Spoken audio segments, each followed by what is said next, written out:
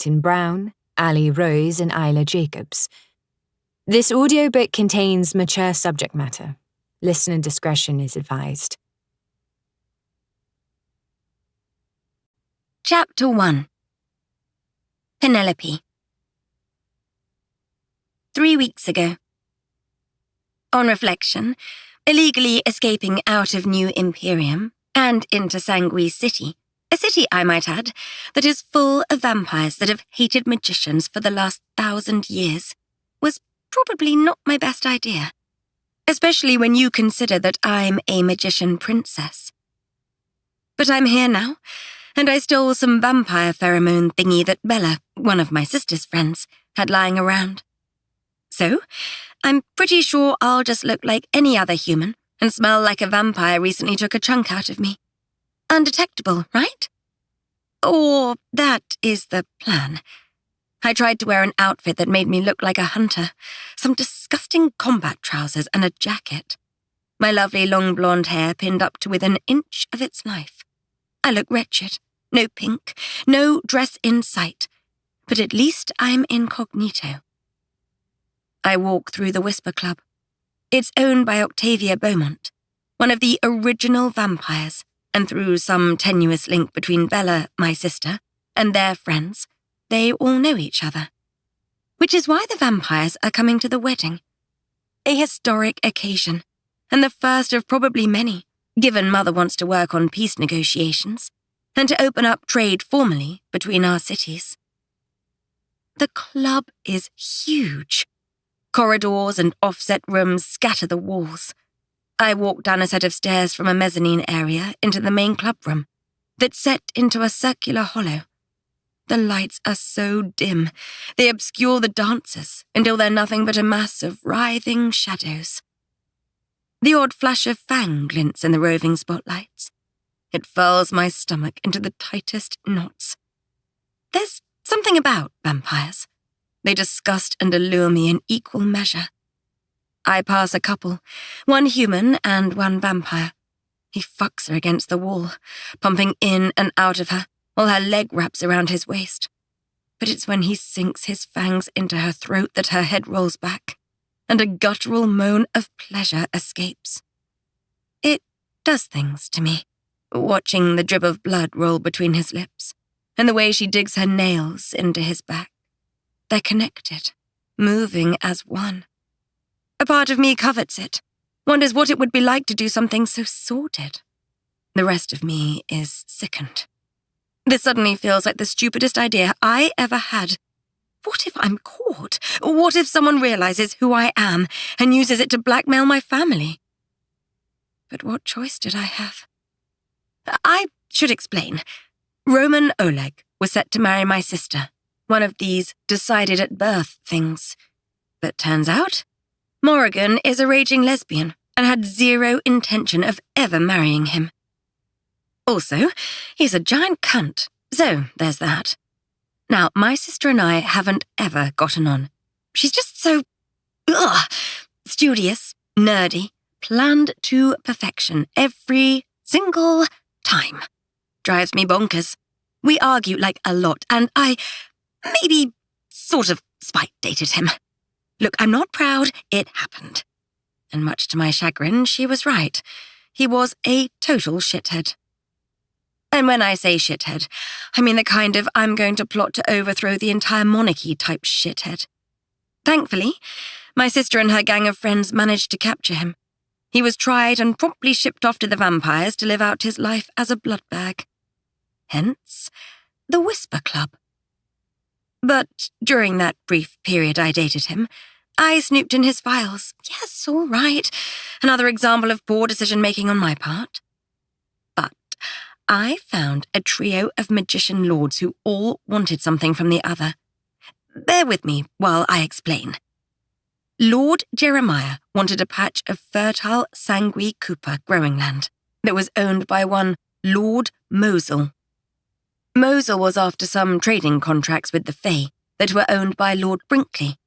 And this is where I excited myself, because Brinkley was after dying mansion magic that the one and only Lord Jeremiah possessed.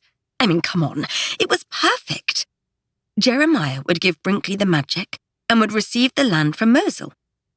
Mosul would get the trading contract from Brinkley and give Jeremiah the land. And Brinkley would get the mansion magic from Jeremiah in exchange for handing over the Fae contacts. It's a head fuck, but it worked. And I thought that maybe, just maybe, if I could arrange this, then I'd garner a bit of respect from the palace and Mother's Council. And my sister. Maybe I'd be taken seriously for once. I'd be worth more than just being the spare heir. It was a good plan, until it went to shit. Neither Brinkley, Mosul, nor Jeremiah would give their portion of the deal without first receiving what they were after. They had a giant stalemate, and it's not like I can tell the Queen or even ask Sterling, my sister's fiancé and master negotiator, for help. They'd all be blah-blah-blahing me over having attempted to do this in the first place. I can see it now, them lecturing and boring me to death over why I shouldn't meddle with palace affairs. Don't they realise how dull my life is? What is the spare even meant to do? Nothing, just exist, whenever needed, and we're always in the way. Probably why, as I stride past another vampire, the temptation to insert myself into the most taboo position I can floods my system. No, Penelope, these creatures are killers. And yet, every human I walk past seems to be having the orgasm of a lifetime. Have we been wrong about them for the last millennium? Either way, I'm here now, having snuck into probably the most dangerous place in the realm for a magician princess, and worse, about to get on my knees for a criminal ex-boyfriend to beg for a solution. Fuck, this really is a low point. The club smells like most clubs in New Imperium. Odor, sweaty body, booze-soaked floors, and the hint of sex. It's the faint stench of something metallic that unnerves me. I make my way into the heart of the club.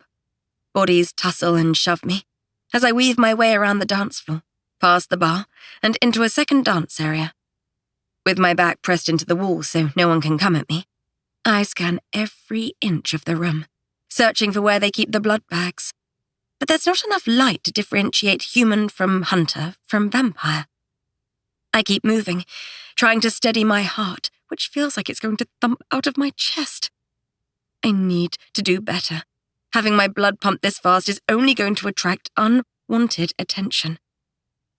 I slip around another vampire, and whoever it's feeding on, and finally spot Roman. He looks horrendous. No wonder I couldn't find him. He's hardly recognizable, save for his enormous stature and mop of wavy dark hair, though it's more limp and lackluster than waves or locks. But it's his eyes that are the most startling. He used to have these dark, infinite pools, so cold and endless, they'd suck you in, as inevitable as death. But now they're small and beady, and the kind of shallow that barely holds a shadow of his former power. He's handcuffed to a chair. Blood smothers his shirt. Several puncture marks litter his arms and neck. He carries purple bags under his eyes, and cracks on his lips like he was born with them. I almost feel sorry for him. Almost. But he tried to take everything from Morrigan, steal the crown and screw my family, and all while using me in the process, so he can go royally fuck himself. I hang back until the vampire feeding from him unlatches and saunters into the club. When no one else approaches him, I take my chance. He's handcuffed, so I'm safe enough. His head hangs limp. Roman, I spit, pouring as much venom into my words as I can. His head snaps up, his gaze unfocused, as he tries to put two and two together. Of course I'd be the last person he expected to see. Ben, he breathes, his words scratchy and hoarse. Yeah, Roman, it's me. He tries to sit up straighter. His neck oozes blood, and I can't help the way my lip curls and my nose wrinkles. I might have a sordid fascination with the plague that is vampires, but his neck is frankly gross. Some things are worse than death. Trust me, he says and tries to laugh, but his neck oozes with each choked huff. I swallow down a gag. Gods, just stop talking for a second and listen. I need your help. His dark little eyes widen, and then narrow. There's a flash, and I know it's the moment he starts scheming. Don't even try and manipulate me, Roman. You're not in a position to ask for anything, I snarl. And yet, it seems you are in need of help, little princess. Tell me, what is it I can do for you? I scan his features looking for the lie, the scheme, but I can't read anything other than curiosity. I take a deep breath and explain. I brokered a deal between 3 of your contacts, Lord Jeremiah, Mosul, and Brinkley. You? Sorry, what? He says, his eyebrows bunching. Oh, give over. Is it really that surprising? I'm not entirely useless, I snap. Wait, I'm not, am I? God, is that really what everyone thinks of me? Even Roman at his fucking lowest, with no hope of escape, no contacts and facing certain death, thinks he's more resourceful than me. I mean... He starts, and then shakes his head, changing his mind about whatever he was going to say. If you brokered a deal, why do you need my help? My shoulders sag. I'm at a stalemate. None of them will hand over their property or contracts without getting what they asked for. And I don't have any dirt on any of them to force their hand. I figured you always had dirt on your clients. He sits even straighter in his chair, pushing his shoulders back, that nasty little glint in his eye glimmering back to life. And what makes you think I'll share anything useful? What's in it for me? Is he for real? No pretense, straight for the payoff. I suppose I shouldn't be surprised.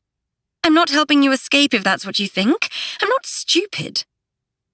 He sneers at me. I expected this, as if Roman would ever do anything out of the kindness of his heart. I lean close to him. Rumour has it, Marcel was taken to a different club. What if I promised to get your brother a message? Marcel was working with Roman to overthrow our family and steal the crown. He was sentenced the same as Roman, but he was recently moved to another club. Roman looks me up and down with so much disdain. It peels away every layer of confidence I had. I grit my teeth and stand firm. Don't fucking look at me like that. Do you want in or not? He presses his lips together and then gestures for me to lean close. I don't trust him one bit. Not one fucking bit. But this is what I came for. So what choice do I have?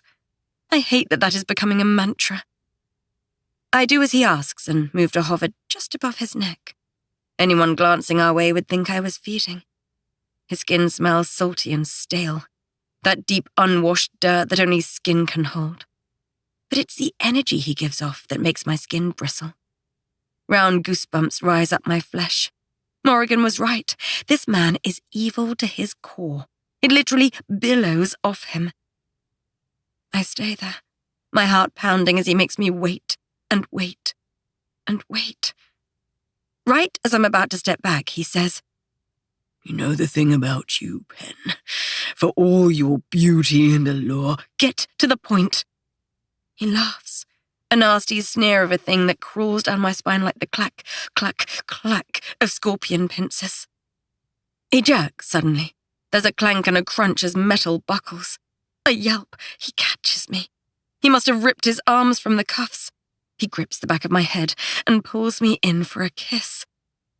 His breath is worse than his skin, full of decaying, unwashed teeth. I scream and gag as he presses his filthy mouth against mine. I claw at his face, slapping and scratching at him, but he holds me tight. I bite down on his lip. He growls, shoves me back so hard I crash to the floor. A gang of vampires piles on top of him, pinning him. But he fights back, smashing faces and breaking jaws. Blood, bone, and tissue splatter the floor and furniture. Finally, they drain him until he passes out, or hopefully fucking dies. They drag his blood-covered body away. None of the vampires look too healthy, but I guess they'll heal a lot faster than him. If he even does. He looks grey. Gods, I hope he's fucking dead. I brush myself down. My outfit is squiffy, my hair a mangled mess of tufts and pins half fallen out. A shadow looms above me. I peer up. It's a woman holding her hand out. I take it, and she hauls me up, only for me to realize too late how cool her skin is. Cool enough to be a vampire. She cocks her head at me, chin-length hair cut into a suave set of waves. Her features are chiseled, her body muscled. What stops me breathing, though, are her eyes. So potent, so dark, and the strangest mix of chaos and curiosity. She's stunning. I've only been with one woman, but gods, if she were a magician, I'd genuinely consider getting on my knees for her. The way she stares at me sets a fire blazing in my stomach. "What are you?" she says. "Pardon?" "You smell like a vampire, but look like a human. So, stranger, I'll ask you again. What are you? And how do you know Roman?" She takes a step closer. I step back. She moves forward, again and again, until my back hits the wall. Then, she places her palms either side of my head, pinning me in place. Fuck. The fire in my gut turns to adrenaline, butterflies dancing, and I'm not sure why. Fear or fury, or a furnace of desire. My heart pounds so loud it throbs in my ears. Fuck. This is exactly why I shouldn't have come here. I know what she is, what she could do to me. Gods, what could she do to me? A vision of the vampire and human fucking as I entered flashes through my head. I need to get a fucking grip. She could just as easily snap my neck. I shouldn't be here, I stutter out, my fingers and toes tingling with the urge to run. I don't know who she is, but I do know she's a predator. Is that so? Secrets to hide, Her voice is silky. My heart rate slows, steadies until I feel like I have control again. Did she do that? Is she doing that thing? Fuck, what was it Quinn said? Compulsion? What if I do? I heard this club keeps everyone's secrets, I say, my confidence returning. I'm a fucking princess after all. I'm not going to be dictated to by some vampire trash. Quite the attitude for a stranger who shouldn't be here, and currently has no way of escaping. There's always a way, I say, and draw my knee up and ram it into her stomach. She lurches forward, her palm slipping off the wall, enough for me to dash out of her grip. I make it 5 feet. 5. Before she yanks me by the wrist and spins me, pinning my back to her chest. She sinks into the shadows, taking me with her. Shit! I'm going to ask you again. Who the fuck are you? She breathes into my ear. Adrenaline spikes through me. I should be running, screaming. But I'm frozen in place, desperate to know if I'll end up like that human girl. Fucked, bitten, orgasming for days. It's so wrong, so fucking wrong. And yet my pussy clamps down, my underwear sticking to me. The vampire leans in, inhaling. What the hell?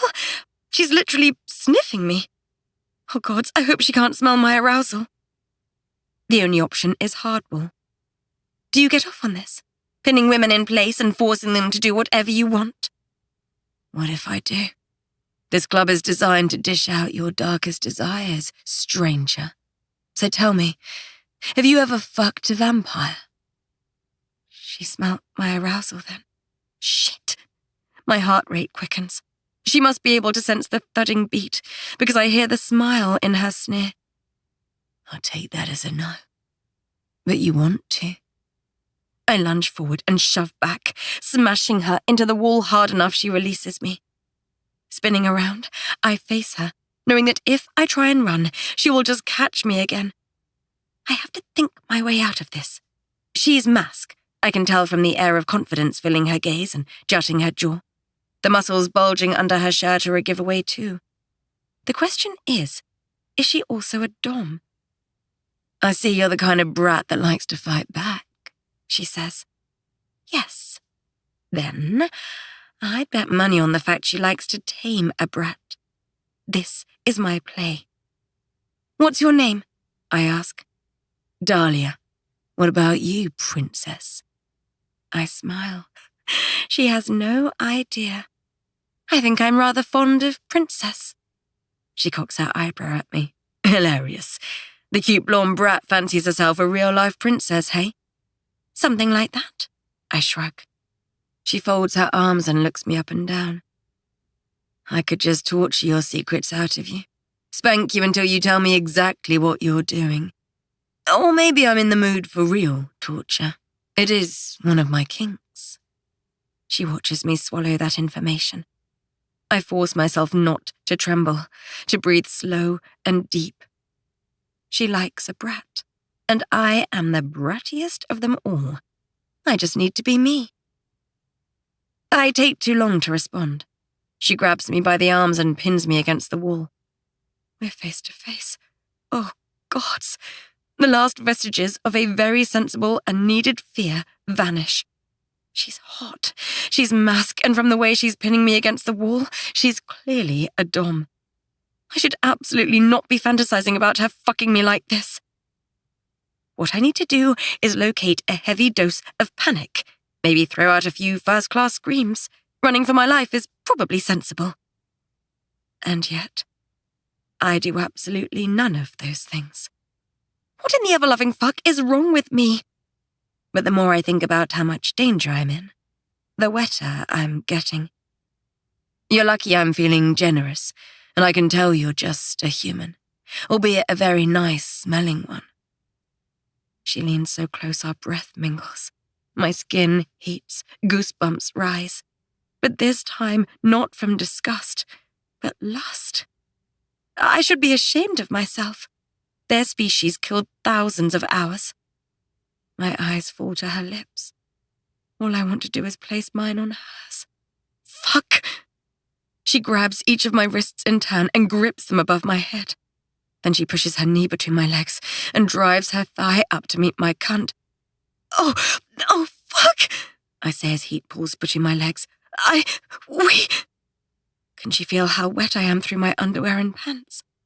Her eyes glimmer, hooded desire making them heavy, and my stomach flutter. I need to get out of here. This was a bad idea. I failed to get what I came for, and Roman is no longer an option. I need to cut my losses and run before anyone discovers who I really am. Dahlia, let me go. Please. The words snap her out of her daze. She stares at me, her eyes drooping, something passing through them. What was it? Regret? Sadness? It's gone before I can place it. I'm sensing a pattern with myself, one filled with things that seem like a good idea. But I'm never coming back here. Aside from Octavia at the wedding, I doubt I'll ever meet another vampire. I'm probably about to die. They'll just make another spare heir anyway. Oh, what the hell? I slide my hand to her jaw and pull her in. Our lips meet, a frisson of electricity passing between us, like fireworks and lightning, like a summer breeze and fresh snowfalls. She smells like bergamot and rich spices and winter winds. Her hands paw at my waist, my back. She holds me like I'm treasure and diamonds. Gods, I've never been kissed like this. She deepens the embrace, her strong hands pulling me closer, harder, holding me. No, it's more than that.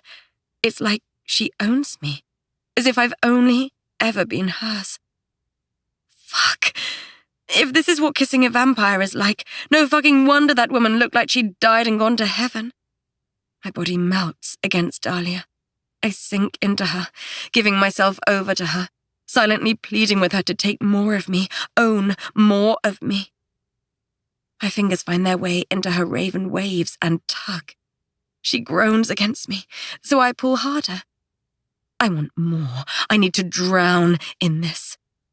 Her mouth opens, and I slide my tongue against hers. Everywhere we touch ignites with heat and electricity. Molten want courses like energy between us. Her fingers glide over my breasts. My nipples harden in response.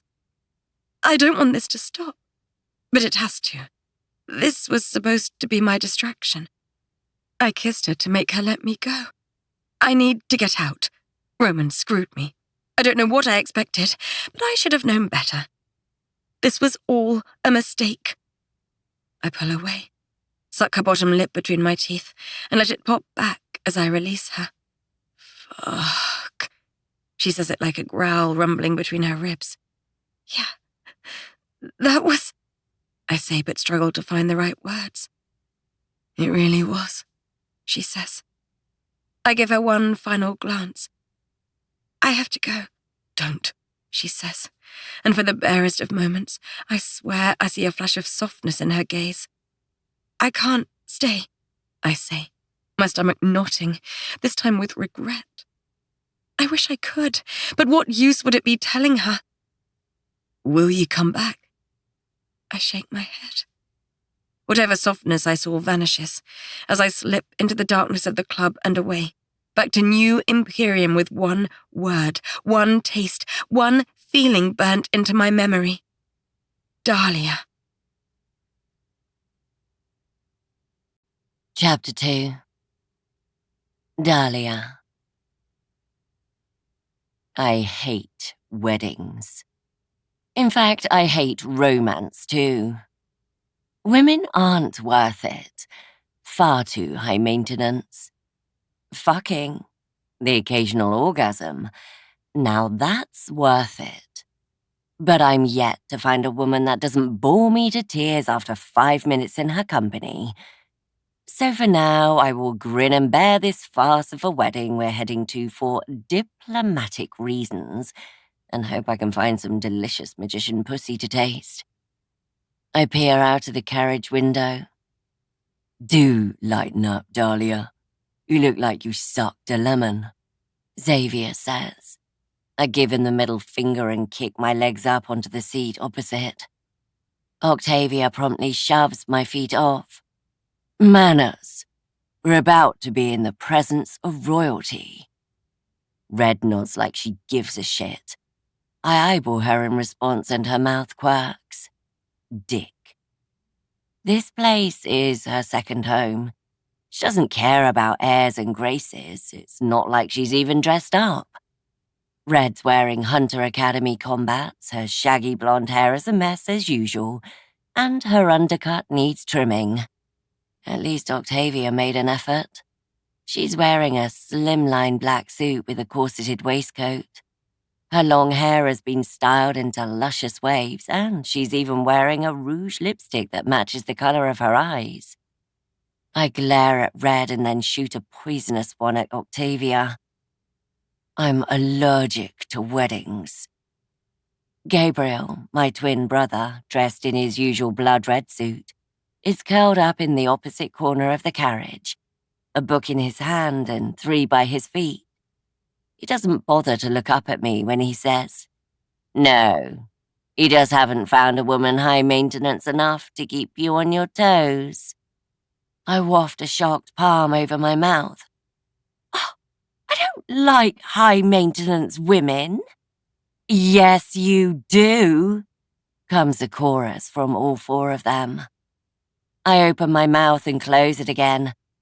They're probably right. Oh, fuck off, the lot of you. Xavier pulls a hand through his raven locks. We're not blood-related, well, Gabriel and I are, but the rest of us aren't. We're vampire family, and yet we all carry the same dark hair, chiseled jaws, and ego for days. I've always resented the fact our hairstyles are so similar.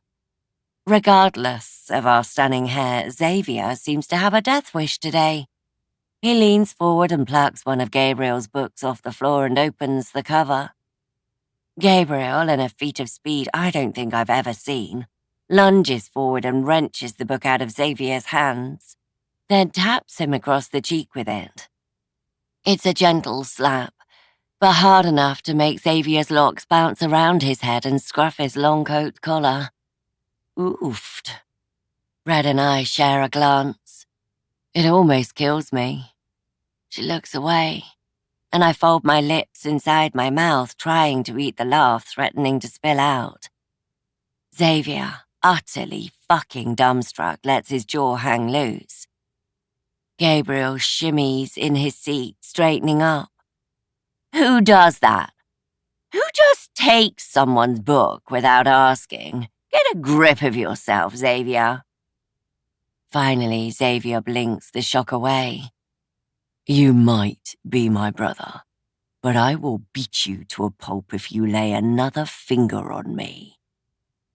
Gabriel's mouth twitches, but he doesn't deign to look at Xavier. Instead, he keeps his eyes firmly on the words in front of him, which only serves to piss Xavier off further. He glowers at Gabriel, his upper lip curling, a fang dropping. Octavia touches his forearm, and he snaps out of it. I rest an arm on Gabriel's leg, unsure whether it's comfort for me or protection from Xavier. Gabriel has been more aloof than normal of late. Since he and Keir broke up, he's drowned himself in his books and research. I rub his leg. I'm not affectionate with my other siblings, but Gabriel and I shared a womb. He's the only one of my blood relatives alive, and just being with him is a sort of solace. My mind wanders to Sadie, a constant void in our family dynamic. With Mother now human, that void won't be filled with another child. Mother was one of the original 3 vampires, along with Octavia and Isabella. But it all got a bit messy a few months ago. Millennia-old secrets and vendettas were revealed and, well, Sadie got caught up in it. Gabriel swats me away and draws his legs up under his chin.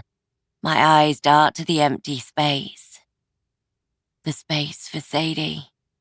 It's the same at home, always a spare seat. None of us have actually talked about it, but we seem to have agreed that keeping a chair at our tables is the right thing to do. It's like none of us can quite accept she's gone. Of course, Octavia does our family dinners now, not Mother. She's too busy boning her new missus in Aura City. They're teaching and studying at some morbid university. Finn? No, Finnis Academy, I think it's called. Anyway, I haven't visited yet. She's asked. Well, while we're building the new training facilities in the Hunter Academy, the odd guarding job I've had to do, plus integrating the Hunter and Vampire armies into one, I've not had a free second. As if reading my thoughts, Octavia's crimson-coloured eyes drift to the empty seat. Her features stiffen. I open my mouth to ask if she's all right, but Red slides her hand into Octavia's and asks her something mundane. I sling my ankle over my knee and fold my arms, staring into the darkness of the tunnels. I'm already over this trip. I'll be missing 3 workouts and 2 nights out with the lads, and for what? Some dumb princess wedding and the facade of political niceties. I get that this is Octavia's thing, but why did she have to drag us into it? Right, Octavia says, producing a stack of paper. These are the royals. I want you to memorize their names and faces. She hands everyone a set of documents, and my eyes scan the images. They all look delightfully bland until there's a slender blonde in one of the images. A blonde I recognize. You have got to be kidding me. Chapter 3. Penelope. Rule number 1 of being the spare. Never expect people to like you. Of course they don't. You're just the other one, a break glass in case of emergency kind of gal. And that's aside from the fact I'm a constant irritation to Morrigan, and she's everyone's favourite. Obviously. I mean, she is the heir apparent. I draw pink over my lips and huff as I glance in my ensuite mirror. It's not the right shade. I hunt through my makeup bag and pull another one out. Powder puff. It should match my designer baby pink heels and dress. But when I draw it over my lips, it still isn't right. I huff in the mirror and clap my balled fists together, drawing my index finger over my knuckles, and then tap my little finger on the pads of my other middle and index fingers. The thinnest, most pathetic thread of magic peels from the palace wall. "Oh, come on! I actually tried!" I whine, knowing damn well the palace isn't going to answer. The silvery thread drifts through the air and lands on my mouth. My lips shimmer and tingle, and when they settle, my lipstick is finally the correct colour. I stroke the wall in thanks. I examine myself, pout, and smile, pleased that my lips match the dress. The designer sent it to me, asked if I'd wear it out and be photographed. I was only too happy to oblige, of course, given the way the dress clings to my figure. It's a dream, fits like a glove, cut short, curving around my ass, and displaying my ugly long legs. That's another thing Morrigan got. Curves, and the same figure and olive skin to die for as our mother. While I got gangly limbs, our father's pasty white skin, and equally boring blonde hair. Even the blue of my eyes is basic. It's not like I can do anything about it either. I'm no good at hair dyeing magic, unlike my sister. I can manage the odd lip tint and occasionally manage to reheat food when I've taken too long to eat. I've got maybe a dozen pieces of magic under my belt, and not a single fucking collection tattoo. Unlike Morrigan, who has gone and studied in all the top mansions, castles, and palaces in the realm. In record time, she's learned enough that the mansions have bestowed upon her a collection tattoo, meaning she has unrestricted access to their magic. And I've got nothing. Which is precisely why I'll eat a barrel of Borderlands dirt before I ask for her help changing my hair colour. And that is why my hair stays platinum blonde, and hers is as dark as the night sky. I sigh as I stare into the mirror, dissatisfied as usual. My watch tells me it's time to go. I exit the bathroom and head to my bedroom desk. My fingers brush the letters strewn over it. I'd like to tell you they're some sort of romantic love letters, invitations to swanky parties or God only knows what. But they're so much worse. I shuffle some papers over the top to hide them. To hide my secret. My fuck-up. It should have worked. It could have if the lords had all played ball. If Roman would have just given me something, anything. I swear I'd have delivered a message to his brother too. But no. Well, fuck him. He's probably dead now anyway.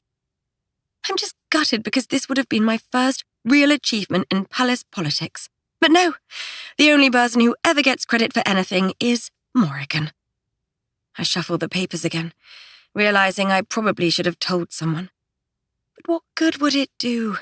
It's not like they're going to follow up on the threats. It's just all pomp and ego, trying to force me to fix their mess. A knock on the door startles me as I brush the last of the letters away. Benedict, Mother's chief of staff, is by the door. Your Highness, the carriage awaits for the family meal this evening. Joy. I'm not going. Benedict gives a nervous laugh. He brushes a hand over his moustache. While I'd love to entertain your antics this evening, Miss Penelope, I'm afraid the consequences would be too severe for the pair of us. Her Royal Highness Queen Calandra was adamant that you should attend. I grit my teeth. His eyes drop to his jacket pocket, and he pulls out a letter. I'm afraid I need to inform you that I found this. Shit. No one knows about the letters. They've been finding their way into the palace or into my carriages without going through the royal postal system for a couple of weeks. I thought I was keeping them secret. Benedict's eyes skirt from me to the letter, his brow rising. So this wasn't the first one. You already know? His tone is low, not a threat exactly, and not a warning either. More like a mildly irritated protectiveness. I start. Oh, fuck me. This isn't good. The truth is, I never wanted to date Roman. I did it to piss Morrigan off, obviously. And I saw an opportunity and thought I could use his contacts to my benefit.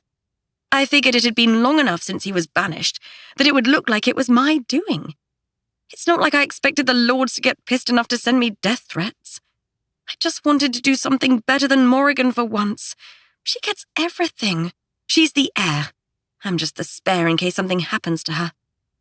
I'm not important, not wanted, not needed. Do you have any idea how much that shit can fuck a girl's psyche up? It's not like I stand a chance against her. Look at her. Total overachiever. Power seeping from every pore in her body. Born a queen. I am, in essence, useless. So call a bitch crazy, but I took whatever opportunity I could find. But apparently, I fucked up. And sure, I probably shouldn't have gone to visit Roman in Sanguis City. Gods forbid anyone actually found out. But I was cornered and needed help. The plus side of seeing him get his comeuppance wasn't too bad either. Besides, it's not like anyone noticed I'd left New Imperium, and it was only one night. Benedict coughs, drawing my attention back to him. His eyes fall away from mine as he holds the letter out. It's not the original, I say. He nods, solemn. It's a copy. I knew it. The writing isn't in red. It's in muted black, like a magician used replicating magic on it. But if that's not the original... Benedict, where is the original? I do threaten him with my tone. I'm sorry, Your Highness, but I had no choice. His voice is now a whine. I need my temples. Tell me you didn't go to... But I fall momentarily silent as she strolls into sight, right as her name reaches the tip of my tongue. Daria? I finish. This is your life we're talking about, Benedict says. I snatch the letter out of his hands. I hope it gives him a paper cut and really hurts. Is it? Or are you just worried about Morrigan's wedding? His eyes widen like carriage wheels. He pouts and then touches my arm, completely ignoring my comment. You must attend this evening. I grumble, but he vanishes down the corridor knowing I'll acquiesce.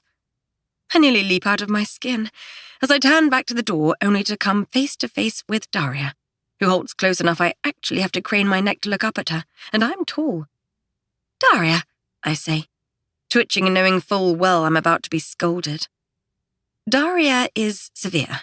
Her features are sharp and angular, like her sense of humour. Bracing, cutting, and only funny when you're not on the receiving end of it. She is the only topic Morrigan and I actually agree on.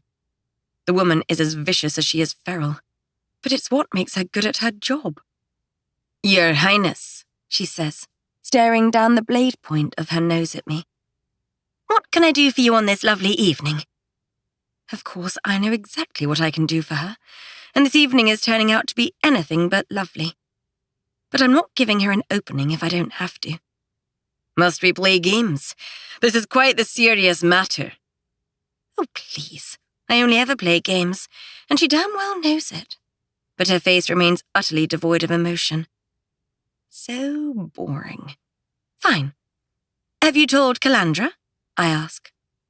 This time, Daria twitches. Interesting. So Mother doesn't know. Do I need to tell her? How serious is this? She asks. Serious enough that I probably need to give royal land away, embezzle money, and beg Sterling to make the deal of a lifetime, but no big, honestly. It's fine. It's probably just some fanboy wishing he could get a piece of me. Daria's eyes narrow to slits. I tuck the letter into my handbag. I'm going to be late. Is there anything else? How long has it been going on? Not long. Half a lie. It's been going on 2 straight weeks. I'm launching an investigation, and you're getting a bodyguard, a personal one. I don't need a fucking babysitter. It's just some city boy desperate for attention. Daria leans down into my face. Your safety is my concern, not which fanboy wants to slip his todger in your knickers. I open my mouth, but all that comes out is a stifled cough laugh. The word todger should not be allowed in the mouth of someone so stern. She continues, ignoring my lip twitch. There will be no protesting. You will take the bodyguard, or I will personally chain you to this room. And given the imminency of the royal wedding, I think we both know which Calandra would prefer. Understood?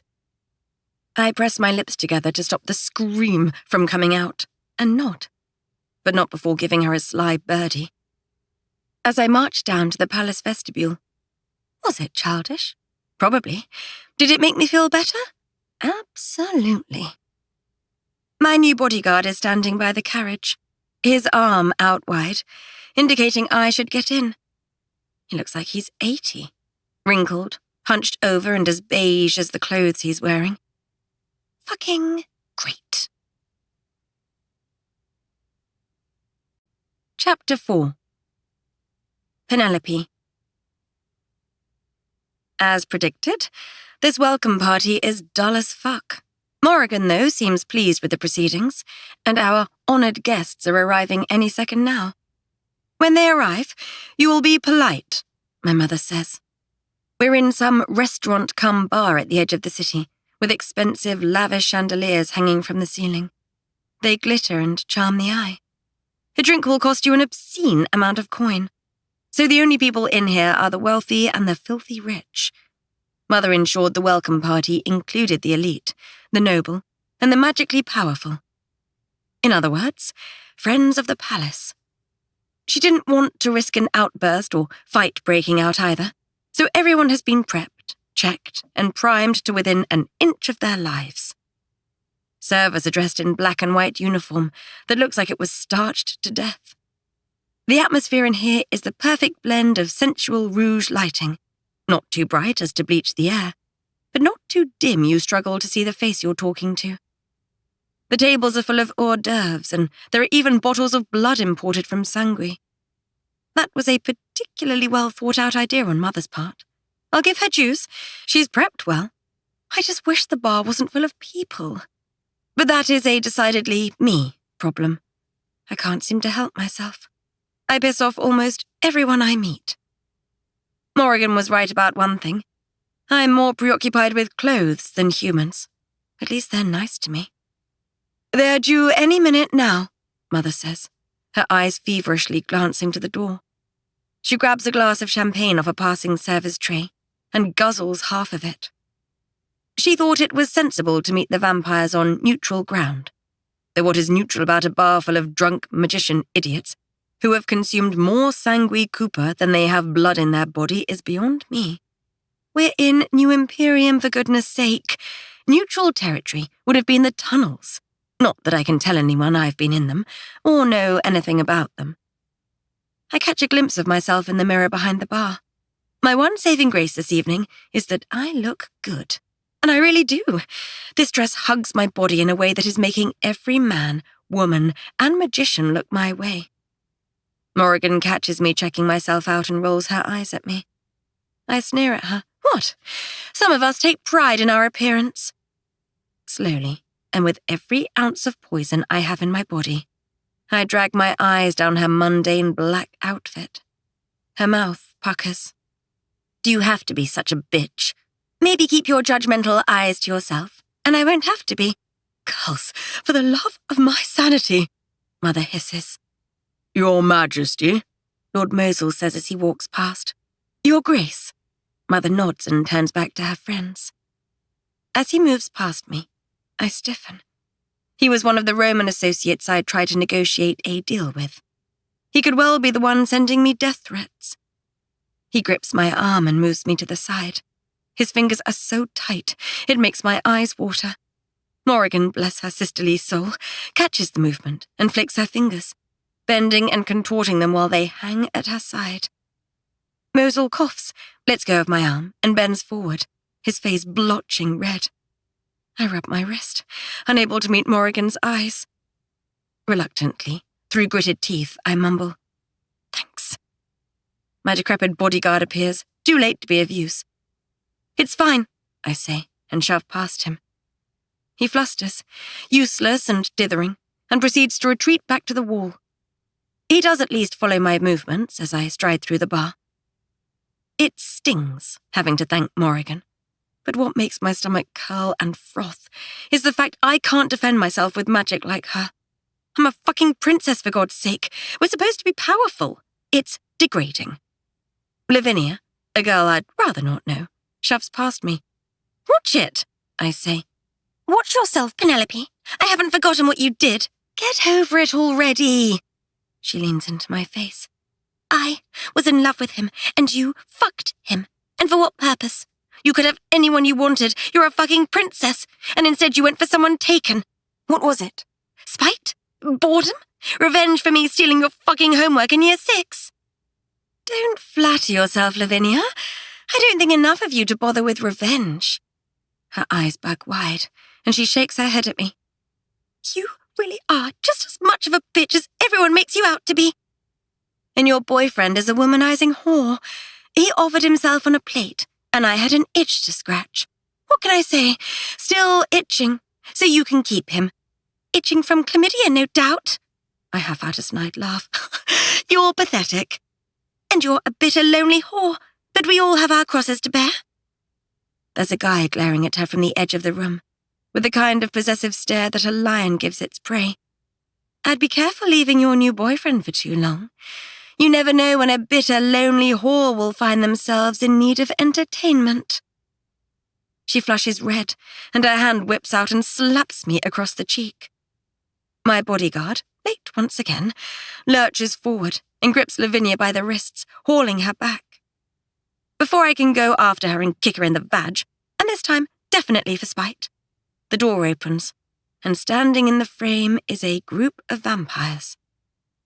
The bar quiets.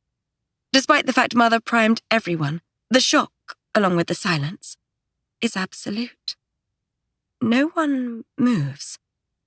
It's as if the entire place was flash frozen, or perhaps we have become the stilled vampires. This is ridiculous. They're just people like us, albeit gross ones that drink blood and fuck like savages. Rather hot, orgasm-inducing ones. But how can I explain I know that? I'm going to have to break the ice. I strut up to the group and scan their faces. Octavia I recognize because of who she is. Red, too. I've seen her with Morrigan's friends.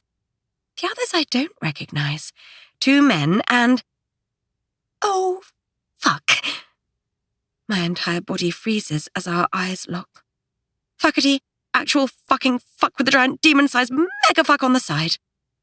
There's a moment where the earth opens up and swallows me whole. Adrenaline zips around my gut and into my limbs, making everything tingle. The blood well and truly drains from my face into both my feet, and thoroughly unhelpfully, my pussy. Dahlia, please don't remember me. Please don't remember me. Please, for the love of my sanity, don't fucking remember me. Her eyes narrow, and then widen. She remembers me. Oh my gods, I am so fucked. I am the forget the death threats Daria and Mother will just execute me anyway kind of fucked. Play it cool. That's what I'm going to do. Play it real fucking Arctic levels of cool and hope that she realizes the political minefield she'd unleash if she blurts out that I snuck into Sangui illegally. Her eyes glimmer. Her lips curl into a smirk that could shatter hearts, and I swear I'm going to be sick. Bile claws up my throat. I swallow, and it definitely tastes of acid. Oh, gods, I'm not laying down and giving up. I take a deep breath and pray that Dahlia has an ounce of political nous, enough to recognize that she needs to keep her mouth shut. I thrust my palm out, fingers tingling, and focus on Octavia. Lady Beaumont, the pleasure is mine. Princess Penelope Lee. I'm kind of impressed with myself when I don't flinch, as her cool fingers slide into mine. I move to her girlfriend. Red, nice to see you again. We shake hands. She isn't vampire exactly. Her skin is warmer than Octavia's, but she doesn't feel human either. Morrigan did explain that she's a dhampir or something, whatever that is. Her bleached blonde hair is shaved underneath, and all shaggy on top. I like it, though I think she could do with a fresh buzz. I move to the tall, suave one, a little too clean-shaven and pretty for me. I prefer my partners rugged and demanding, and a little dirty round the edges, though I'd probably climb him like a tree if I were drunk. Xavier, he says. I shake his hand and move to the next. Gabriel, a pleasure, he says. tucking a book under his arm to shake my hand. The pleasure is all mine. He smiles before pulling another book from his back pocket. Last, Dahlia. I swallow what feels like a ball of iron. My whole body stiffens. What if she says something? What if... Princess. She says in a tone that screams of knowing exactly why she's calling me that instead of Penelope. I'm so screwed. She slips her hand into mine, squeezing a little too tightly, and then tugs me in suddenly. Her mouth brushes my skin as she places a kiss on one flaming hot cheek, followed by the other. Where her lips graze my ear, she whispers, "Oh my, we have been a naughty princess, haven't we?" I'm dead. Literally, actually, fully, fucking, factually dead. I might as well stake myself for fuck's sake. I snap my hand out of hers, stepping back. And do you know what that motherfucker does? She smiles at me, broad and grinning, all pearly white teeth and charm, like there's nothing to see here. Her grin is as striking this evening as it was in the nightclub. Her entire physique is made up of lines and angles and curves, but not soft ones. She's hard and steel-like, as if she were carved out of centuries of war and strife and battle. Her clothes are tighter tonight. Everything clings to the curve and bulge of muscle. She wears her combat trousers, vest top, and leather jacket in a way that reminds me of just how toned her body is. I lick my lips. It's automatic. My body is about 1,000 degrees. Why is it so hot in here? I've only ever had one other woman have this effect on me. I never told anyone about us. We dated for a few incredible weeks, and then her parents left the city for work. I was only 20, and she didn't have a job, so she went with them. I was devastated. That was years ago, though. I thought it was a phase. Clearly fucking not. Dahlia grips my wrist. It's strong, protective. Her eyes graze my skin in a way that makes me shiver, as if she's peeling away my secrets and lies. Mother reanimates, as does the rest of the bar. She flutters behind me, corralling us into the main area. But Dahlia keeps hold of me, her hands slipping to my hand. My eyes drop to the pulsing electricity between our palms. "Who did you piss off?" Dahlia breathes. "What?" I stammer, mentally slapping myself to get a grip. She hasn't told anyone yet. If she were going to, she wouldn't have whispered. "Your cheek. There's a stunning, vicious handprint." "Oh, it's fine." I pull my hand out of hers and brush my dress down. "I'm not sure hitting a princess is fine." A nervous laugh stutters out. Did I just giggle? Mother of gods, what is wrong with me? "It's lovely to meet you anyway," I say. "Meet me again, you mean?" Dahlia drops her voice. Flames flush my entire body. "Okay, we're done." I tuck her to the side of the bar, away from any prying ears. "Please," I say. She quirks a single eyebrow at me, brandishing that grin like a weapon. My pussy is a traitor, and it, along with Dahlia, can go fuck themselves. Dahlia smirks. "I'm rather fond of a woman begging me, but I'd love to put a princess on her knees. See what else that pretty little mouth of yours can do," she says, her tone oozing enough confidence my nipples harden. She must take the heat in my cheeks for anger, because she laughs and licks her lips. "Don't worry, Penelope. Your escapee antics are safe with me." I sag in relief. She shrugs. "Besides, I'd rather be fucking a hot woman and drowning in sanguine Cooper than wasting my time winding you up." What the hell? What a bastard! She drags her eyes up and down my body. "But I can't seem to find any hot women. And politics says I have to follow my sister." That lying fucking cow. She wanted me in the Whisper Club, and we both know it. My eyes flash at her crass confession, and not so subtle insult. Something shifts. My mind wanders back to the club, and the way she was so clearly a dom. I'll bet she's butt hurt. Probably wants to punish me with a bit of degradation. My clit throbs, my skin pimples with goose flesh. She tilts her head at me. "What was that?" she asks. "What was what?" "I'm asking you." Your heart rate increased. Blood is pooling beneath your skin and... Her eyes drop to my crotch. My mouth parts, a little sharp breath escaping. How dare she stand there and read me like this? I grit my teeth and lean into her, lowering my voice to barely above a whisper. "You tell anyone you saw me in Sangui City, and I'll make your life a living hell." I draw back and give her my own sinister little smile. I can play bitch with the best of them. She chuckles. "Oh, princess, we both know you have way more to lose in this situation than me. There's no need to be a brat about it." But that's the thing. I am a brat, and she fucking knows it. She shoves past me and follows after Octavia. I am left entirely flustered, unsure whether she was rude, a tease, or a flirt. Maybe all three? What an asshole! I can't work out if I hate her or if I'm attracted to her. My bodyguard approaches. "Ma'am, I must ask if there are any other people I should be concerned about. It seems there are a couple of people in here who have taken issue with you," he says. I glance at his name tag on his jacket. There are so many guards in the palace at the moment, I can never distinguish one from another. I snort. "Well, Marcus, I'd be hard-pressed to find someone in here who doesn't have some kind of beef with me. Haven't you heard? My speciality is pissing everyone off." He gives me sad eyes, and I want to nut him. I don't need your pity. I march off into the bar, only to come face to face with Blaine, my ex. Really? Can I not get a break tonight? "What do you want? And how the hell did you get in here anyway?" I say, zero patience left in me. "You owe me a carriage."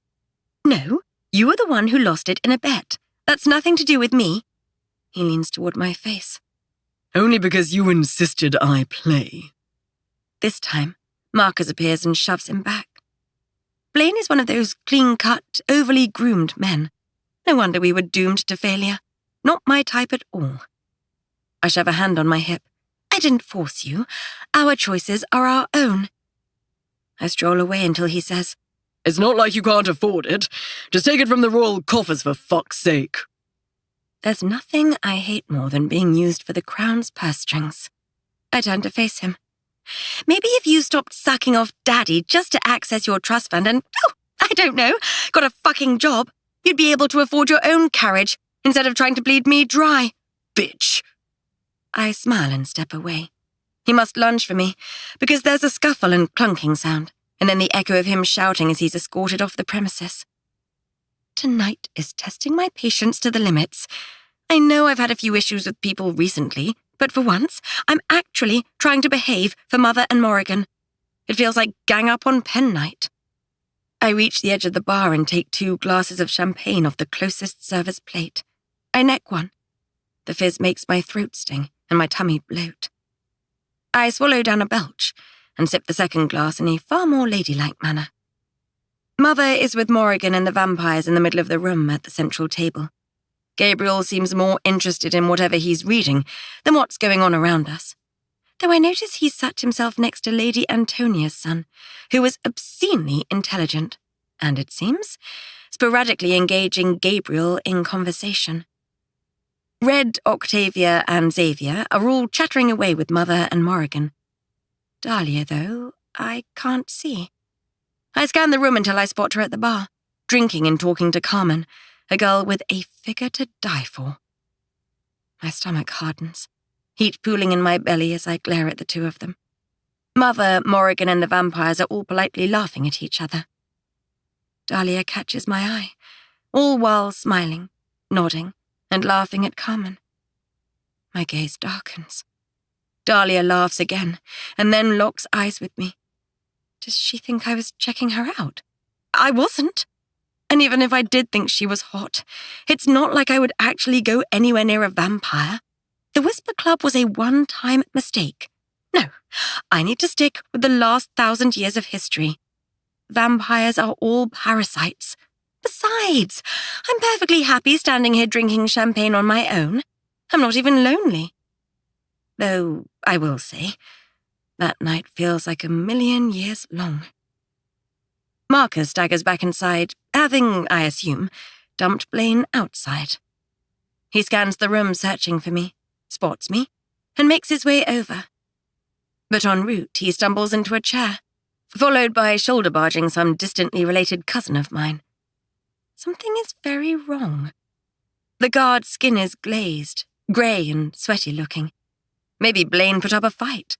I hope Marcus knocked the crap out of him. It's less than Blaine deserves. Marcus staggers forward, leaning on the nearest table. Yeah, he really doesn't look good. I push off the wall and down the rest of my champagne, slinging the empty glass onto a passing service tray. Dahlia glances my way. Something in my expression must grab her attention. She jerks off the bar stool, cutting Carmen off mid-sentence, and marches towards me as I head for the bodyguard. Princess Penelope, Marcus says, but his words catch in his throat. What's wrong? My words fall away as his skin turns a dark shade of purple. What in the... Oh, dear, he says, and buckles forward. There's a presence at my side. I turn expecting Mother, or maybe Morrigan, given she did assist me with Mosul earlier. But they're still engaged in chatter a table away. To my surprise, it's Dahlia, her expression furrowed as she scans the guard. First, you insult me, and now you come to my rescue. Real charmer you are, I say. Dahlia opens her mouth to respond, but Marcus lurches forward. A groan that sounds like a garbled scream rips from his chest, followed by several splatters of blood. Blood? There's a vampire stood next to me. Shit! I glance at Dahlia, edging away from her. Her nose flares. A shimmer of rouge flickers across her expression, and I swear she stops breathing. Are you going to... I ask. She gives a curt shake of her head. I'm fed. Marcus bellows out a curdled cry, silencing the entire bar almost as aggressively as when the vampires walked in. I reach forward to help him up, but Dahlia grabs my hand. Don't, she says, right as Marcus explodes. When I say he explodes, I mean he literally eviscerates into 1,000,000 pieces. Blood, organs, bone and tissue spray across the bar, splattering over Mother, Morrigan, every lord, lady, and royal adjacent person in here. There isn't even a shred of uniform left. I flinch as I'm showered in his residue. I wipe my mouth, shuddering as it does nothing to remove the blood from my lips. My clothes are drenched in entrails, sinew, and bone shards. There's a split second of silence that stretches and stretches, as collective realization drifts through the bar. And then it's carnage. Screams rip from one side of the bar to the next, mine included. I lean forward and throw the entire contents of my stomach up, including, sadly, both glasses of champagne. Dahlia slips her cool fingers through mine and drags me, running and shoving people out of the way, out the door. Penelope! Mother screams. But Dahlia's grip is akin to steel clamps, and all I can do is look back at her and try not to join in the screaming. Chapter 5. Dahlia. My siblings stare at me from across the carriage, all of their noses scrunched up like I fell in a cesspit instead of having magician viscera on me. I need a shower. Honestly, don't even know what possessed me to talk to Penelope in the first place. I should have shaken her hand and pretended I didn't remember her. Maybe it was delusional loyalty to Octavia to make sure the political tensions are eased by the end of the trip. All right, fine. It was definitely to wind Penelope up. When I saw her image on the sheet Octavia handed out, I couldn't believe it. It took me a second to place her face. It was those piercing blue eyes that sold it. The way she stared at me from across the Whisper Club. Grinding up against me, kissing me like the only thing she dreamt of was fucking me. She wanted a piece of me. and then she left. Too chicken shit to come and take it. Well, now I can understand why. Can you imagine if she, a magician princess, were caught fucking a vampire? Now that would screw the political tensions. But I have a feeling Penelope is doing an excellent job of that as it is. New Imperium might not realize it, but they have a deviant princess in their midst.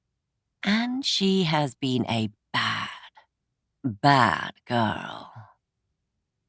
At least now I understand why I found her in the Whisper Club, staring at Roman being drunk to death. One little secret, one little escape, but it could cause untold damage. I press my lips together, knowing I have to be better than that. Mother of blood, being nice is tiring. Octavia owes me, and I won't let her forget it. My generosity only goes so far. I stare out the window as we're taken across the city to the palace. My mind flits back to our entrance this evening, and the fallout after that guard exploded. Penelope, trembling outside the bar, my hand gripping her hip, pulling her into my arms until she stopped shivering. You're okay. You're okay. She gave it the big balls when she first met me, but then when the shit hit the fan, she crumpled into my arms. I shift in my carriage seat, trying to convince myself I didn't enjoy taking care of her. But I did. God's damn damsels in distress brings out my mask complex. Gotta take care of my girl. Not that she's mine. I don't even want her. I'd take any magician pussy. Yeah, that's it. It's just about sampling a different delicacy while I'm here. Queen Calandra came storming out of the bar, glancing between me and Penelope. I released the princess and handed her to the queen, who could tell she was still very shaken. Thank you, she said before a swarm of royal bodyguards smashed into me. Stop! Calandra bellowed. She pushed through the group of guards and held a hand down to me. She was helping Penelope. Where are your manners? Her cheeks turned pink. Where's your carriage, Dahlia? I pointed to the street corner. Go, please. Gather your family and come to the palace. It's important we welcome you properly. This is not how I wanted the evening to go, but we must deal with this. I understand, I say as Octavia, Xavier, and Red trickle out of the bar, Gabriel slacking behind as usual.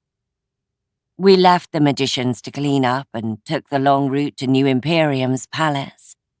The carriage travels down the palace's long and winding driveway.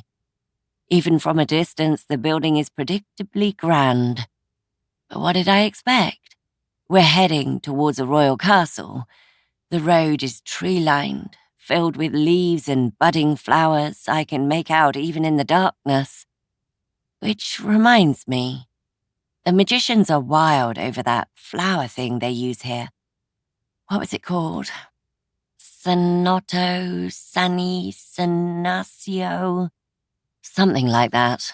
They use it as a healing medicine. I think it works a lot like our natural vampire healing. Pretty universal, save a beheading or fatal stake to the heart. Octavia sits rigid in her seat, no doubt pissed about what happened and paranoid about whether we will be blamed. Xavier is lolling like he's stoned on one side of her. I'm not sure whether that's boredom or he's actually stoned. Both are equally viable. Red glances between all of us. Her shoulders are tight. She feels the tension as much as I do. And it is so thick I could drink it like an O+ breakfast shake. Wish I'd drunk another girl before we left Sanguis City. What the hell happened in there tonight? Octavia says, breaking the silence. Someone had a bone to pick with that princess, I imagine. She had a handprint on her cheek when I walked in, I say. I do love a bit of drama, Xavier says, reanimating. Not stone den. Especially when it's not our family drama, Gabriel adds. Octavia huffs at us. Best behavior when we reach the palace. She looks at each of us. Gabriel shoves a middle finger up at her from between the pages of his book. I smirk, but Octavia snaps her gaze at me. What? Chill out. I drank like at least 1.5 women before we left, and frankly, I've probably inhaled half that princess's bodyguard. I'm fine, aside from needing a shower. I gave her an exaggerated shrug as if I don't know exactly what she's worried about. Octavia's expression tightens. Need I remind you that this trip is... I hold my hand up. You don't, as it happens. I was winding you up, but it seemed you lost your sense of humor about one long palatial driveway ago. Red's lips quirk, and it takes a feat of fucking colossal strength for me to stifle the laugh tickling the back of my throat. Octavia really isn't in the mood, but she's such an easy wind-up. I sigh to myself. Fighting with her is my favorite pastime. Octavia, come on.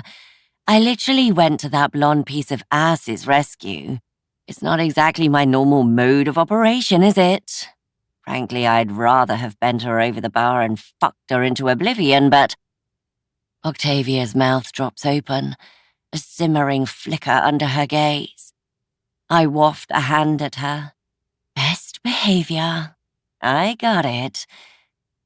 She presses her lips thin, but seems to recognize the truth in my words. It really isn't like me to rescue some random chick. There's just something about that princess, like that night in the Whisper Club. But I won't be telling my siblings that. I'd put money on the fact that Penelope is one of those girls who wears a mask. She makes out like she's all hard and bitchy on the outside when really, she's a quivering wreck on the inside. Or in my arms. High-maintenance game player, that's what she is. If nothing else, Octavia should recognize I meant it when I said I'd behave. She asked us to help smooth the political tensions between our cities, and Octavia doesn't ask for help lightly. I'll be good, not just for her, but Red too, given she's my boss. To be fair, she has mediated things between Octavia and me over the last few weeks, and dare I say we're all getting along for the first time in centuries. Hell, maybe ever.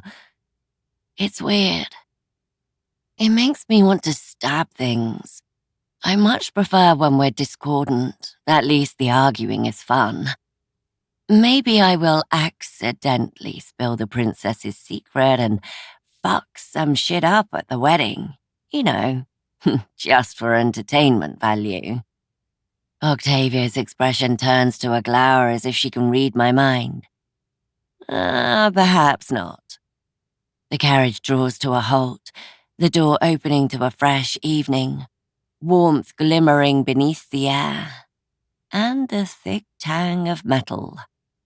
Penelope made it back then. We're stood outside an extraordinary building, though there's a distinct lack of gargoyles on the doors.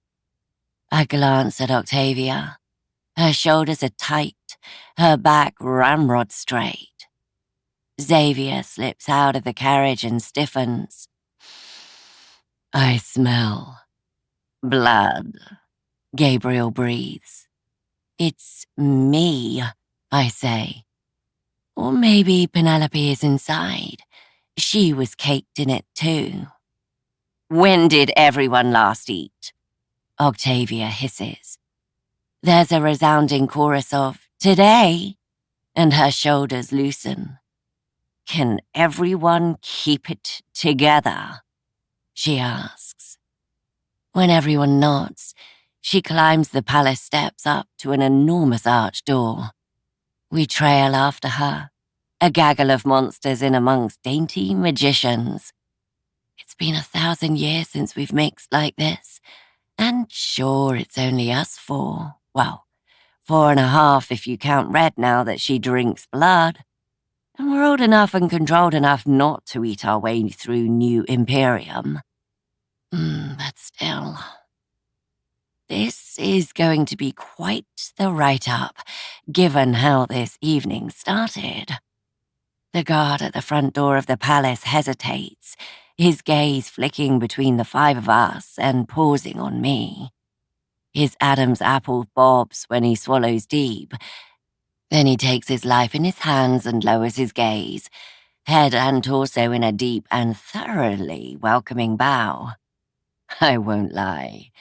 My eyes flit straight to his carotid, my tongue skittering out.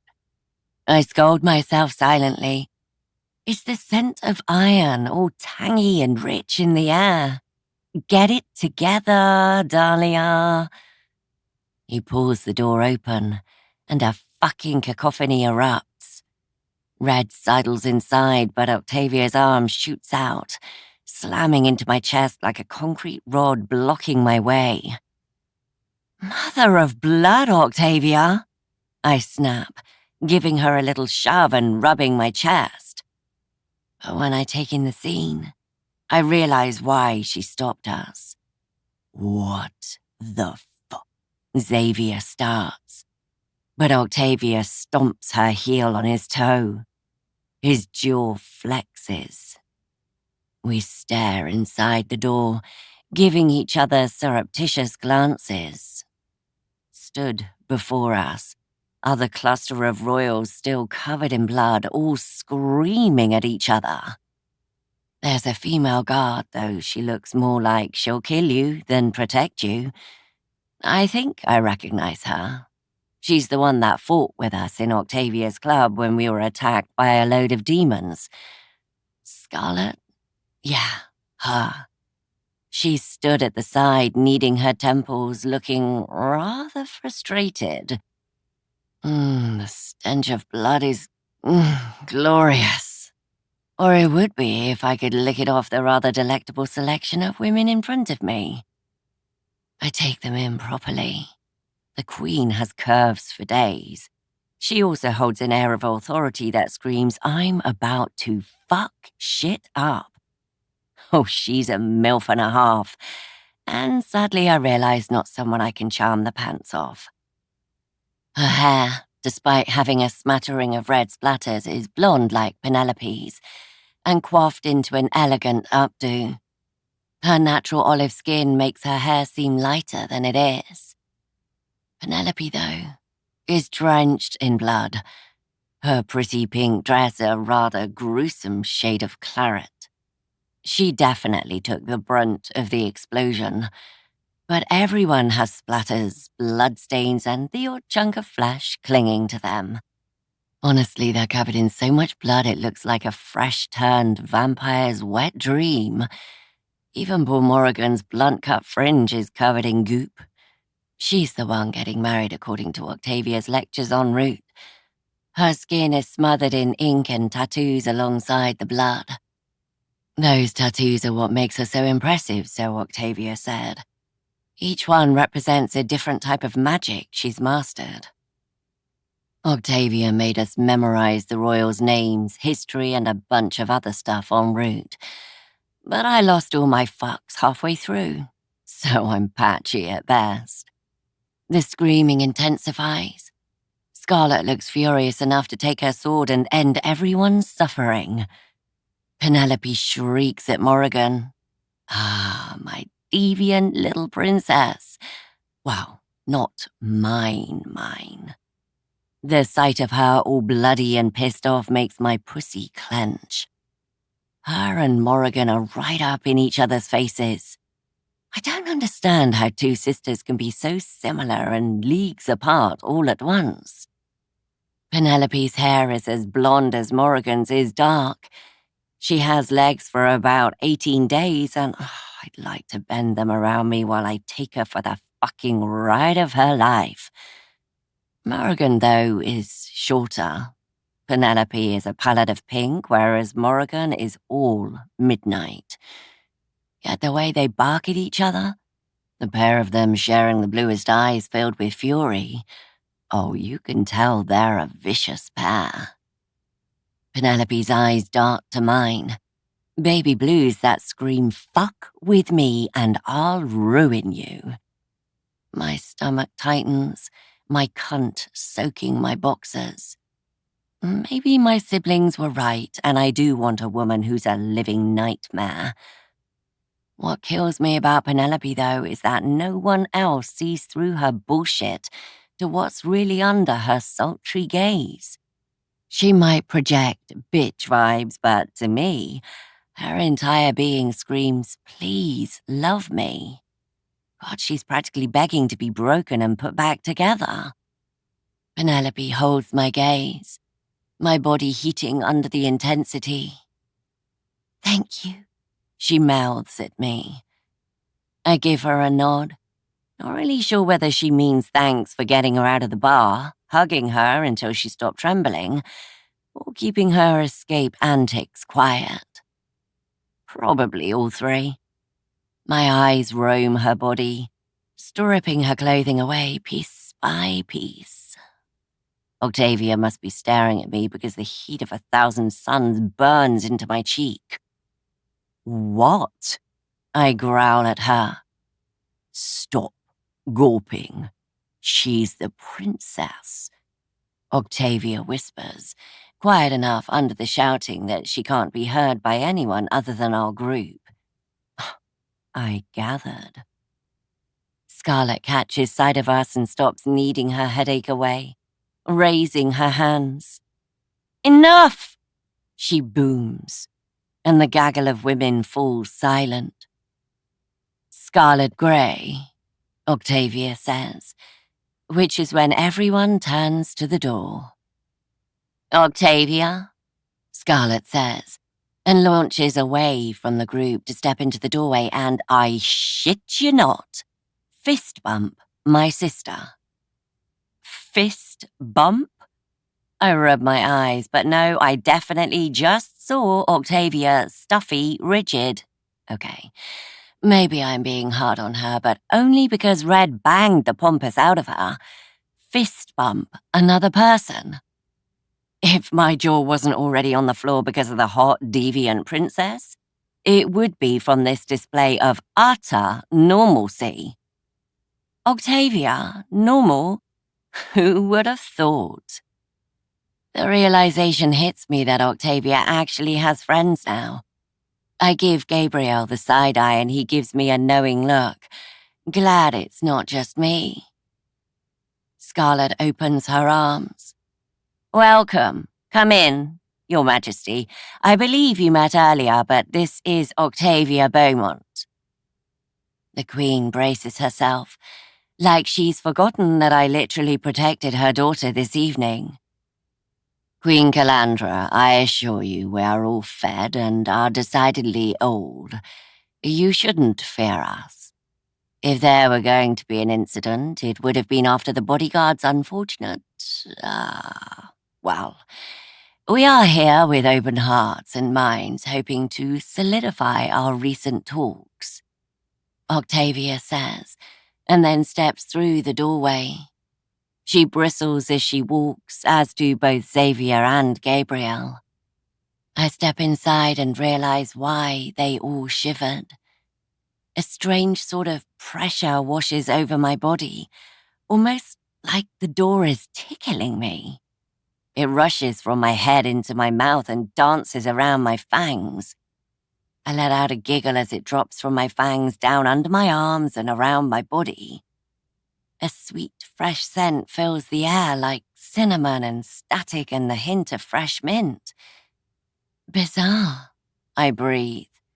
Scarlet smiles. "The palace is just saying hello. Dahlia, if I remember." "The house is sentient," she shrugs. "Not exactly, but it definitely has personality. Nice to see you again." She holds out her hand, and I take it, my eyes falling back to the deviant princess behind her. Scarlet follows my gaze and introduces us. I assume you met earlier this evening, but for the sake of formalities, this is Her Majesty Queen Calandra, the princesses, their royal highnesses Morrigan and Penelope. My eyes stick on Penelope, and the realization that she's a princess. I mean, I knew it when Octavia gave us a rundown on the way here. I knew it in the bar this evening, but hearing someone else say it, realizing I've mentally undressed a princess, kissed a princess. Now, I know it. The foyer we're stood in is grand as fuck. All pillars and sweeping staircases, twinkling chandeliers that must weigh a fucking ton with the amount of crystal hanging from them. Serene statues and gaudy artwork line the walls. The floor is a mosaic of checkered tiles peppered with the odd intricately designed one. Scarlet drags my attention back to her as she cycles through each of us. Gabriel deigns to nod at the royal party, and Xavier executes a charming bow just as a cluster of guards come charging down the foyer to surround the queen and her family. Mother of blood, are we not over this? They invited us here for fuck's sake. The guards stare at us, but the queen shakes her head. One of the guards steps forward. Palace has been triple-checked. The carriages weren't followed. The perimeter is clear. You're safe. A tall woman with a face like a knife pushes past the group, opens her mouth to speak to the queen, and then stalls as she takes in our presence. "Oh, you're here," the woman says. "Daria, please. They are our honored guests, especially after Dahlia rushed Penelope to safety," Queen Calandra says. So she does remember my heroic efforts. About time. Though she looks about as pleased that we're here and that I rescued her daughter as Daria does. Which is to say, not at all. Honestly, I think I must have had an aneurysm in the bar. Why did I bother getting involved? My eyes slide to Penelope's legs. Right, that's exactly why I got involved. Because my brain spends 98% of its life in my pussy. I shift on the spot, wishing I could adjust my boxers. Daria's face tightens, but she gives the queen a nod. Not everyone is going to welcome us here instantly, but just as Octavia has sworn us to our best behavior, it seems like the queen has done the same with her people. This is, after all, an opportunity to open trade lines and loosen city boundaries. It will benefit the trade and economy in both our cities, as Octavia has belabored on about for endless hours. Queen Calandra gestures at Daria. "Please send an investigation party back to the restaurant." "Already on its way." The queen purses her lips. "Good. I'd like you to personally visit Marcus's family, and please let them know I will invite them to the palace once the wedding is over." Daria nods again, but doesn't leave. Instead, a hardness rolls down her back. "What is it?" Queen Calandra says. Daria's eyes flit to our group. Queen Calandra follows her gaze and then tuts, waving a hand at us. "Honored guests, remember? And this is hardly the welcome I was hoping to give you all." Octavia and Xavier wave the queen off as if being exploded on was nothing. "What exactly happened to him?" I ask, gesturing at my blood-soaked clothes. I mean, beyond the obvious. The princess with dark hair, Morrigan, shoots a filthy look at her sister. "What happened is that Penelope ruined my fucking pre-wedding family dinner. Because instead of going to a restaurant after your arrival, we're back in the palace covered in magician." Penelope shoves a hand on her hip and shrieks at the top of her lungs. Fuck you, Morrigan. I hardly call having my bodyguard brutally murdered in front of me my fault. And the shouting we arrived to breaks out all over again. I try to keep up. Morrigan screaming at Penelope because apparently she ruins everything. All the time. Oh, get a grip, Morrigan. Just because you're the heir, you don't have to be so fucking entitled. Everything always has to be perfect for Morrigan. Penelope waggles her fingers in a tone that is aggressively sarcastic. Calandra jumps in. I hardly think throwing childish jibes at each other is the point, is it? You're both grown But the pair of them cut her off, bellowing savage insults at each other. I can't make out who did what, but these two make Octavia and I look like child's play. If they weren't already covered in blood, I'd be gobsmacked if their words didn't slash fatal wounds across their bodies. Scarlet stood at the back, closes her eyes and takes a heavy breath. It's Daria that shuts them up. Quiet. One soft word, but it severs their argument like fangs in a throat. We have a bigger problem. What is it now? Morrigan says. My body grows hot. Not because of Morrigan, but because as I skirt around the group, I realize the blonde. I should stop calling her that. Maybe Legs would do instead. Princess? Deviant? Fuck toy? I ought to stop objectifying her too. Fine, Penelope has her baby blues set squarely on me. They drag down my body like she's stripping me, layer by layer. Dirty girl. Only as I cock my head to watch her do I realize she's giving off the air of a very straight woman. Such a challenge. Maybe I'll toaster oven her and make her gay just for me. I mean, I am that good. And she did kiss me. There's hope yet. Another woman comes sprinting down the hall. She looks the spit of Scarlet, but with shorter hair. What the hell happened? She says. Oh God, Sterling, Morrigan says and flings herself at the woman. Sterling glances at Scarlet. They share a series of expressions that reek of Gabriel and me. Twins. I'd bet money on it with communication like that. Sterling kisses Morrigan, smearing the blood away before sliding her arm around her waist and tugging her in tight. You were saying, Daria, Queen Calandra says. Daria takes a deep breath. Given the severity of the situation and the fact that the wedding is in just under 2 days, all of our guards are otherwise engaged. With the investigation, the forward planning for the wedding, manning the gates, providing cover for Morrigan and yourself, we are stretched to capacity. And, Penelope says, throwing that dramatic hand on her hip again. And therefore, I am out of guards.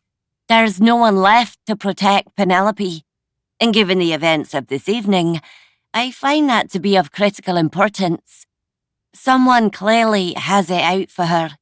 We can't afford to have her wandering the palace unguarded. The princess's pert little nose flares, just enough to spark an overwhelming urge within me to sit on it, naked. Penelope huffs. I am here, you know. You can speak directly to me, Daria. Daria slowly turns to face Penelope. The pair of them stare at each other for one very long second. It's the most potent silence I've ever witnessed. Penelope opens her mouth right as Queen Calandra says, What do you suggest, Daria?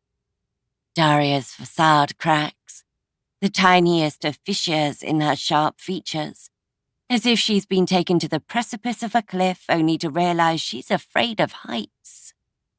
Her shoulders give an almost imperceptible sag. I don't actually know. I'd already reached out to all my contractors because of the wedding, and they've sent all the men they can spare. I even asked some of my Fey assassin contacts, but they're all busy. What are you saying? Calandra says, her eyes skittish. We're on our own, and at full capacity. I almost feel sorry for Daria. For a woman so hard she seems almost broken, as if she's never known failure. Finally, she looks up, but directly at Sterling. One by one, each of the magicians turn to Sterling too, their expressions expectant. Sterling shrugs. I always know a girl, of course I do. What about Lana? Daria shakes her head. Perimeter duty. Sterling pouts. Jackson is excellent. Daria nods, confirmation of the excellent. They are, but they're on royal guest duties. Sterling pouts, scratches her chin and tries again. Harlan Lexville? Daria audibly sighs. Ticking down with flu yesterday afternoon. Rouge climbs up Sterling's neck as she visibly searches for another name. I mean, she laughs, nervous and twitchy. I always know a girl. Of course I do. Well, do you think you could share it with us? Daria says, checking her watch. Oof, savage. Gabriel was right. Watching someone else's family drama is rather fun. Sterling swallows hard. And if I had a single ounce of fucks to give, I might feel sorry for her. But I'm a sadistic asshole and take great pleasure in watching her squirm. She pulls up suddenly. Wait, I do know a girl. Or at least, Octavia, didn't you say? Sterling turns to me. I frown, glance at Octavia, then to Sterling, whose eyes have narrowed at me. They're glimmering in the way of vampires do right before they sink their teeth in for a kill. I take a step back. Why are you looking at me like that? Octavia's eyes widen as a grin pulls across her mouth. Yes. Good idea, she says, nodding at me. Whatever it is, the answer is no, I say. But Octavia is already nodding like an aggressive puppy at Sterling. Yes, of course. I mean, she did save Penelope tonight. I hold my palm up to stop proceedings. I hardly call dragging a reluctant princess outside saving, I say while staring at my sister with the most intense what the fuck face I can muster. But then I remember she's not Gabriel and doesn't actually read my mind. I lower my voice to quiet enough only my siblings can hear and try not to move my lips. You promised me a party, and I promised my best behavior. What are you doing? Octavia beams and flings an unwanted arm around my shoulders. She would be delighted, and of course she was head of the army for centuries. Has significant skills in strategic attacks and defense, trained in multiple forms of combat. You'd be honored, wouldn't you? I say nothing, but peel her arm from around my neck. Wouldn't you, Dahlia? She elbows me in the ribs. Penelope barges into the center of the conversation, her limbs flapping. I'm sorry, but much as you were a dashing white knight earlier, I am not having some vampire as a bodyguard. Have you all lost your minds and forgotten the last millennia of hatred? She shoves her hand on her hip. I cock my head at her. There's those brat vibes again. Heat pools between my legs. What I'd give to bend her over my knee and make her beg for another slap. No, damn it. I can't be dealing with a woman like that. I'm here to have fun, not babysit a ball ache. I dig in. Good, because I'm not inclined to guard a spoilt brat of a princess anyway.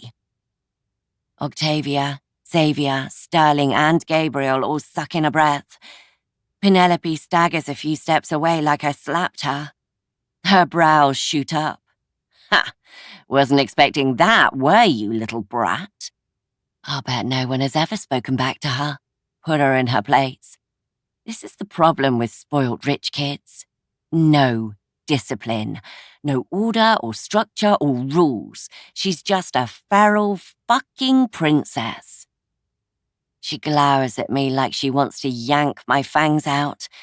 I stare just as hard, knowing I'd rather enjoy digging those fangs into her cheeks and not the ones on her face. But I won't, because Octavia owes me for behaving. I swear it's about time we found the bar.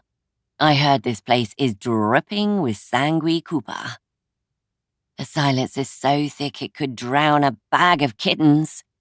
No one moves until Morrigan snorts out loud like a small pig. She bends double and bursts out laughing. Oh my God, please, Mother. They're simply perfect for each other. I smile, smug, nodding agreement, until her words repeat in my mind and the smile falls rather rapidly off my face. Wait, what? No? The nod turns to a virulent shake. To my utter horror, Queen Calandra cracks a smile, the drying blood flaking off as she tries and fails to suppress a laugh. What is happening? Penelope shrieks. Morrigan, now crying with laughter, wipes the tears away. This might just make up for the dinner. Good night, Mama. I'm going to get showered. With that, she drags Sterling off and 2 guards follow after them. Calandra, hesitant, steps forward and takes my hand. I need an oath, if you will. I know it's unconventional, and as much as she's a pain in my royal ass, I adore my daughter. Both of my daughters. And, well, you are a vampire. So if you'll excuse me while I can see that you're physically qualified. She tentatively pats my bicep. Pats it. Fully flat palmed. Like I'm a fucking dog. What in the ever-loving fuck is happening here? Calandra steps back. I do require some level of guarantee. I glance from Octavia to the Queen, my expression screaming, "Help me!" Gabriel would have read it, but he's not so subtly using his book to cover his mouth, which I suspect is laughing in time with the bounce of his shoulders. Prick. It's Xavier that comes to my rescue. Your Majesty, he starts, that familiar silk gliding through his tone. Xavier, Octavia growls. Xavier clears his throat, takes the compulsion out of his voice and tries again. Your Majesty, we are here to begin peace negotiations. What good would it do for us to take on the role of bodyguards only to allow harm to come to your daughter? I fear that may spell the end of any relationship our kinds could have with each other for yet another millennium. Well said, Octavia says, clapping him on the arm. Scarlet interjects this time. I fought beside them all. Well, maybe not the bookworm, but Octavia, Xavier, and Dahlia in particular are exceptionally talented in the art of war. I vouch for her. I have to fight off succumbing to the compliment because, of course, I am exceptionally talented at war. But no, what a fucking traitor. That's the last time I saved my siblings or Scarlet from a demon in a nightclub. Octavia shrugs that bloody arm around my shoulder again. I crane my head up to check whether she's lost her fucking mind. I attempt to knock her off, but she holds me in place with her vampire grip. You have my personal assurance that Dahlia will guard Penelope with her life, won't you? I open my mouth, ready to spit poison on her. Won't you, Dahlia? She urges. Gabriel, Red, and Xavier all huddle around me like I'm being presented as a prize. Sacrificed, more like. Octavia lowers her voice to vampire quiet. Please, Dahlia, I need this. It will solidify our partnership and bring a new era of peace in. I'll owe you. That makes my ears prick up. Owe me what? I whisper, whatever it takes. I take in her expression. Oh, for the love of blood, she's got that sincere, soft look in her eyes. In all the years I've known her, I don't think she's A, made such a request, or B, left the reward so open. I slump against her. You owe me. Big, I say through gritted teeth. The Queen inclines her head, takes my hand and shakes it once. New Imperium thanks you for your service. It's the princess that ends the conversation. Mother fucker!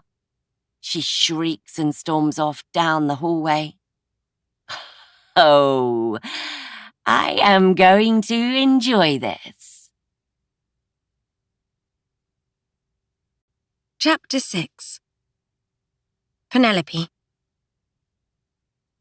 I don't need to look behind me to know she's following. Of course she is. Not only is she now my bodyguard, but the vampires are here to impress Mother. I don't care if Dahlia potentially stopped me from being eviscerated this evening. I don't need a bodyguard, and I am very done being dictated to. Fuck having a babysitter, let alone a blood-sucking one. The fact she's one of only 2 women I've ever wanted to sit on the face of, and she didn't tell everyone I snuck into Sanguis City unguarded, unaccompanied and rubbed Roman's face in it, is beside the point. I storm into my room and slam the door behind me, hoping she gets the message. She doesn't. I flop on my bed, only to realize I'm still covered in blood and organ residue, and stifle a scream. Gods, this was a designer dress too! I sit up as Dahlia lets herself in, and proceeds to waltz around my room, picking shit up like she owns the place. Excuse me, your job is to stand there and make sure I don't die, not touch my shit. She smiles, full-fanged at me. Is that supposed to scare me? I snap, over the antics already. There's a rush of air and I yelp. Suddenly she's right in my face. The fangs that were harmless 20 feet away are far sharper up close. My job, brat, is head of training in the new unified army. I narrow my eyes at her. Is that so? I heard you were demoted, General. I smirk. She growls. I'm about to cuss her out for being a wolf instead of a vampire when I realize I got to her. I actually pissed her off enough. I burrowed under her skin and got to her. Delicious. I smile. Her eyes narrow. She's irritated as much as I am. That makes my smirk deepen, which makes her growl legit rumble out of her chest. I poke her smack in the middle of her décolletage. You don't scare me. Her eyes close. She takes a deep breath, using what I imagine is a considerable amount of strength and patience, and lets it out. The only hint of irritation is the flaring of her nostrils, which is kind of cute. It softens some of her hard lines. I'm going to enjoy antagonizing the shit out of her. She draws her body back, wafting her hand around. You are an inconvenience at a party I thought I was going to get drunk at. Much like the party you gate-crashed in. I'm up and lunging forward, my hand slamming over her lips. She startles, her arm wrapping around my waist to steady us. Her body presses against mine, warmth pooling between us despite the fact that her skin is cool under my touch. Everything about her is steel and strength. The most surprising realization, though, is that I feel safe wrapped in her grip. Don't. No one needs to know. I got in and came back. I didn't cause any trouble, so just leave it, please. So you do know how to behave, she says against my palm. What? I say, my face scrunching as I try to understand her words. She reaches up and peels my fingers from her lips. I said, so you do know how to behave. Seeing as you said please so nicely, consider your secret kept. Now, as for the rest of your antics, Hold on. Who the hell is she speaking to? Antics? Don't act like you're so much older than me. You're not my mother. Her head rocks back as a laugh spills from her belly. Mother of blood, Penelope. I'm over 500 years old. That promptly shuts me up. I pout, which serves to make her laugh harder. Whatever. She must have been turned around the same age as me, though, because she looks the same sort of age. How do you even tell how old a vampire is? She stops laughing and turns serious. I think we need to have a little chat about your behaviour. My? Ugh. 1, don't patronize me, and 2, the only thing we need to chat about is how you're going to sit in the corner and stay quiet while I get through my sister's wedding. Dahlia raises a perfectly trimmed eyebrow at me. More like you can play nice and behave yourself like the good little princess you are, or we can do this the hard way. I'll let you decide, She leans into my neck and inhales one long, deep sniff. No warmth ripples from her skin, and yet her presence fills the atmosphere. She's heavy, domineering, like she owns every ounce of air she passes through. The space between my legs heats. She lets out a little gasp of air. Fuck. I forgot how much you smell like crack. I shift, trying to move my underwear. Even with the crusted blood of some other bodyguard on me, I say, my nose crinkling. I've never smelt a magician. You're divine. Fresh and sweet, like spring flowers in the deep heart of evergreen forests. Heat rushes to my cheeks, my pussy. My nipples harden. Gods, Dahlia says. You're making the scent stronger. It must be the magician's blood in you. I've never drunk one either. That makes the heat cease. Like fuck is she drinking me? Never. Doesn't matter how good the orgasm looked in the Whisper Club. What if she can't stop? Besides, doesn't she realize who I am? How dare she assume she can just drink a princess? I refuse to flinch, refuse to back down. I'm not going to let some fucking low-life vampire intimidate me. My hands find their way to Dahlia's chest, and I shove her out of my personal space. But she goes solid and immobile. My teeth bare, the prickle of irritation clawing through my veins.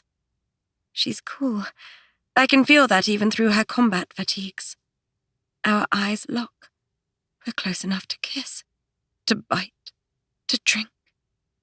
Touch me again, vampire, and I'll stake you before you can swallow, I snarl. I like you angry, she says. My eyes narrow. Trying, little vampire, aren't you? Feisty little magician, aren't you? She huffs a laugh out, but steps out of my personal space. Her fingers brush her chest, as if the shadow of my hand remains there. My name is Dahlia. Try using it. Things will go a lot smoother for you. Well, Dahlia, if you don't mind, I'm going to shower off the dregs of my last bodyguard and get some beauty sleep, given I have to attend yet another of my sister's wedding facades in the morning. Dahlia steps back all dramatic. Oh, I see. Your butt hurt because you're not the heir. I suck in a breath, my eyes bugging wide. That fucking bitch. I stand up, my fists balled, the pink in my cheeks flaring to crimson. How fucking dare you? And yet, I'm not wrong. I don't care if she is a vampire and can snap my neck in a blink. I poke my finger in her chest, hard.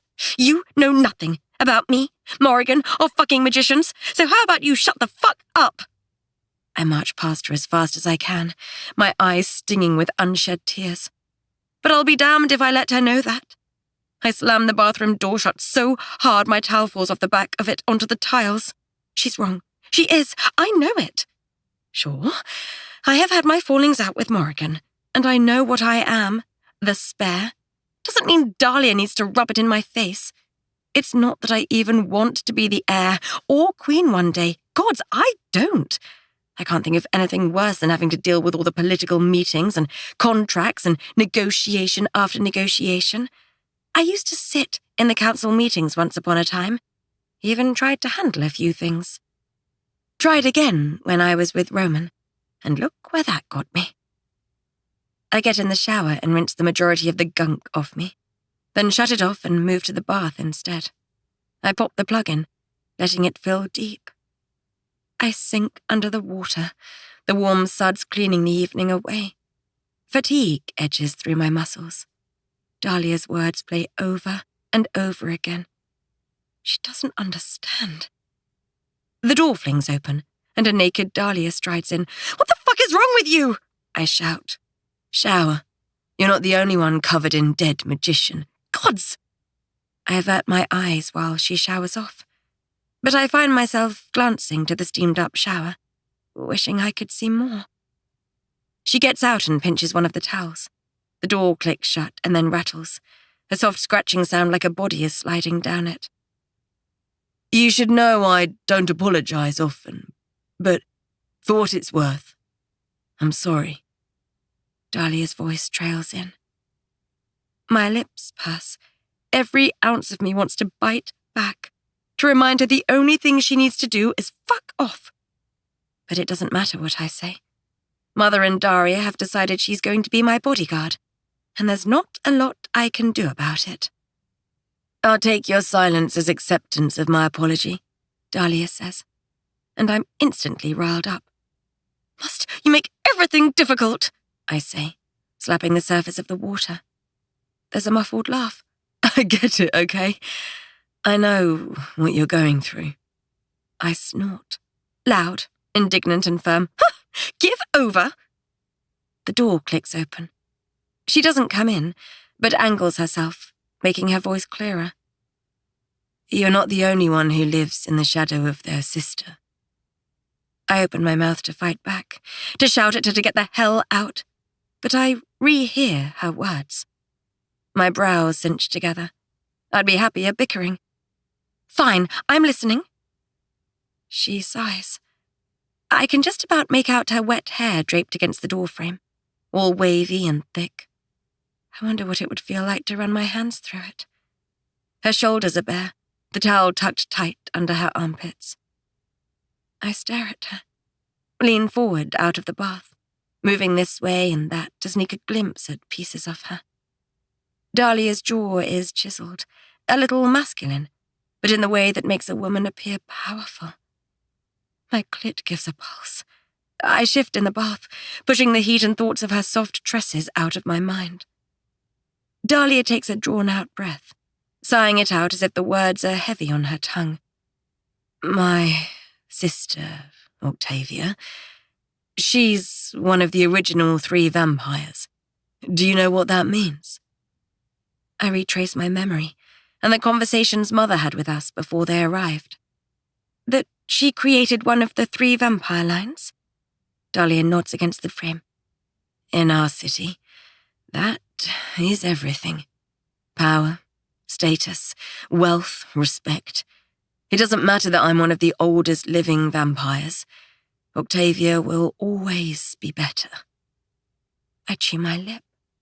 Dahlia twists her head, her gaze meeting mine through the slit of the door. I recoil, not because I'm naked, but because it's the first time I've seen softness in her. It's the way her eyes curve. They're distant and filled with something I can't quite place. Maybe she doesn't want to share it yet. I lean against the bath, giving her privacy. Morrigan always said I was shallow, because I was only interested in fashion and people. But I'm interested in people because I care. Then what's wrong with fashion? How is that any different to her obsession with books? At least I wasn't standoffish and lonely. Dahlia's sharing something difficult, and I'm giving her the space to do that. How is that anything but kindness? The gods' damnedest thing is, Octavia was hated. She hits her head against the frame, not hard, but enough for me to hear the clatter of frustration. Our entire city feared her, and yet she loved them anyway. Can you imagine fighting for a city that resented you? For 10 centuries, she battled against perception and judgment, always thinking she wasn't good enough. But you knew she was, I whisper. I had to live knowing that it didn't matter how old I got, she would always be older, stronger, more powerful. It didn't matter how hated she was. Everyone was always more interested in her. And the worst bit of it was, she was everything. Kind, strong, loyal. In spite of it all. Do you know how inadequate that makes a person feel? I need the palm of my hand. I thought Dahlia was bullshitting when she said she got it. But everything she's said is the truth of Morrigan, too. Duty-bound, self-sacrificing, loyal, strong. Would I do those things? Be that way if I were in her shoes? My stomach grows heavy. Probably not. Yeah, I do know. My words are so soft they're barely above a whisper, but she'll hear them. I swear I read somewhere that vampires have excellent hearing. We used to fight, Octavia and me. It was vicious too, what with us being vampires. Blood was drawn, bones were broken. And then something shifted. We were forced to fight together. Don't get me wrong, I still tried to win the city in the trials. I wouldn't be me unless I'd tried to claim it as mine. But I was living in denial, thinking I could beat her. Besides, she was always meant to rule Sangui. I guess I'm meant for something else. And you're okay with that? When you wanted the city just as much as she did, I say, sitting up, trying to reconcile how she could just quit like that. No, but I'm more than okay with our new relationship. With the fact that for the first time in 5 centuries, I feel like my family don't hate me. We're more than bickering and competition now. Is that enough for me? Having Morrigan as a sister, loving each other. She shifts, her spine lifting off the doorframe. You know what really changed things? Go on. Discovering that all along, Octavia never felt like she was enough. That while I was spending my energy fighting her, she was fighting herself harder than I or the city could. If all you and Morrigan do is fight, you might be missing how she really feels. Dahlia is silent a moment, and then adds, just because you're not the heir, doesn't mean you have nothing to offer. That sentence is a blade. It slices through my ribcage, severing every vein, artery, and capillary in my body. My eyes sting, my chest tightens, and my throat swells shut. It's like she's cut me open and wrenched my insides out. Oh! I groan and sink under the water. I hate Dahlia even more. Chapter 7. Dahlia. I don't know why I told her that. I'm not sure I've ever admitted it out loud, not even to Octavia. Sure, we've reconciled and Red was a huge part of that, but to actually confess, to say the words out loud, that I was jealous, insecure, that I felt overshadowed by everything she was, even when she was at her lowest. My stomach knots, heavy like an anchor. I don't do guilt or remorse, haven't got time for it. I unfurl the tangle of emotions and shove it away. The fact I admitted the truth to a total stranger concerns me more. Thanks, she says, her voice flitting in from the bathroom. But my body is hot, and I don't want to talk to her anymore. I want to get away, to crawl inside my skin and bleach the words out from under my gums.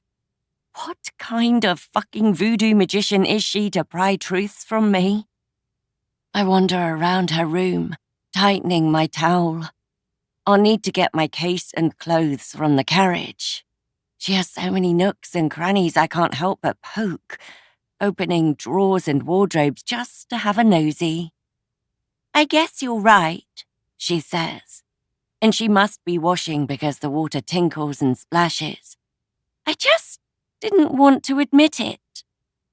I let her talk to herself while I scour away the ugly pieces of me. My fingers brush a pile of papers and magazines on her desk.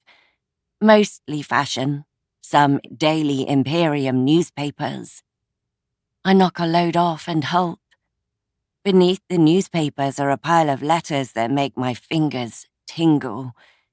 Written in red ink, with large flowing letters, are page after page of death threats, each one more twisted and sicker than the next. Some threatening physical violence, others threaten her belongings, the palace, her reputation. The last one, my fingers stumble upon, makes my hands tingle. Rape, torture, forced pregnancy. What kind of sick fuck writes this shit? I scrunch up the papers, lobbing them in the bin, and march to the bathroom. I punch the door open. It slams against the wall. What the fuck? Penelope shrieks and yanks the curtain across the bath.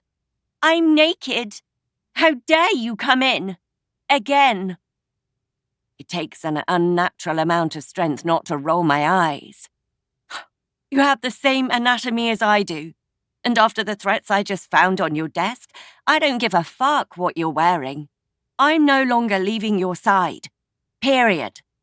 Get out of the bathroom, she shrieks. Have you read those letters? There could be a predator lurking in here. She screams in frustration. The only predator in here is you, Dahlia. I'm the fucking predator? I yank open the curtain and eyeball her. I have to bite the inside of my lip to stay focused on her face, especially when every cell in my body is begging me to be a dirty perv and drag my eyes downward. I don't. Gods, I've grown. Look at how mature I am now. But I am also a lowly, blood-hungry vampire, so what I say instead isn't much better. I'm only a predator if you want your pussy eaten. And then my eyes roll down her body anyway. Oh well, the thought was there. I devour every inch of her skin. Sweet mother of fucking blood. She is perfection incarnate. Her legs appear even longer in the water. Her neat little pussy shaved bald glimmers under the rippling water. I swallow hard. She flashes dark, then pink blossoms on her cheeks. Her skin is paler than mine. I spend most of my nights outside training hunters and vampires, so I guess the moonglow has turned me ruddy. I can tell she's pasty normally, but she holds the afterglow of sun like bees hold pollen. My eyes wander over her smooth stomach. She's actually on the skinny side. I prefer my women with soft stomachs and too much breast to suck. Penelope's the kind of lean and athletic that would turn a sports girl green with hate. Her breasts are small and pert. One perfect mouthful. I swallow again. See something you like? She says in a lilting tone that screams temptress. I tut and lean down into the bath. She doesn't flinch at my nearness, but her nostrils flare a touch. Good. At least I'm getting to her. You know, this bitchy little front doesn't work with me, Penelope.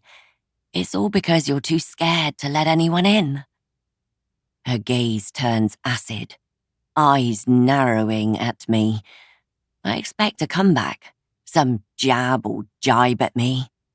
But to my fucking shock, she opens her legs and displays her little pink lips. Oh, I'll let in whoever I want, she purrs. 3 things happen simultaneously. 1, she smirks. My jaw tightens. Followed by 2, my pussy gets wet. Like, really fucking wet. And 3.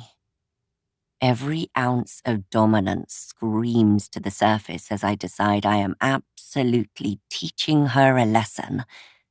Because mother of fucking blood, does this brat need one? I tear my eyes from the fury-inducing smirk she's wearing and examine her glorious pussy glimmering under the dappled water. Oh, this is going to hurt me more than it hurts her. But I can't help it.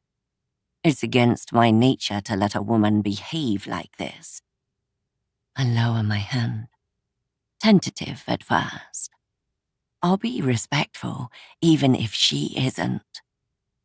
My fingers hover above her knee. Enough warmth radiates from her skin, it heats the pads of my fingers. She makes no move to stop me. In fact, she widens her legs, spreading herself until I can see her opening just beneath the water. Tempting. Teasing. She has no idea who she's dealing with. I'm going to enjoy the hell out of this. I glide lower, down her thigh, and stop right before her pussy. Her mouth parts like she's desperate, gagging for me to spread her folds and finger fuck her in the bath.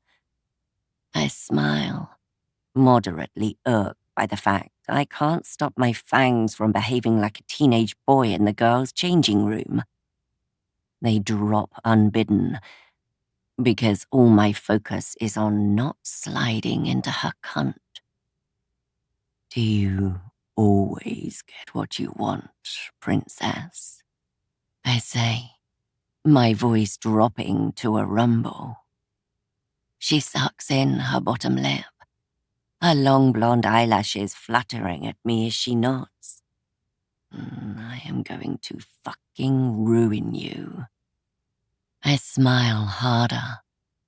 And what is it that you want? I say. She opens her legs wider, hoisting her clit just above the waterline. My mouth waters so much I have to press my lips shut and swallow. I brush my fingers down her center. She inhales, sharp. Her eyelids flutter shut as her pelvis tilts towards me. I hover above her clit, my hand still as stone. Heat billows between us. When I don't make contact, her eyes snap open, widening as realization dawns on her. She's not getting an orgasm, and I'm not going to touch her. I pull my hand away and straighten up. She slams her legs shut. I'm not a fucking lesbian anyway, she snaps as she makes to get out of the bath. But she slips on the bathtub floor. I lunge to catch her and keep her upright. She jerks her arm out of my grip. This is delicious. I've really pissed her off.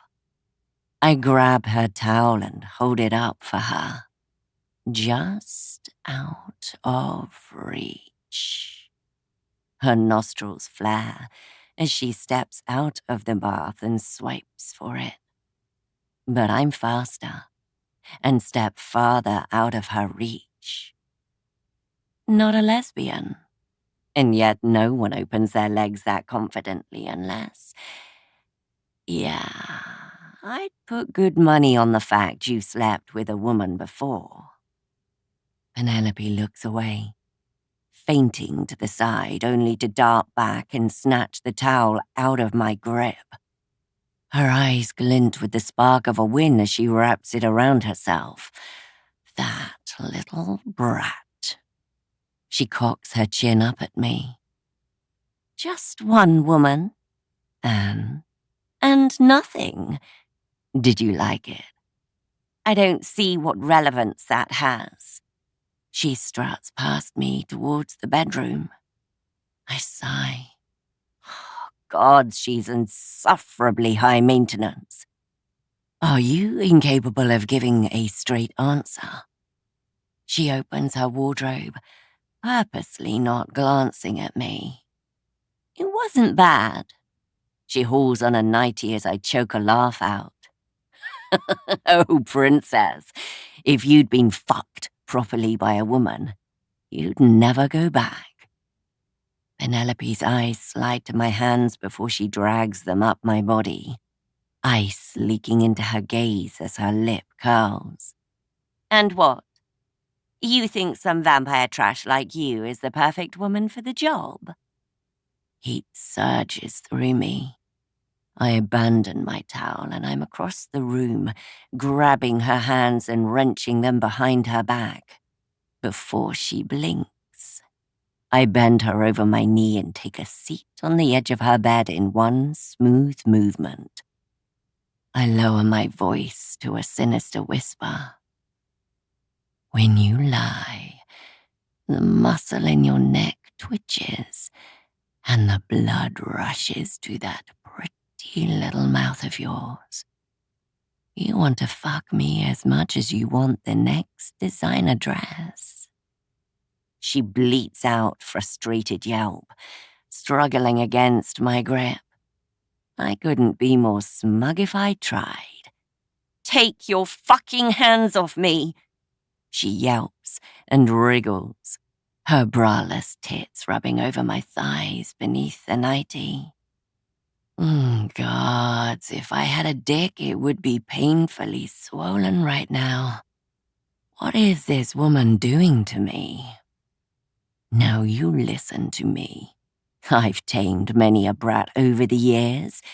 If I have to deal with you for the next 48 hours, you're going to be on your best behavior, which means no more insults, no more whining, and only straight answers. Or what? Seriously? I shake my head, bemused at the fact she's still pushing.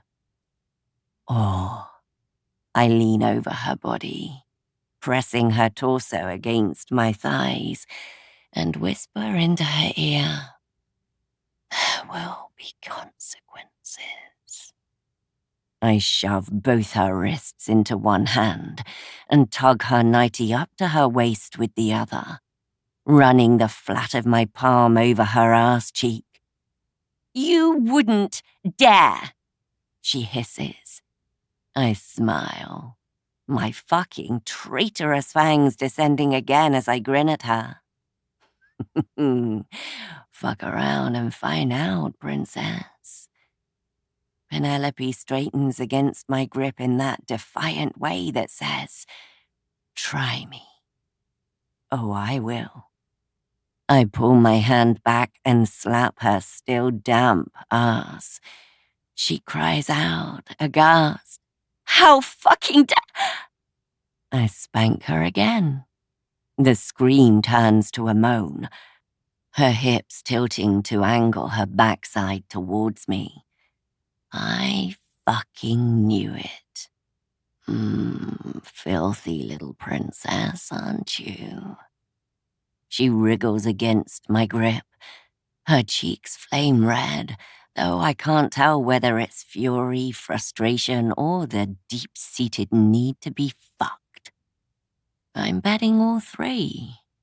It's exactly how a brat should be feeling after that outburst. Spread your legs, princess. I need to examine the effects of my work.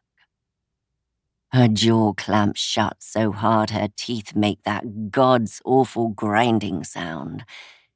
She glares at me with the kind of fury that makes my pussy clench, but dutifully spreads her legs just wide enough. I can see the glisten of wet pooling at her core. She tips her chin at me, defiant, pissy, annoyed that she liked it, desperate for more. I let out a satisfied sigh. I knew you just needed to be treated right, and you'd toe the line. The only line I'll be towing is the blade drawing across your neck as Mother executes you for touching me. I rub my hand over her arse cheek, soothing the sting. The more you fight, the more I'll enjoy it. I let my hand glide over her skin and between her thighs. Her breathing increases, blood flowing into her cunt, her cheeks. All of it making the air smell like that heady concoction of clean wind, sweet budding flowers, and the piney heart of a forest. She's panting, her hips grinding into my legs, desperate. My fingers reach her pussy and stop. Dahlia, she whines. Such a juxtaposition, aren't you? She frowns, cussing me out with that filthy mouth of yours, and yet your pussy is telling a very different story. You're begging for it. Fuck you, she spits, and yet she doesn't pull away, but instead shuffles her ass closer, giving me better access. I slide a single finger from her clit to her soaking entrance. She gasps, then it dissolves into a moan. The word you're looking for is sir. Fuck you, sir. I pull away. Her eyes flash. I relinquish her, shoving her off my thighs so she drops unceremoniously to the floor with a thunk. Her fists ball. I stand up, examine the finger I touched her with. She stays sitting but follows my movement, watching, waiting. If I had more self-control, I'd wipe her excitement off me. But I never claimed to be perfect, and I'd rather like to taste magician pussy. I suck her juice off my finger and have to forcibly suppress a moan of delight. Her lips part as she watches me, her expression gleaming, and I have to wonder who is playing who? Who is actually in control here? Her flavor coats my tongue, a delicious sweetness, something a little deep and a little sharp. I round on her. This is how it's going to go. 1, you're going to make this job easy, and you're not to leave my side until the wedding is over. Understood? Her jaw flexes. I'll take your silence as a yes, which brings me to 2. You're going to use actual words to answer my questions. Darkness radiates into her features, and her mouth twists into the kind of snarl only a brat can pull off. Yes, she draws out the word. Sir. Her eyebrow quirks as she says it, testing me. Sir, sir, sir. The echo soaks into my mind. Fuck. She must see a crack, because the brat pounces and leaps into my personal space. Oh, did sir like hearing some respect? Does sir like it when I call her by her proper name? She's practically vibrating against me. Her eyes glimmer so hot I'm surprised the room isn't on fire.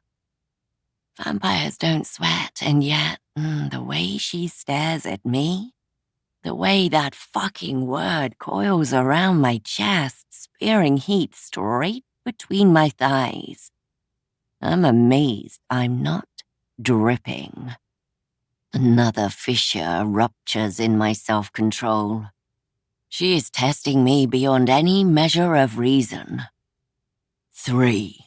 and you're going to want to listen to this one real well. She pops her hand over her mouth, faking shock, and drops to her knees, sitting on her calves and looking up at me with big, innocent eyes. She places her hands in her lap. Almost, Nadu. Almost. Close enough to know what she's done. Far enough away to make me understand how much of a brat she really is. This woman, mother of blood. 3? She hums like she's all sweet and innocent. Every time you disobey me, fail to use words, or leave my side, the consequences will get more severe. She sucks that bottom lip in, pushes her chest out until her very erect nipples show through her nightie. How severe, exactly? She asks. I squat down, run my thumb over her lips before caressing her jaw and bringing my thumb to the dip in her neck. My fingers wrap around her throat and apply just enough pressure that she knows I could snap her neck before she could beg. Exactly where a brat should be. Beneath me. Under my control. Do it. Choke me. I fucking dare you. Sir. I hesitate, confused. I have the upper hand. She's one word away from me, snapping her neck. Did you have me confused for a submissive little girl? She says. That makes me raise an eyebrow. I run my thumb through the dip between her collarbones, pressing the slightest bit of pressure on it. I've spent the last 5 centuries breaking brattier women than you, princess. Laughing, she tries to shake her head against my grip, but I squeeze tighter. She places her hand over mine, increasing the pressure. However dark you think this can go, however far you think you can push me, I will push back. I don't know who you think you're dealing with, but it's your Royal Highness Penelope Lee, and I don't bend the knee. She shunts forward, toppling me back onto the bed and then swipes for something underneath it. A growl rips through my chest. She pounces on top of me, a wooden stake pinned to my heart. My lips curl into a demonic smile. I yank the stake out of her grip, grab her by the arms, and spin us so she's flat on the bed with me straddling her. I am going to fucking ruin her. By the time I'm done with you, you'll be begging to get on your knees for me. Chapter 8. Penelope. Safe word, Dahlia demands as she pins me to the bed. I cock my head at her and grin. Vampire trash. That's 2 words, Penelope. She tuts, all dramatic, playing the game. Pay attention, or I'll put this stake somewhere that will make you consider behaving. Who the hell is this vampire? I've never had anyone give as good as I do. She's relentless, and I am soaked, and not with sweat. Apparently, I do like being challenged. Who knew? It's not like anyone in the palace challenges me. God knows Blaine didn't. Daria might be the only exception, and that's purely over security. All Mother's staff pander to whatever ridiculous requests I make. My dramatics usually swept under the carpet. But Dahlia, she isn't taking any of my shit, and I don't think I've ever been so pissed off or aroused. My nipples are so hard they're chafing against my nightdress, and my thighs keep sticking together. Safe word, Dahlia says, the warning clear in her tone. Too bad for her, I don't seem to have a line. If it's not vampire trash, how about fuck you? I laugh as the words spill out. She grits her teeth and flips me onto my front. The problem with brats is thinking they can beat their dom. You can't. Your safe word is stiletto. Say it. Vampire trash! A cackle tickles my tongue as I try to keep a straight face. She hoiks my nightie up and off my body, leaving me naked on the bed, and proceeds to spank me hard enough it's going to leave a handprint. I yelp, but my body breaks out in goosebumps as the sting turns to molten pleasure. Say it, she snarls. Fuck you, sir. I swear her skin flushes, but she moves fast and brings the stake down on my backside. I shriek, try to wriggle and scramble up to rub my cheeks, but she has me pinned on my front, my arms locked behind my back. Tears well just as her hand strokes and circles my raw skin, soothing the sting of what I know is going to leave a bruise. A mark? She fucking marked me. That realization makes a little zing of pleasure pulse in my clit. I'm going to ask you one more time. She slides something cool and hard between my legs, right to my entrance. What the fuck? I wriggle up and away. Is that the stake? I thought that was a joke. I never joke. Safe word, princess. I'm panting. Short, shallow breaths as I try and move. But I'm stuck. Her grip might as well be steel chains. My clit throbs so violently I know I'm going to come whether I like it or not. How dare she treat me like this? How dare I enjoy it? I'm livid. Furious with her, even more furious with myself for enjoying it. I buck against her grip, knowing the punishment is only going to get worse. I want it. I need it. I want to see how far I can push her. And I won't lie, the fact she's pushing right back and standing up to me is the hottest thing I've ever experienced. I crave the fact she's putting me in my place. No one has ever been strong enough or dared to do that. Trash, I spit out. She sighs audibly and brings the stake to my entrance, drawing it around my opening, teasing, making me soak the end of it. I shiver against her, my whole body alive with electricity. Then the cool press of wood is gone. I crane my head back. One last time, she grins. That same expression of chaos and curiosity I saw in the Whisper Club. Only this time, it's a little more twisted, a little more sadistic. Her expression reforms into malice, and maybe a little mayhem. Safe word, she says, her tone so commanding, so fucking demanding, I almost break.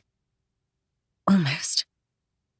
I grin, all teeth and fire. I am nothing if not defiant. I blink slowly, making sure she knows I heard and am choosing to disobey. Trash. She smiles. I hoped you'd say that. The stake moves to my asshole. My eyes widen. Oh, fuck. The realization that the wood is only lubricated with me and I am not warmed up hits me hard. I bury my head in the duvet as she pushes the stake through my ring of muscle. It's tight, but thankfully, she goes slowly. She releases my wrists, her other hand finding my pussy and circling my clit, moving her fingers from my apex to my entrance, gliding in and out, filling me, stretching me, pushing me to the brink. Oh, God! I whine into the mattress. I tilt my hips, forcing the stake in deeper. She drags it out, the sensation creating a rush of tingly pleasure through my ring. One finger in my pussy becomes two, as she glides in and out of both holes. I tremble, moaning and gasping against the duvet. Safe word, Penelope, Dahlia hums, though at this point she knows as well as I do that I won't be giving it to her. When my response is a muffled moan, she pulls her fingers out and slaps my ass. The reverberations run through my entire body. My nipples rub against the bed, and my whole body sings with such acute pleasure. I'm convinced this is how I die. She pushes back inside me, her fingers rubbing against my G-spot as the stake moves in and out of my arse. Fuck, Dahlia, I'm going to... She moves the stake harder, faster, her fingers gliding in and out of my pussy until I'm trembling against her, waves of golden pleasure throbbing deep inside my cunt. Then she stops. Oh, God, no! Are you fucking kidding me? I wrench around to glare at her. Penelope, she tuts. Give me what I want, and I'll give you what you need. She begins thrusting the stake and her fingers inside me again. In and out she moves them. In, out, in, out. Then, slower. This time, it makes the waves of pleasure ripple through me in a rhythmic pulse so violent, my entire body tightens, taking me right up to the precipice. And then she stops, my whole body crashing back to nothing. I scream out, frustrated. Please, I beg! The safe word, Penelope, she says, her tone mute, final. I say nothing. She brings her hand down on my arse, hard. My skin throbs, but as soon as I cry out, she's moving again, wringing every ounce of pleasure from my body. Pain, pleasure, tears. Over and over she cycles. Pain, pleasure, tears. My mind drifts, vanishing into euphoria as she moves in perfect rhythm. Smack, thrust, thrust, thrust, smack, thrust, thrust, thrust. My body trembles and shakes. I'm no longer sure whether I'm crying or screaming or dying in heaven. I can do this all night, she whispers into my ear. Do you want to come? Yes, I whine. Please, please let me. You know what you need to do. What if I don't want one? What if there's no line you could cross that I wouldn't come hurtling over just to spite you? Dahlia's expression falls. I'd figured you'd say that. But that is exactly why you do need a safe word. I slump against the mattress, defeated. Stiletto. She resumes her thrusting, only she pulls the stake out and flips me onto my back. Then she sinks between my legs and draws a long sweep of her tongue over my clit. Fuck me, I breathe. She moans with pleasure as she laps at my soaked cunt. Her tongue glides over every inch of me, my clit, my entrance, my folds. This is what it's like to be ravished. 2 fingers find their way back inside me, and I pant out her name. Stars smatter my vision. She held back my orgasm so long, I swear I'm going to combust. She laps faster, a wild animal, starved and feral, and I am the only thing that can satiate her. I grind my pussy against her face, bucking against her mouth, as her other hand digs into my thigh, fighting to keep me in place. She'll bruise me. I'll wear yet another mark from her on my body. It's that thought that pushes me over the edge. I come apart. Truly. Completely.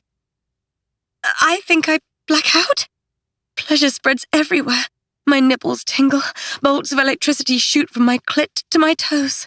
A wave of rushing heat pulls deep in my pussy and fires through every cell of my body until I'm sobbing. Giant cries cleave me in two as a wholeness settles over me that I've never experienced before. It's okay, a soft voice says. It's okay. I'm wrapped in strong arms, a duvet pulled tight around us. Dahlia, I breathe. Don't speak yet. Just stay in my arms. That was a lot. She holds me for a while, soothing and caressing me until my tears ease. Then she reaches to my side table and grabs a bottle of water. Here, she says, and holds it up to my mouth. I'm trembling too hard to take it myself. She helps me drink and puts it back, only to cradle me all over again. I never expected a vampire could show such tenderness, let alone one as hard as Dahlia. She pulls the duvet around us again and holds me, twirling a lock of my hair around her fingers and stroking me until I drift asleep in her arms. The last thought I have is that this is the first time in my life I've been entirely satiated. Chapter 9. Dahlia. Penelope is a fucking mess. She's gone and gotten herself utterly wasted, and yet still manages to look obscenely hot. After approximately 18 million outfit changes, she finally settled on a berry pink strappy dress that's sheer over her stomach and most of her back, and short enough that if she falls over, everyone will see her pussy because the scrap of fabric masquerading as underwear covers nothing. Tonight is Morrigan and Sterling's hen-do. They chose to have a joint one, seeing as they share a group of friends. I pull her by the hand off the dance floor. "I was having fun," she says. "You're drunk." "So?" I tut at her. "You're drunk because you're hurting in there." I point at her chest. "Fuck off, Dahlia. You don't know me." She smacks my finger away. "Really? So you're not hurting? And you're fine with feeling like you're not a part of that? You don't feel like an outsider?" I cock my head at Morrigan's table, where her group of friends laughs and smiles and knocks back drink after drink together like family. Her face falls. "I told you. I know you," I say. She folds her arms, glaring at me. "Takes one to know one.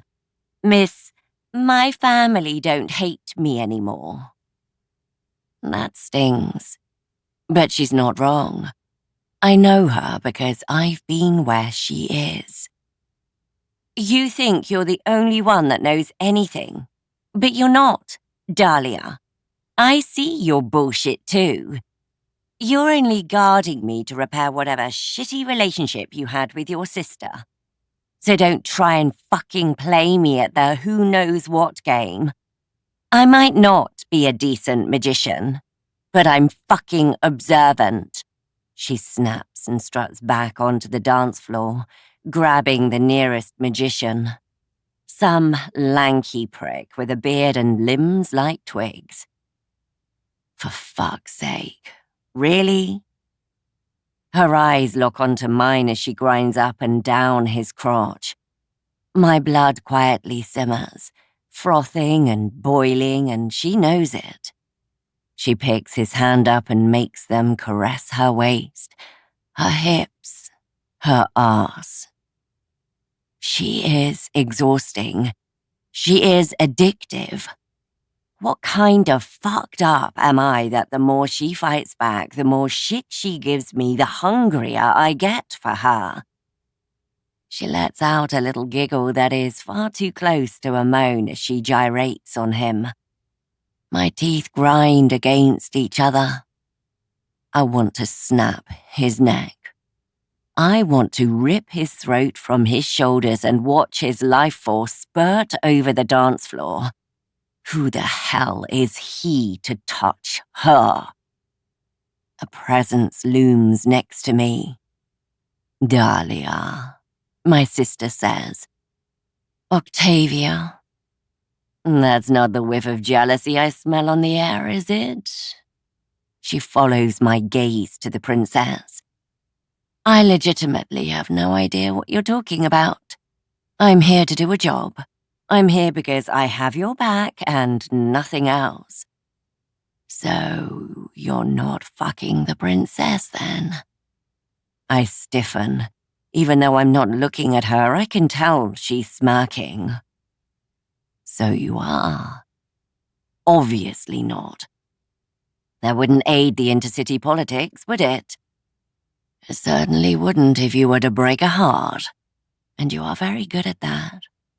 Need I point out the trail of women left in Sangui? I glare at her. She's a grown woman, whose face she decides to sit on is entirely up to her. She sat on your face. Octavia, damn it! She laughs and I punch her in the arm. She rubs the spot I landed a blow on. Thank you. Maybe I didn't say that clearly enough before, but I am grateful you're taking one for the team. I shrug. I figured 500 years of bickering was enough. She smiles. And how is the bickering with little Miss Princess? She is the most infuriating woman I've ever had to deal with. So you're falling in love then? Don't be ridiculous. This is just a job. She raises an eyebrow at me and sucks her lips into her mouth as though she swallowed down whatever she was going to say. What? I bark. She closes her eyes and takes a deep breath. Nothing. But for the sake of both our cities, don't hurt her. I don't want anything jeopardizing the talks. This could truly be the first time in a millennium that our cities are at peace. I turn to her, trying to hold back a shitty tone. You think I don't know that? I just got through telling you I had your back. Hasn't everything I've done since being here demonstrated that? She nods and squeezes my shoulder. It has. But sometimes what we think we're doing up here, she touches my temple, and what we're actually doing there, she touches my heart, are two different things. Besides, she seems like a handful. Yeah, well, handful is my speciality. She gives me a solemn look and then strides off, and I relocate the princess in the crowd. She's now grinding against some other random guy, a curvaceous girl dry humping her thigh at the same time. I knead my temples, my fangs dropping. I hate that I feel possessive over her. It's not my place. Octavia is right. She's not mine. Regardless of what happened last night, this is none of my business. I'm just here to guard her. My skin bristles. Not sure whether it's suppressed rage at the sight of Penelope dancing with two other people or something else. I decide she's had quite enough fun for this evening. I make my way through the crowd. She spots me and her grin deepens. She thrusts her ass into the guy and gropes the woman in front of her. Fuck me. I am going to spank that princess so fucking hard when I get her home. The back of my neck prickles like someone is watching me. Or maybe not me, but her. I freeze. Penelope must spot the change in my demeanor because she stops dancing. She sprints over and slides her hand into mine. What is it? She breathes, her skin shining. The air fills with the scent of hot skin, endorphins, and a cocktail of God knows what brimming in her veins. It's delightful. I want to bite her. I want to fuck her. I'd quite like to drown her, or maybe drown in her, but not now. I'm not sure, I say and scan the club. The room is filled with dancers and party-goers. And everyone in here is a friend of Morrigan's. There are no uninvited guests. As far as I know, Mother has pretty tight security. Daria nearly made Morrigan cancel the entire Hindu because of the threats I'd received, but they agreed they would do a closed-door party. My back warms. I spin around but see nothing. The air ripples.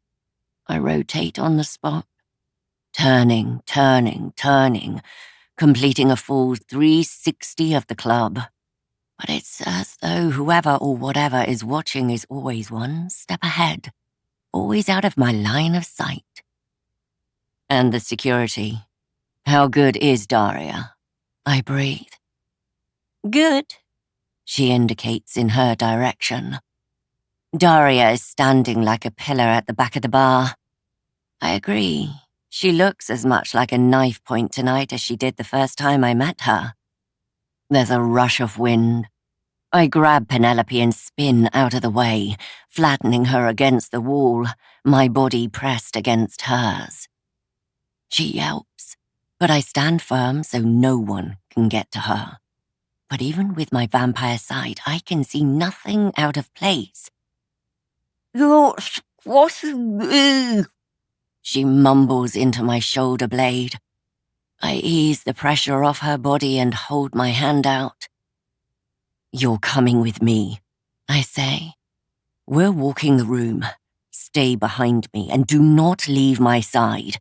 And this isn't one of those times when it's a good idea to fuck about. Got it? She stares into my eyes. Something about my expression must convey how serious I am because she nods, and her grip on my hand tightens. She slides in behind me, and we walk the perimeter of the bar. Something is off, and yet nothing is out of place. Only Daria standing in the corner of the bar looks like she's miserable. Everyone else is dancing or drinking. Octavia, Scarlett, Morrigan, and a bunch of their friends are all sat around a booth table, necking shots and enjoying the view of some half-naked dancer. There's another rush of wind, and that's when I smell it. The faintest hint of metal on the air, of cool steel and something else. It's almost as if... I think there's another vampire in here, I say. What? Penelope gasps. Her grip on my hand tightens so much it hurts. A figure stands by the back door. It's too far for me to see clearly, but I spot it. Male, about 6'2", maybe taller. I can't make out any more from this distance, even with vampire sight. He skulks out the door and vanishes. He doesn't move like a vampire, though. Maybe I was mistaken. Stay with Daria, I bark, pushing her to the other side of the bar where Daria stands. I speed through the club. She'll be fine on her own. I don't want to leave whoever the fuck that was out there free to cause trouble later. If he's the threat, maybe we can finish this debacle tonight, before the wedding starts. I'll put money on the fact Octavia would be high up in some influential magician books if we did. I'm out the door and on the street in a flash. Thank you, vampire speed. The guards by the door startle and lunge for me, but I swat them off and they quickly realize who I am.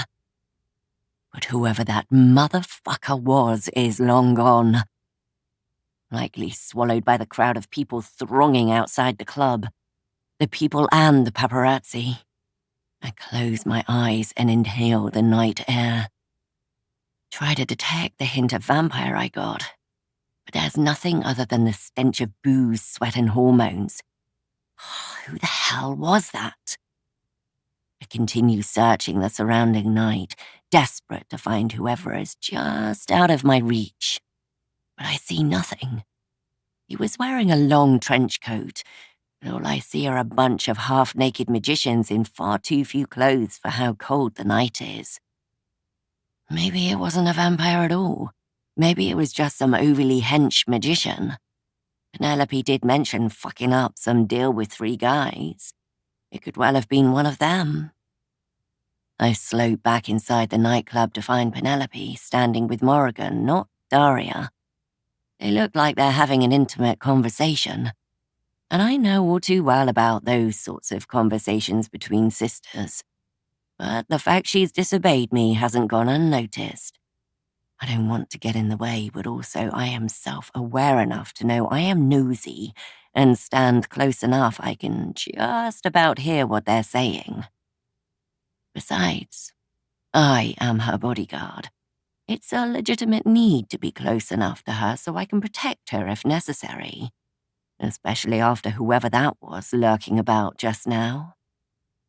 Morrigan rolls her eyes at Penelope, who stiffens in response. "Let's stop bickering for a second," Penelope says.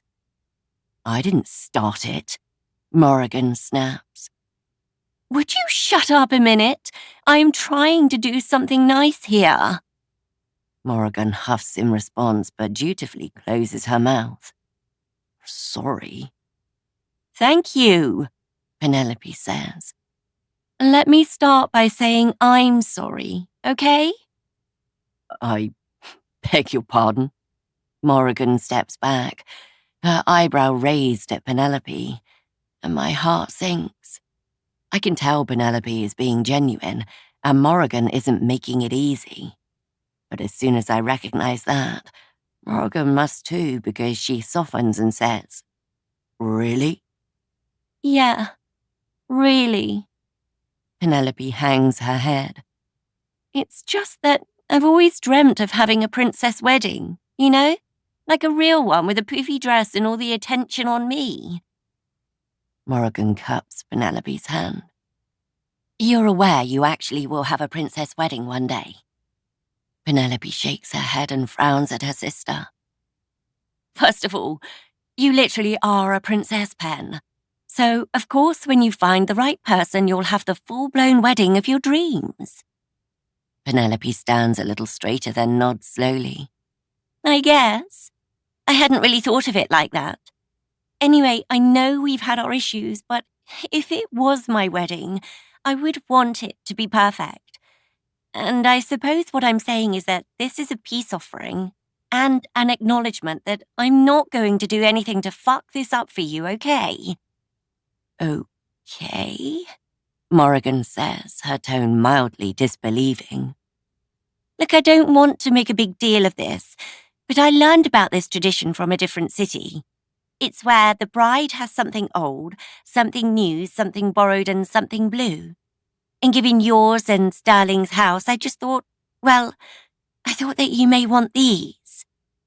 She pulls a little velvet box out from her purse and hands it to her sister. Morrigan opens it and her eyes immediately well up.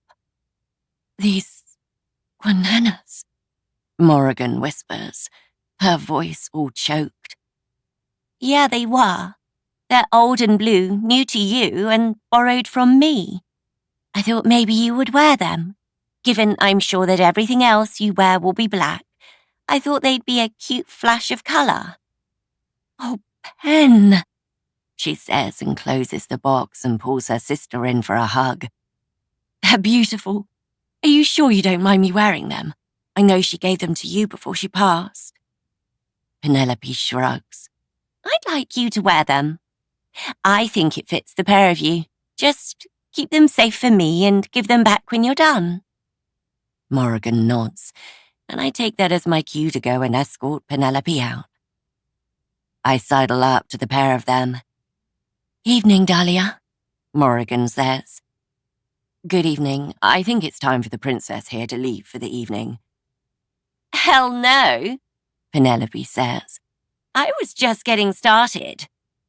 She snatches her glass from the table where all Morrigan's friends sit and glugs the rest of it. "Great. So now I have to deal with an increasingly drunk and bratty princess." Morrigan's mouth presses into a thin line as if she's trying to squash a laugh. "Now you see what I have to put up with." She laughs. Exhausting. But I sling my arm around Penelope and drag her back into the crowd where no one is listening. "Who was it?" she says as she takes my hand and ducks under it, swinging herself around me in some kind of odd pirouette. When I'm stone-cold sober, I don't dance, and unfortunately, I'm still unnerved by whoever that figure was earlier. I should speak to Daria. "Did you actually catch anyone?" "No." "And they're gone?" I nod. "Then why don't you chill out for a minute and dance with me?" She shoves her ass into my crotch and gyrates on my pussy. Fucking hell. My self-control up and dies. My fingers grip her hips as she grinds harder and harder against me. I want to slip my hand under her dress, push my fingers inside her pussy, and fuck her on the dance floor. Actually, that's not a bad idea. I spin her to face me. I pull her in tight and waltz us around the dance floor. The waltz. Showing your age, aren't you? I'll have you know this dance is the dance of noble vampires, and you should be thankful I know how to lead. I'll let you lead in the bedroom too, if you like. My nostrils flare. She grins at me, knowing exactly what she just said. You're drunk. I hold her hard enough to bruise and pull her around the floor. Need I remind you, you don't let me anything. Do I need to teach you a lesson? Her eyes glimmer with just the faintest hint of rebellion. I pull us to the heart of the room where the dance floor is thick with bodies. We're a mass of hot flesh and sticky booze. The lights are low, and everyone is drunk enough we won't get caught for what I'm about to do. The music shifts, dropping to a more rhythmic beat. Around us, people couple up, spinning in slow circles. Kisses are swapped, hands caress waists, tongues push inside mouths. I lower my voice. How disappointed would the queen be if I finger-fucked her daughter into a quivering mess at her sister's hen do? Penelope's lips quiver. She sucks in her bottom lip, those fucking deliciously long blonde eyelashes fluttering at me. I suspect the queen would be devastated if she caught me cavorting with a dirty vampire. Dirty? Oh, princess, you have no idea how filthy I can be. I wrap her arms around me and slip one hand between her legs. When I reach the apex of her thighs, I gasp. I expected to find the scrap of underwear, but my fingers brush freshly shaved skin. I shake my head. When did you remove those? Do you have no decorum? Maybe I was out looking for someone to fuck. Someone who could actually give me what I wanted. My jaw ticks. I grip her tighter against me, and without warning push a finger inside her pussy. To my surprise, there's no resistance. Apparently backchat and disobedience are foreplay for her, because her pussy is more than wet and accommodating enough for me to slide a second finger inside her. She gasps, but it dissolves into a moan as I pull my fingers in and out, in and out, in and out. Don't make a sound, Penelope. You wouldn't want to alert Mummy to the fact there was something wrong, would you? Her eyes are hooded, drugged with the pleasure of me fucking her. I lean in and whisper as I curl my fingers to find that spot on her inner wall, my palm grinding against her clit. You wouldn't want to let Mummy find out what a slut her little princess is, being fucked in the middle of a nightclub, would you?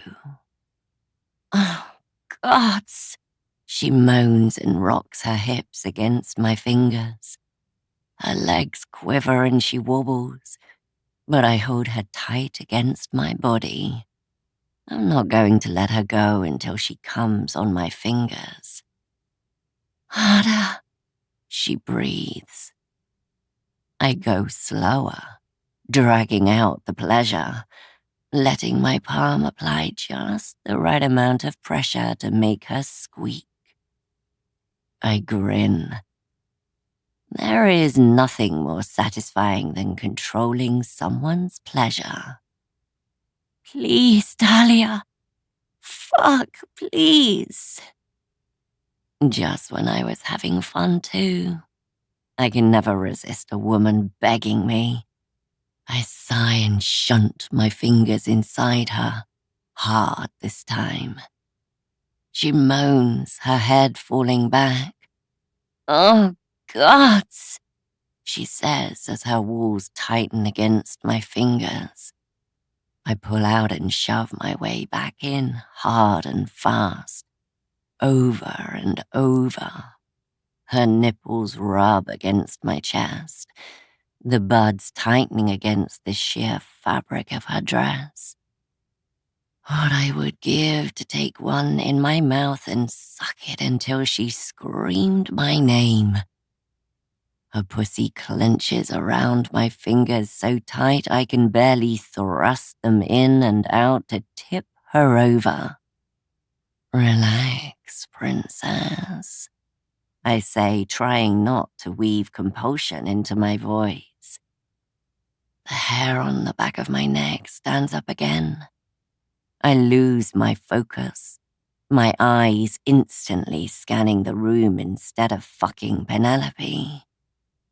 "Dahlia," she whines. "What the fuck? I'm so—" "Quiet," I snap and pull my fingers out. I scan and check the room.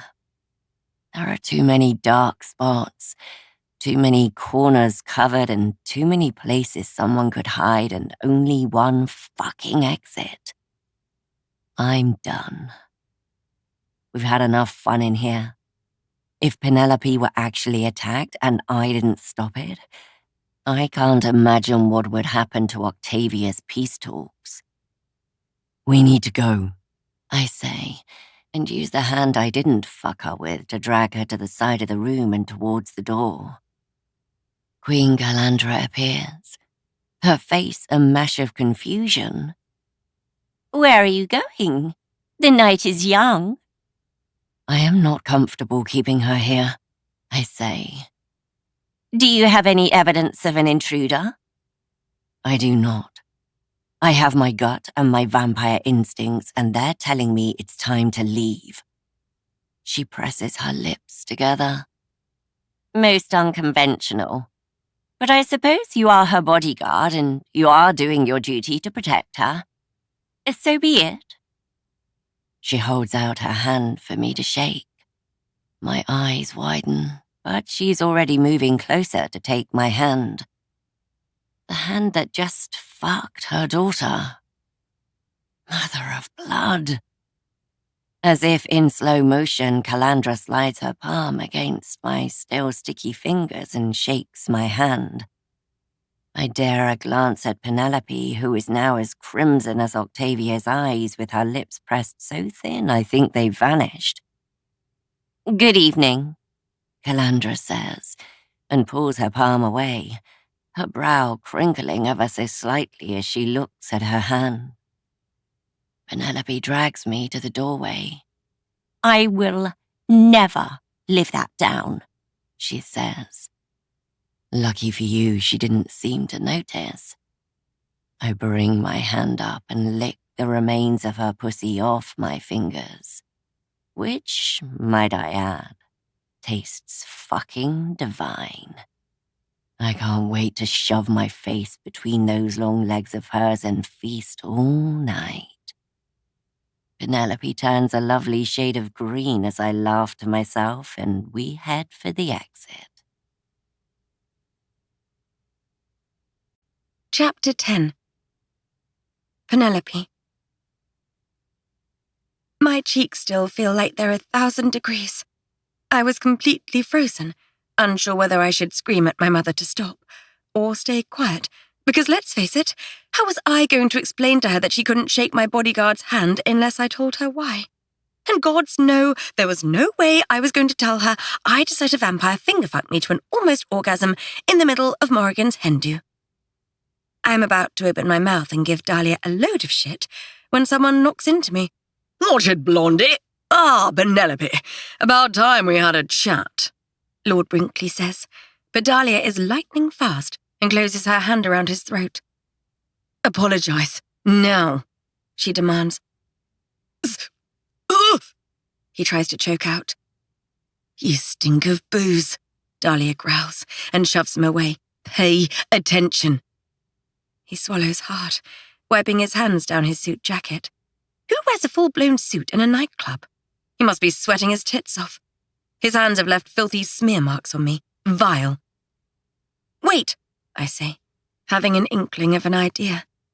Roman never gave me any dirt to force one of their hands, but maybe if I can scare them into compliance, I can force the deal to completion and hopefully stop whichever one of these idiots is sending the letters and terrifying the palace. I lean into Dahlia's ear. Play along with me, will you? She cocks her head at me, but nods her assent. Lord Brinkley, have you been sending me letters?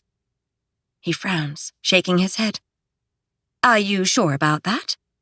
The shaking turns into a nod. The fear gouging deep lines across his brows makes me think he's being genuine. So be it. Have you ever met a vampire? I ask, pouring as much sweetness and light as I can into my tone. No, he says, drunk enough to slur. Allow me to introduce you to Dahlia St. Clair, my vampire bodyguard. His eyes are so wide, I swear they're going to pop out of his head. Dahlia has been in New Imperium for a couple of days now, and given they're here for very important political talks, she's been unable to eat anything. Do you know why that is, Lord Brinkley? He shakes his head, his face paling. Because she only drinks blood. Now, you and I have some unfinished business, don't we? He blinks at me as his Adam's apple bobs up and down.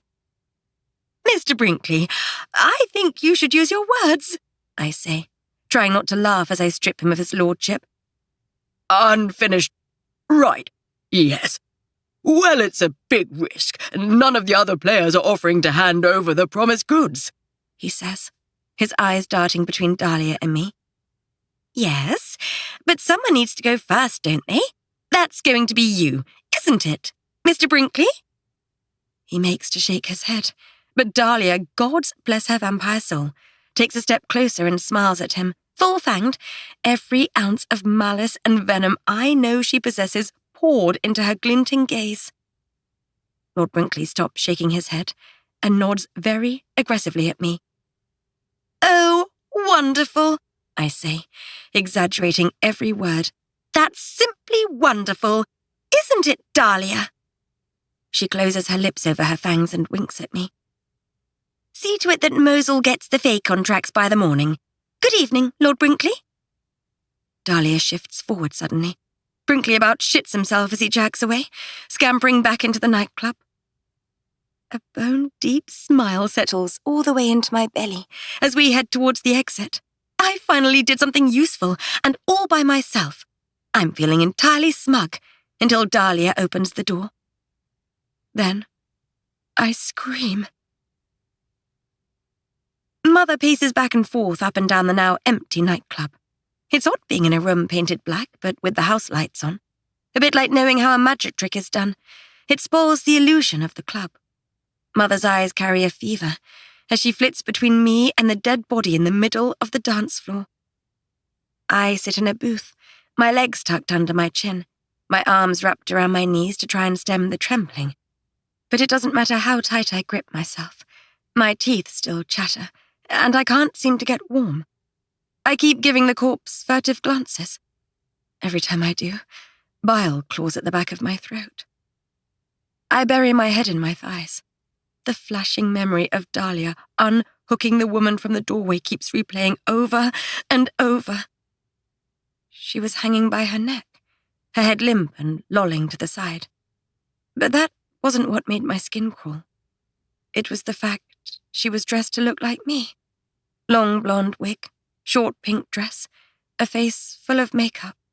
They even put blue contacts in the woman's eyes. Gods, it was the way she stared out at nothing. I shiver. Maybe it wasn't Brinkley, Mosul, or Jeremiah fucking with me.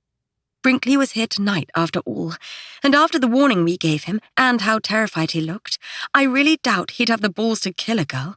I mean, it could have been one of the other two, but who the hell else could it be? Bane isn't capable of murder. He's a useless prick at the best of times. But then, he seemed desperate enough to harass me the other night. And as for Lavinia, I always thought her more of a queen bee bitch. But what if I pushed her too far? I did sleep with her boyfriend. Maybe she's trying to terrify me out of pure revenge, a kind of public humiliation at the most crucial of royal events. I wouldn't put public humiliation past her. But murder? I trawl my memory trying to come up with anything else I might have done to Lavinia or her family that might have pushed her over the edge. Whoever it is that has a problem with me, they are escalating. They fucking killed a girl, for God's sake. Dahlia shucks her jacket off and slings it around my shoulders. Here, she says, and strokes my leg. The movement is slow and measured. Despite the cool touch of her skin, a warming comfort swirls through my limbs, and after a couple of minutes, my nervous system responds, and the trembling ceases. Thank you, I say, and she slides her hand into mine, squeezing. Morrigan's friends are huddled around her. She's super pale and keeps glancing at me. Octavia and Scarlett chat in quiet tones a little way off. They occasionally point at the body, and then cover their mouths as they discuss what I assume is strategy. Dahlia doesn't leave my side. She's tense, her entire body rigid and on high alert. Taut lines of muscle strain her neck as she scans and re-scans the room. It's okay, I whisper. Nothing about this is okay, Penelope. I have a job to do. What if that had been you? Is that all I am?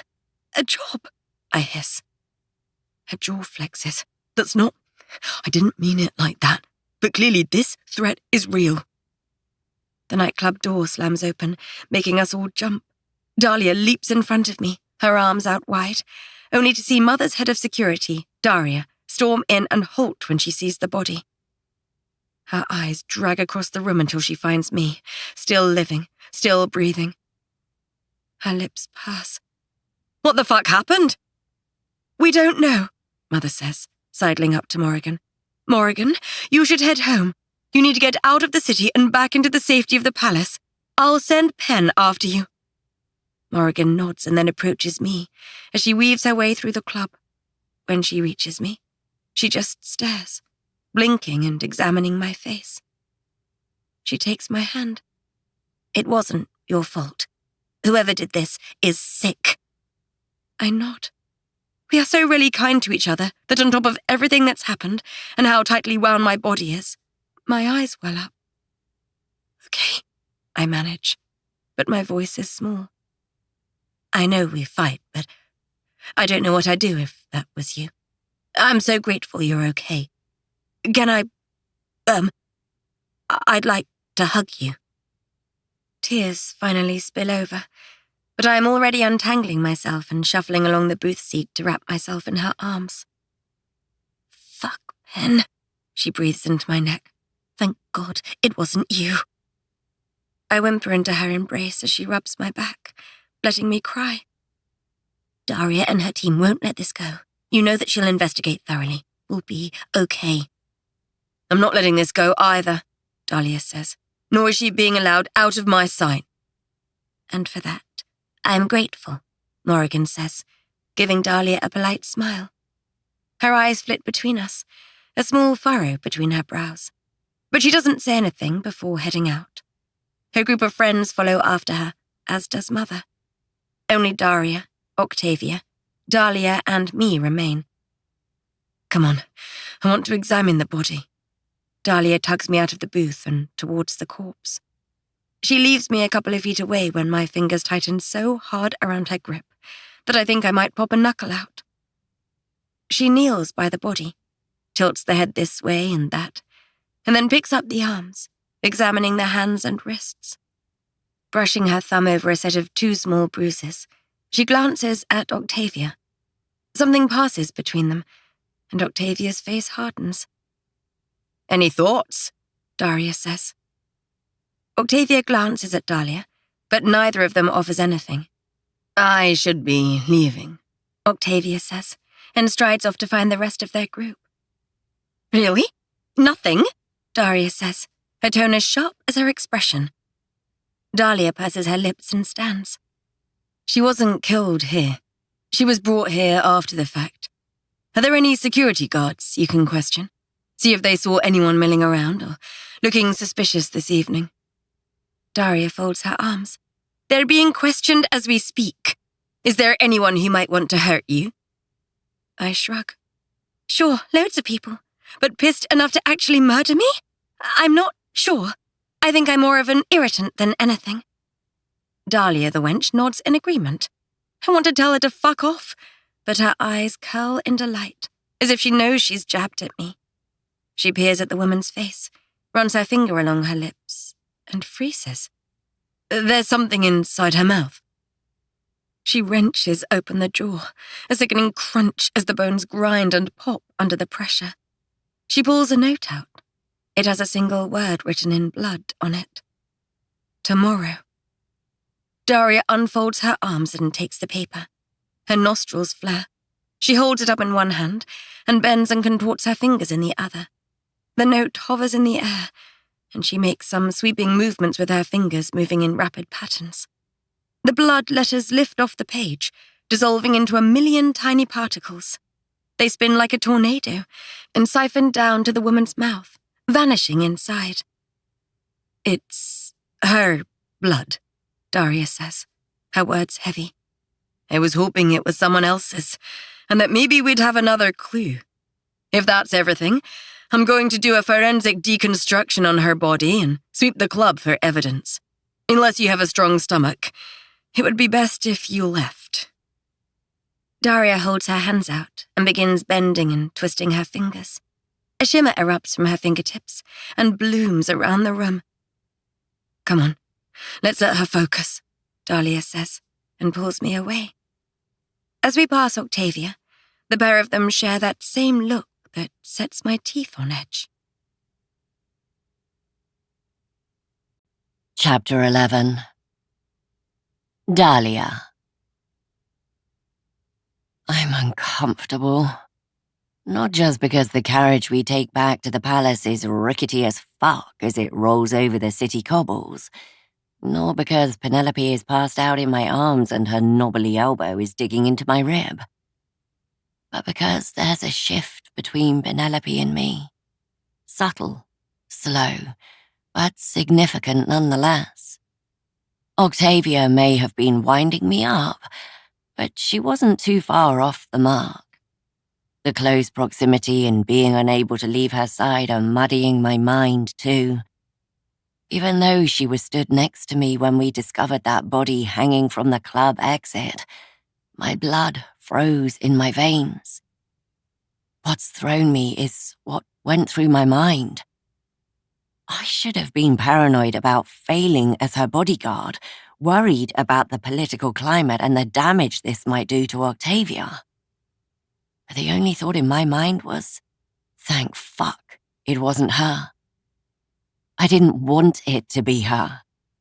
I keep having flashbacks of the woman hanging and the frisson of pins and needles that swept through my body. I don't want to think about what it means. She's still asleep when we arrive back at the palace, so I carry her in my arms all the way to her bedroom.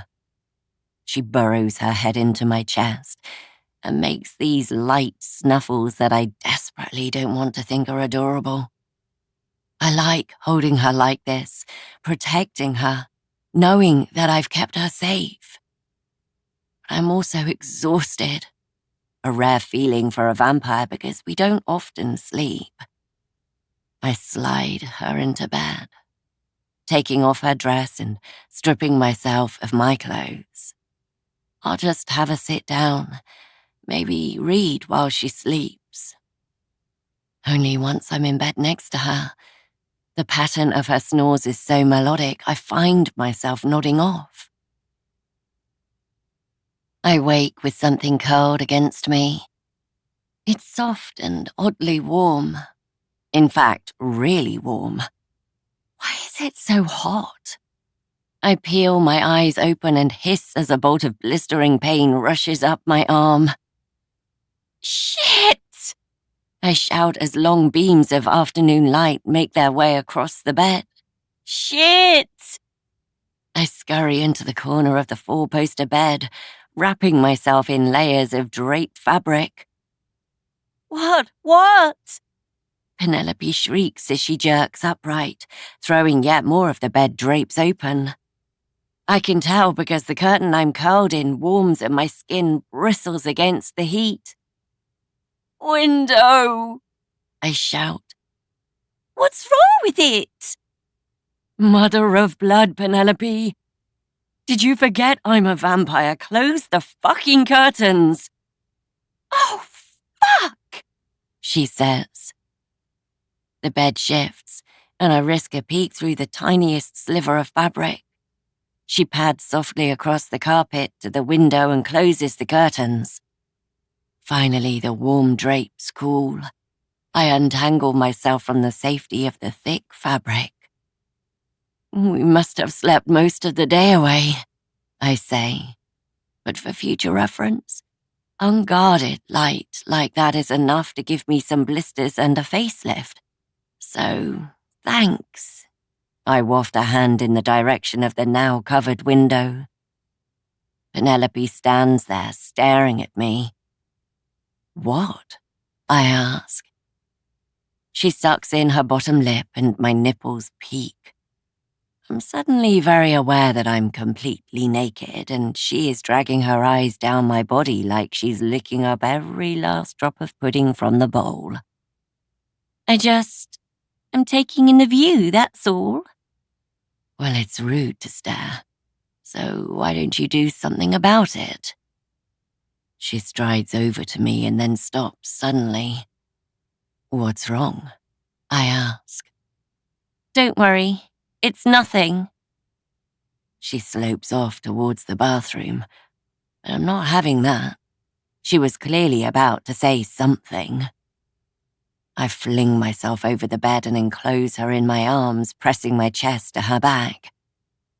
"Tell me what is going through your head." I'm not demanding or dictating. I genuinely want to know. She wriggles out of my grip and faces me, but can't seem to actually look at me.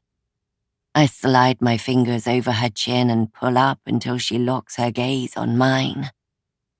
"Penelope," I breathe. "I guess I've had fun, that's all. And we haven't exactly talked about whatever the hell this is." She looks at me pointedly. I don't answer because she's right. Whatever this is has become the elephant in the room. It's just this situation. I'm protecting her while we're here and She's right. I don't know how to answer that either. What do you... I start, but my words fade because I don't know how to finish the sentence. "What are we?" she asks. Her eyes all doughy and cute, and I want to take the steak I fucked her with and shove it right into my chest. This is just a bodyguard assignment. A favor for Octavia. Nothing else. It was never going to be anything else. It's not like we could ever be anything more. We live in different cities. We're different species, for fuck's sake. She's a royal magician princess and I'm some common vampire. How could we ever be anything more than temporary? A hard lump forms in my chest and throbs like I'm wounded and bleeding out. But it's the truth, isn't it? How would it work? My eyes fall away from hers, my fingers loosening on her chin. I don't have an answer for her. "I thought as much," she says, and steps out of my grip. "Penelope, wait!" But she's turned her back on me and stepped into the bathroom, closing the door. Fuck! When Penelope is finished adorning her face in several coats of makeup, she does this odd movement with her fingers and knuckles and her lips change color. If we had time, I'd love to understand how their magic works. But I'll have to learn it from a book. Maybe Gabriel can suggest something. She glides out of the bathroom looking angelic and slips a black and two-tone blue-coloured bridesmaid dress over her shoulders and turns her back to me. She's barely said more than 3 words since she left the shower. She's gotten dressed in sheer silence. I don't think in all the days I've been here I've ever heard her this quiet for this long. We should talk, I say. Can you zip me up, please? She says, and inches her backside towards me. I chew the inside of my cheek and dutifully tug her zip into place. She turns to face me, and my mouth hangs open. Her dress is long, the fabric smooth and satin-like. The blue swirls almost pirouette over the slight curves of her body to look like ocean waves. Wow, I say, the words just slipping out. She huffs out a sad little laugh. Thank you? No. Thank you for giving me such a glorious view. Listen, I say, suddenly serious. Earlier. She turns away. It's fine. No, listen, please. That little beat of submission gets her attention. Go on, she says, but still can't quite bring herself to look at me. I would love this to be more. You are, damn, Penelope, you're everything I've ever wanted. Why does it feel like there's a but at the end of that sentence? She says.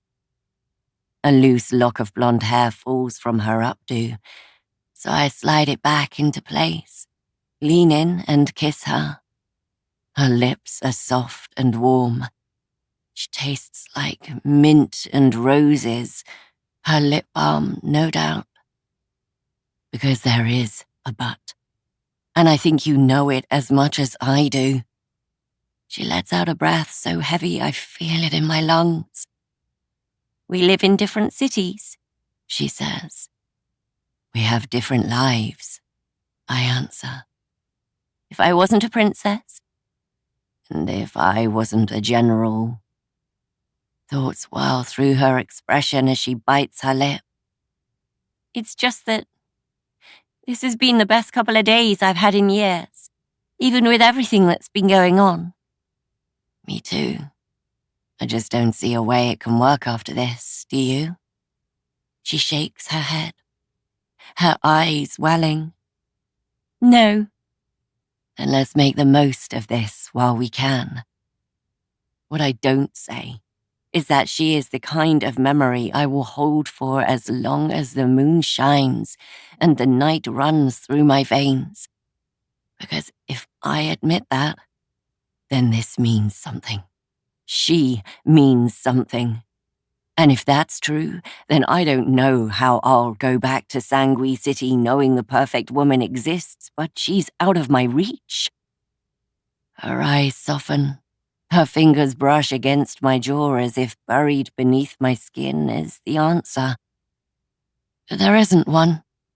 We don't get a happy ever after.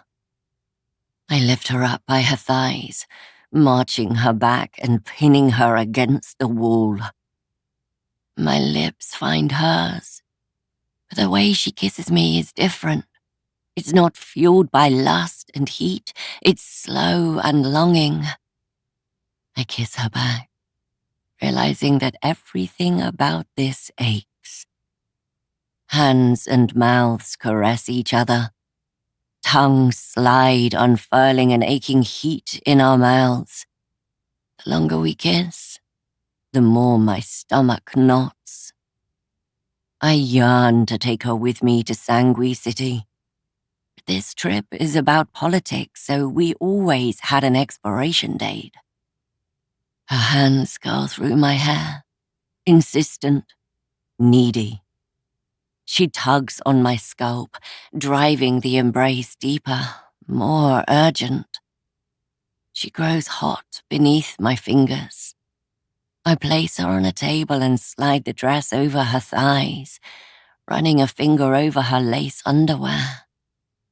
Her mouth grazes my neck, her teeth nipping at the skin. I hiss and pull away as my fangs descend.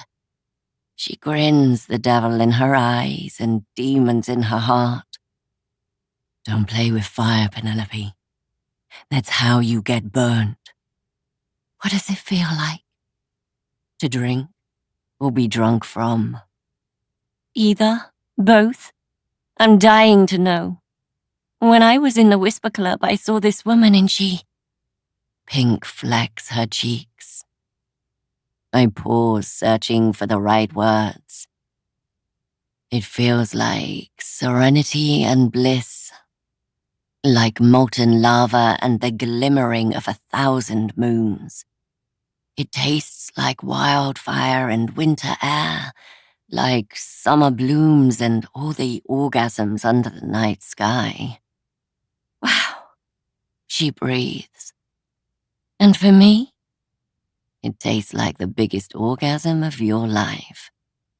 Her eyes bug out at this, and I chuckle to myself.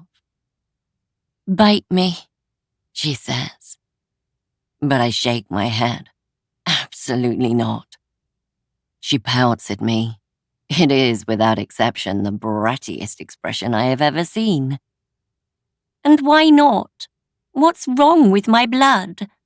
She whines. Nothing. I would get on my knees and bleed for you if it meant I got to taste you. But you don't heal the way I do. And I don't think marking your pretty, smooth skin right before your sister's wedding is the done thing. So, how about we save that for another time?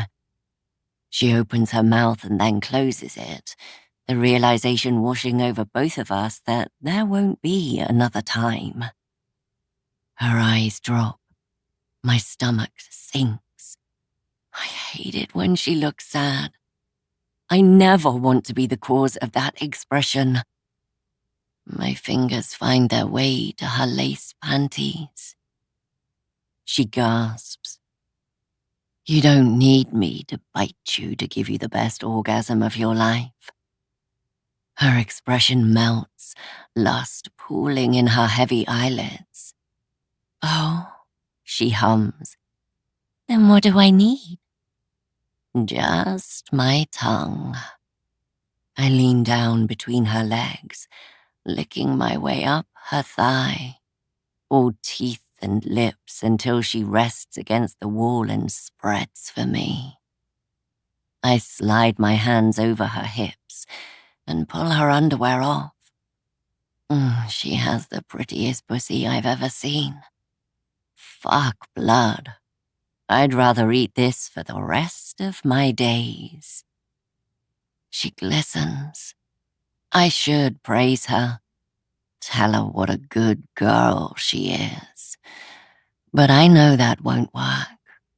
I grin, knowing exactly what will have her soaking this table. Look how wet you are, princess. She sucks her bottom lip in. Is that all for me? She nods and shifts her backside closer to the edge of the dresser, spreading her pussy to obscene proportions. Such a dirty little whore. I wipe my finger down her slit, coating my finger in her excitement. Open, I demand. Her mouth drops, obedient at last. I slide my finger over her tongue. Clean it. She sucks my finger, drinking down her excitement. My entire body tightens at the sight of her doing exactly as I command. It's a drug. She's a fucking drug, addling my brain, fucking with my reality. She soaks into every cell and pore, and my mind fills with her. Every muscle heats, my pussy throbs. I haven't let her touch me. Not yet. I don't often let women touch me. But I need her. Need to see her between my legs, obedient, pleasing me. I pull my finger out and she bites down. I growl as I yank it out and she giggles. "Oh, don't worry," she says. "I have something that will make it better." She takes my injured finger and slides it up her thigh right to her entrance. She pushes me inside her soaking cunt, and then she rocks on my hand, fucking herself, taking exactly what she wants from me. I'm so stunned that I've allowed her to take control. She's worked her way into my system like poison, infecting me. "Fuck me, Dahlia," she whispers. "Please." Her words are a spark and an ignition. I drop to my knees and draw my tongue over her wet slit. I lick her pussy, lapping and flicking at her hardening clit. "Oh, gods," she moans, her hips bucking. "More, please, more," she begs. Her words flood my mind. Wave after wave of chemistry alters my brain. I want to give her more, give her everything. I slide another finger in her pussy and she gasps. She tastes sweet and musky and like a hit from the strongest blood I've ever consumed. I realize then, I don't want to let go. Regardless of what we said, I don't actually want this to end. But it's going to. I fuck her slowly, lovingly.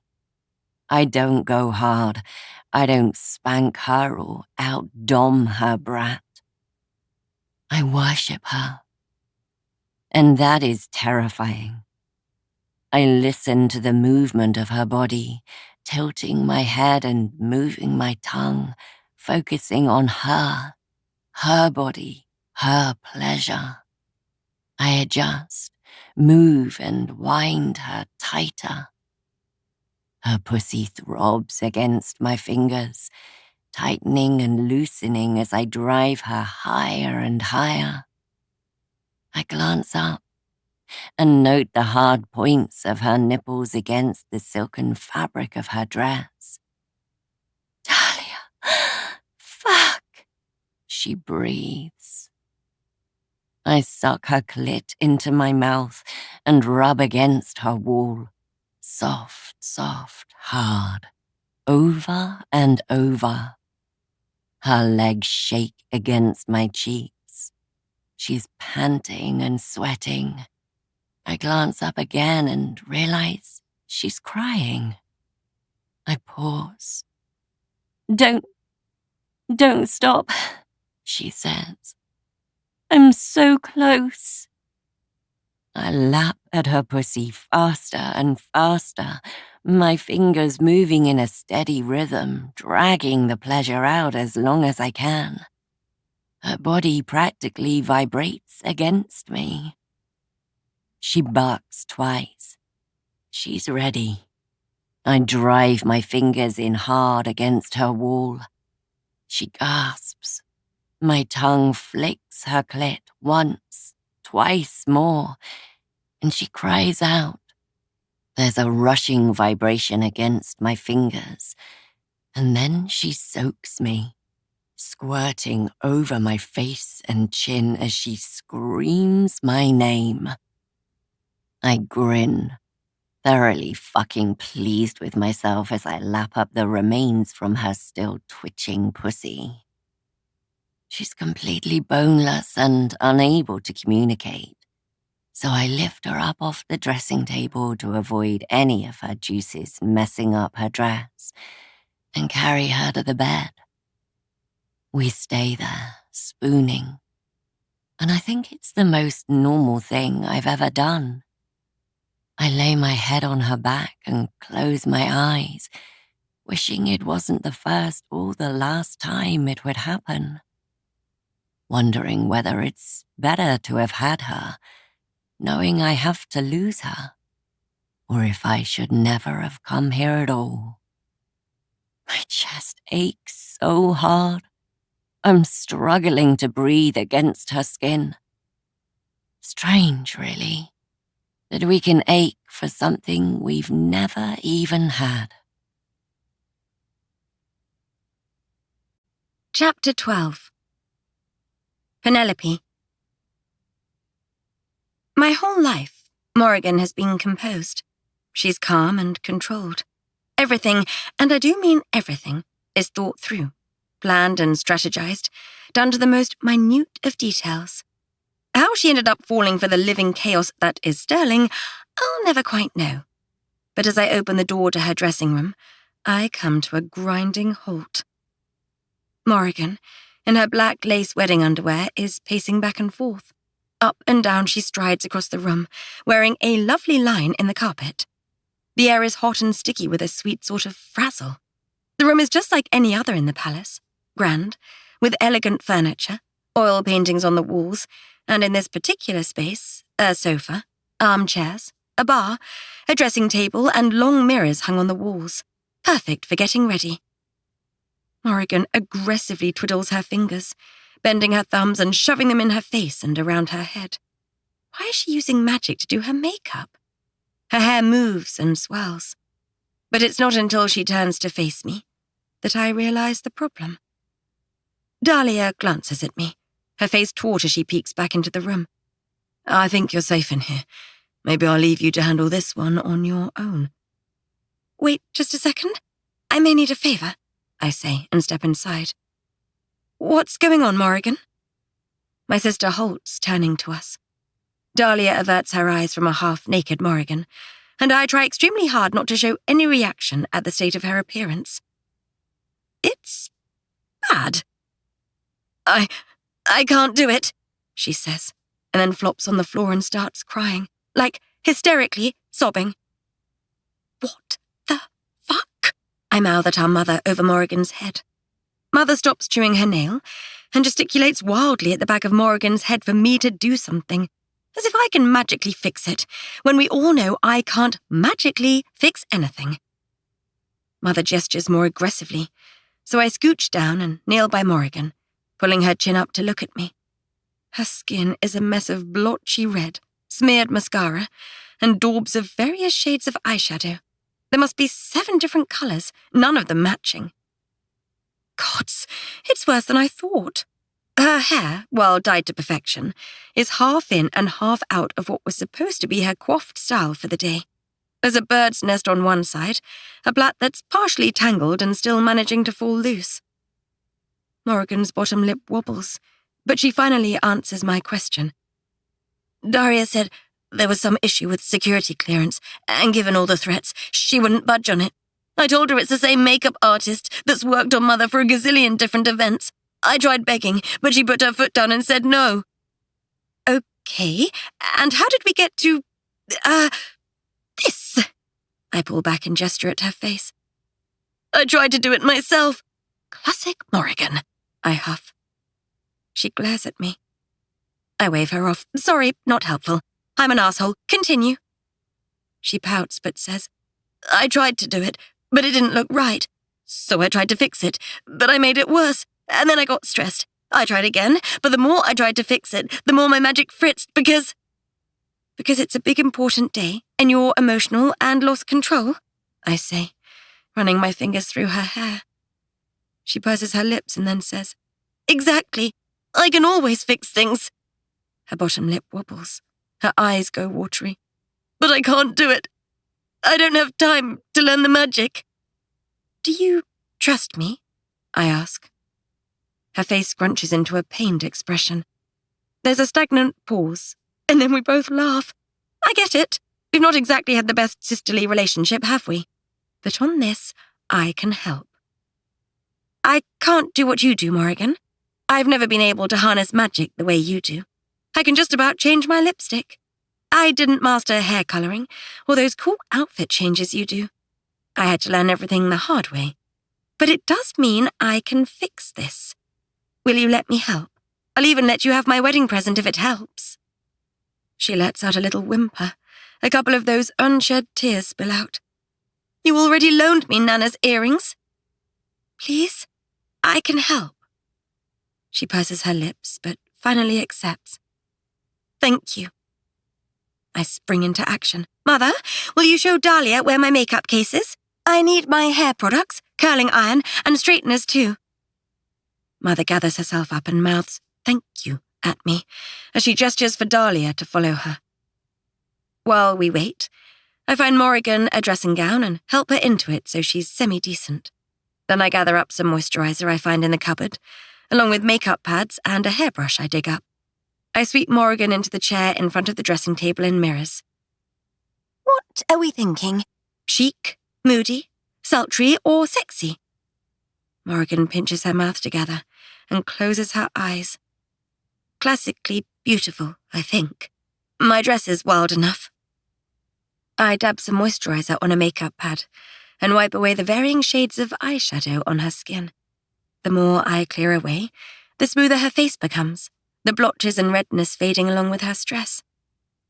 Thank you, she whispers, for, well, both things. I rub her shoulder but continue my work. The problem with not using magic is it all takes so much longer and there's not a lot of time left before the ceremony. Once her face is a blank canvas, I untwine the clusterfuck of hairstyles she's created, brushing it out until her long black locks are smooth and pinned straight. Dahlia and Mother return with my supplies, just as I tug out the last knot in Morrigan's hair. Mother cracks open a bottle of fizzy Sanguis Cooper, a new twist on the drink apparently. I take a sip, and it tingles the entire way down my throat. Morrigan necks her glass, and then sags in her chair, a rather happier, albeit glazed look on her face. Thanks, I needed that, she says, and burp hiccups. I have to suppress a laugh. Dahlia practically squeaks in the corner. I thought you only drank blood, Mother says. Dahlia guffaws. Then I guess there's a lot you don't know about vampires. Mother hands her a glass and makes to say something but stops herself. Is there something you'd like to ask? Dahlia says. Actually, yes. Mother and Dahlia slip into quiet conversation, exchanging information about magicians and vampires alike. I layer a base coat of foundation over Morrigan's skin and then get to work. Smoky eyes, a sweeping flick of eyeliner, and delicious lashes. I had some spares in my case, so I lengthened hers at the corners. I add a thick gloss to her lips. Morrigan's eyes are extravagant enough, and I'm sure Sterling won't want her mouth smeared in rouge. Next is her hair, an elegant updo, ruched at the back with some curls I have to force into shape with my tongs. Her hair does not like curling, and it takes practically half a can of spray, but I win eventually. They spill around the sides of her head and frame her face to perfection. I'm done. She looks incredible if I do say so myself. I step to the side, and both Mother and Dahlia stop what they're doing, their mouths dropping open. Wow, Mother says. Dahlia just blinks. Well, good? Morrigan asks. You did well, Penelope, Mother says, beaming at the pair of us. Morrigan stands up, but I hold a hand over her face. Wait, close your eyes, I say, and then spin her around to face the mirror and wait. Open, I breathe. Her expression goes stony, and my stomach plummets. Oh gods, she's upset. I ruined it. She hates it. If you don't like it, I can change it. We still have time to... How could you? You're going to make me cry. My chest tightens. My eyes sting as my stomach falls the rest of the way through the floor. I thought she looked beautiful. Fuck's sake! I knew it wouldn't be good enough. Nothing ever is. I'm so... I start and turn to leave, but I'm hauled back, Morrigan's arms flung around my neck, as she face plants us into the sofa, all while still squeezing the life out of me. I look incredible, You have no idea how hard it is to not cry with gratitude, she mumbles into my neck. Oh, I say, relief washing through me. Gods, Morrigan, how about start with that next time? I thought you hated it. She shoves me in the arm before scrambling to get up. Will you help me into my dress? Of course, I smile, and she extends her hand to pull me off the sofa and leads me into the side room where her dress hangs on a mannequin. I gasp. Gods, it's stunning. The bulk of her dress is black. The corset has a sweetheart bust line, leaving her décolletage free of fabric. It has a layer of lace and tiny black crystals stitched into the fabric, giving it a gorgeous textured effect. It cinches into a tiny waist and then poofs out into a stunning ruched skirt. Most of the skirt is black, but there are folds of fabric in 2 different blue colors that swoop around and meet in the middle, kind of like waves. It means something. Between Sterling and I, that is, she says. The dress? I ask, confused. No, the blue colors. I saw you looking at the wave-like ruches. I nod. It's kind of like your beach house. She smiles, her eyes soft. You got it. I loosen the corset and help her step into the dress. This thing weighs a fucking ton. I hope you've been working out, I moan as I lift the dress up to sit on her hips. We shuffle to the mirror, and I can't help but let out another gasp. She smiles at me. Thank you for today. Oh, shut up. You can pay me back by making sure I have the pinkest, most girly princess wedding any girl could dream of. She smiles. I wouldn't expect anything less. She wriggles into the dress, and I tug at the corset ribbons to cinch the waist in. Tighter, Pen. I pull and wrench, my face turning red with the effort. Tighter, she whines. Fuck's sake, Morrigan, you need to be able to breathe too. Do I? Just make me look good.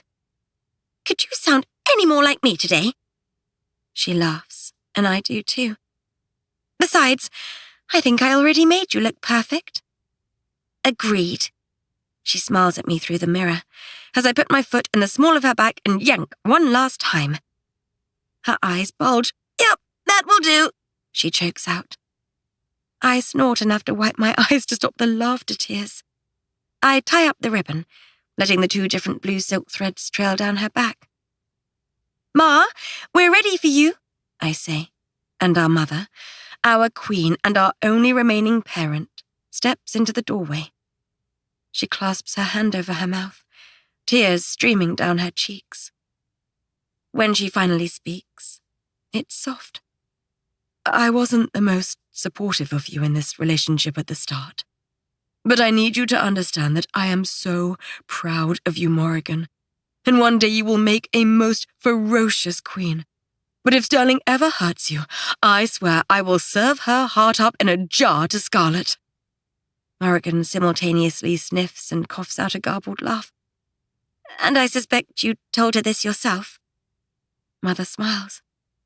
Every word of it, including the apology. Morrigan embraces Mother, who reaches out and tucks me in, smooshing the 3 of us together in a tight hug. There's a clearing of her throat, and then a quiet knock on the dressing room door. Sorry to interrupt, Your Majesties, but Benedict says it's time, Dahlia says. Ready? I ask, and Morrigan nods. Let's get you hitched. Chapter 13. Penelope. The hallways leading up to the throne room are dark with all the windows covered in drapes. Buried in the fabric are thousands of twinkling lights that sparkle like stars. It's cute. It makes me feel like we're outside, and obviously keeps Dahlia and her family safe, given it's still the afternoon.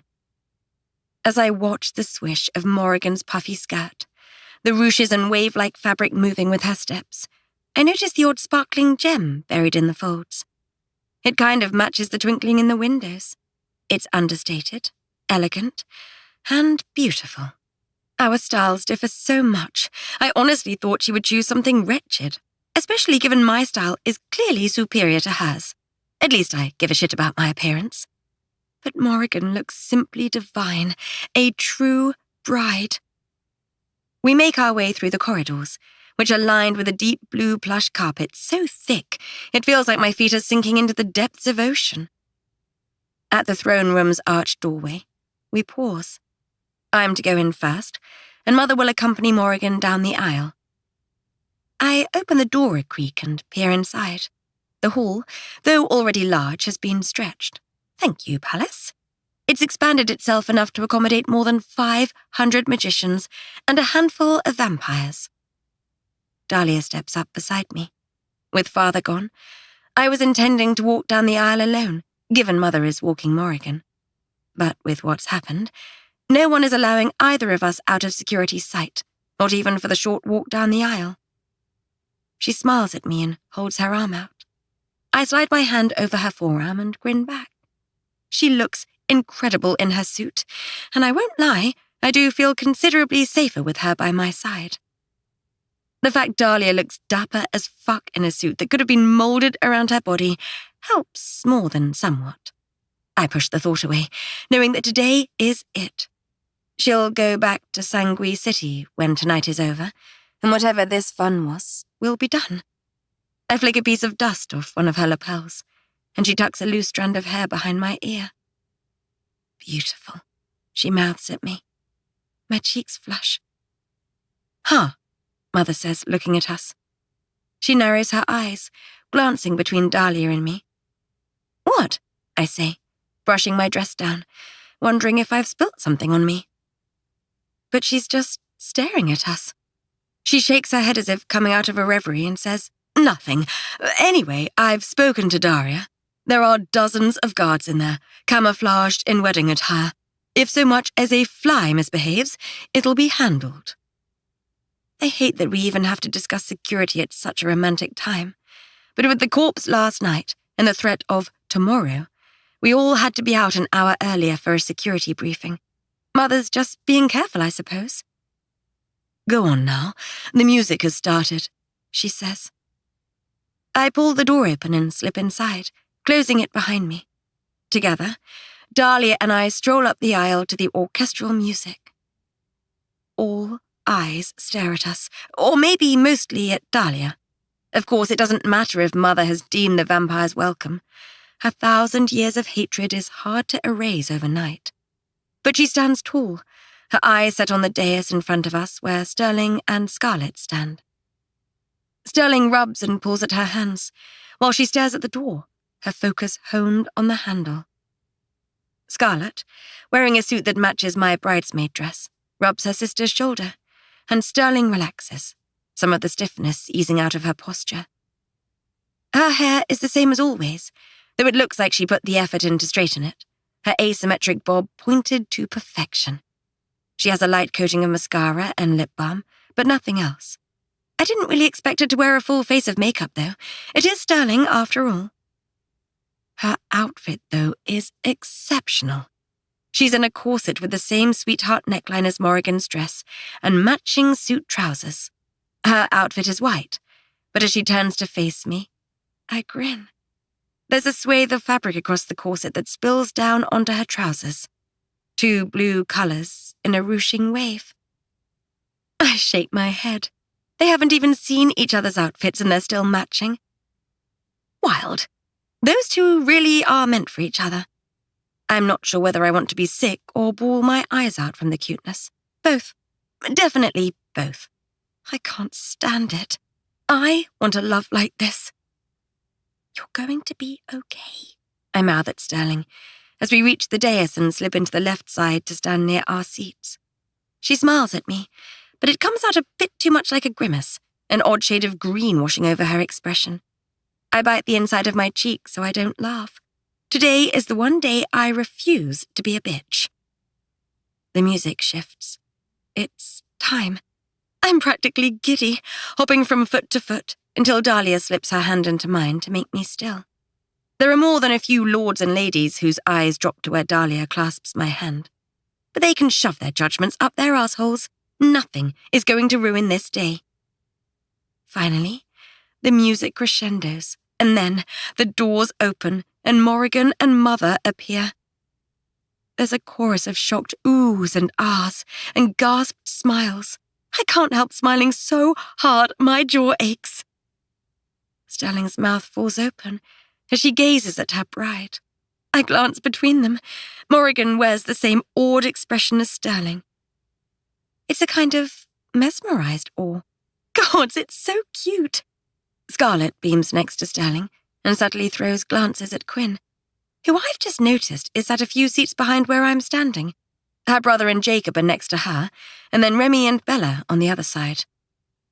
When Morrigan reaches the bottom of the dais, I hop into action, lifting her skirts to enable her to climb the short steps to meet Sterling. Mother tiptoes up to kiss Sterling's cheek and whispers something in her ear that makes a tear trail down her face. Sterling nods at Mother and kisses both her cheeks in return, before facing Morrigan. Mother leaves the dais and takes her place in the front row with the rest of Morrigan's friends. If I never see another sight, I'll die having gazed upon the most beautiful view in the realm, Sterling whispers, though I am close enough to hear. Gods, you absolute charmer, Morrigan says, but she's giggling and blushing through the makeup. The pair of them are grinning all toothy and wide like idiots, and it's adorable. Despite the fact there's no natural sunshine in the throne room, their smiles light up the cavernous hall. The officiant steps up to the pair of them and clears her throat. She's an older woman, with chin-length grey hair and wearing a dark suit. The ceremony begins like any other wedding, a run-through of the seriousness and sanctity of marriage, followed by the joys and possible trials they'll face. I stand quiet, listening and reflecting. Dahlia's thumb strokes my palm. I'm not sure she realizes she's doing it. I smile to myself, enjoying the way she presses a little harder at the beginning of each stroke, and then lets it soften as she sweeps out of my palm. The rings, please, the officiant says.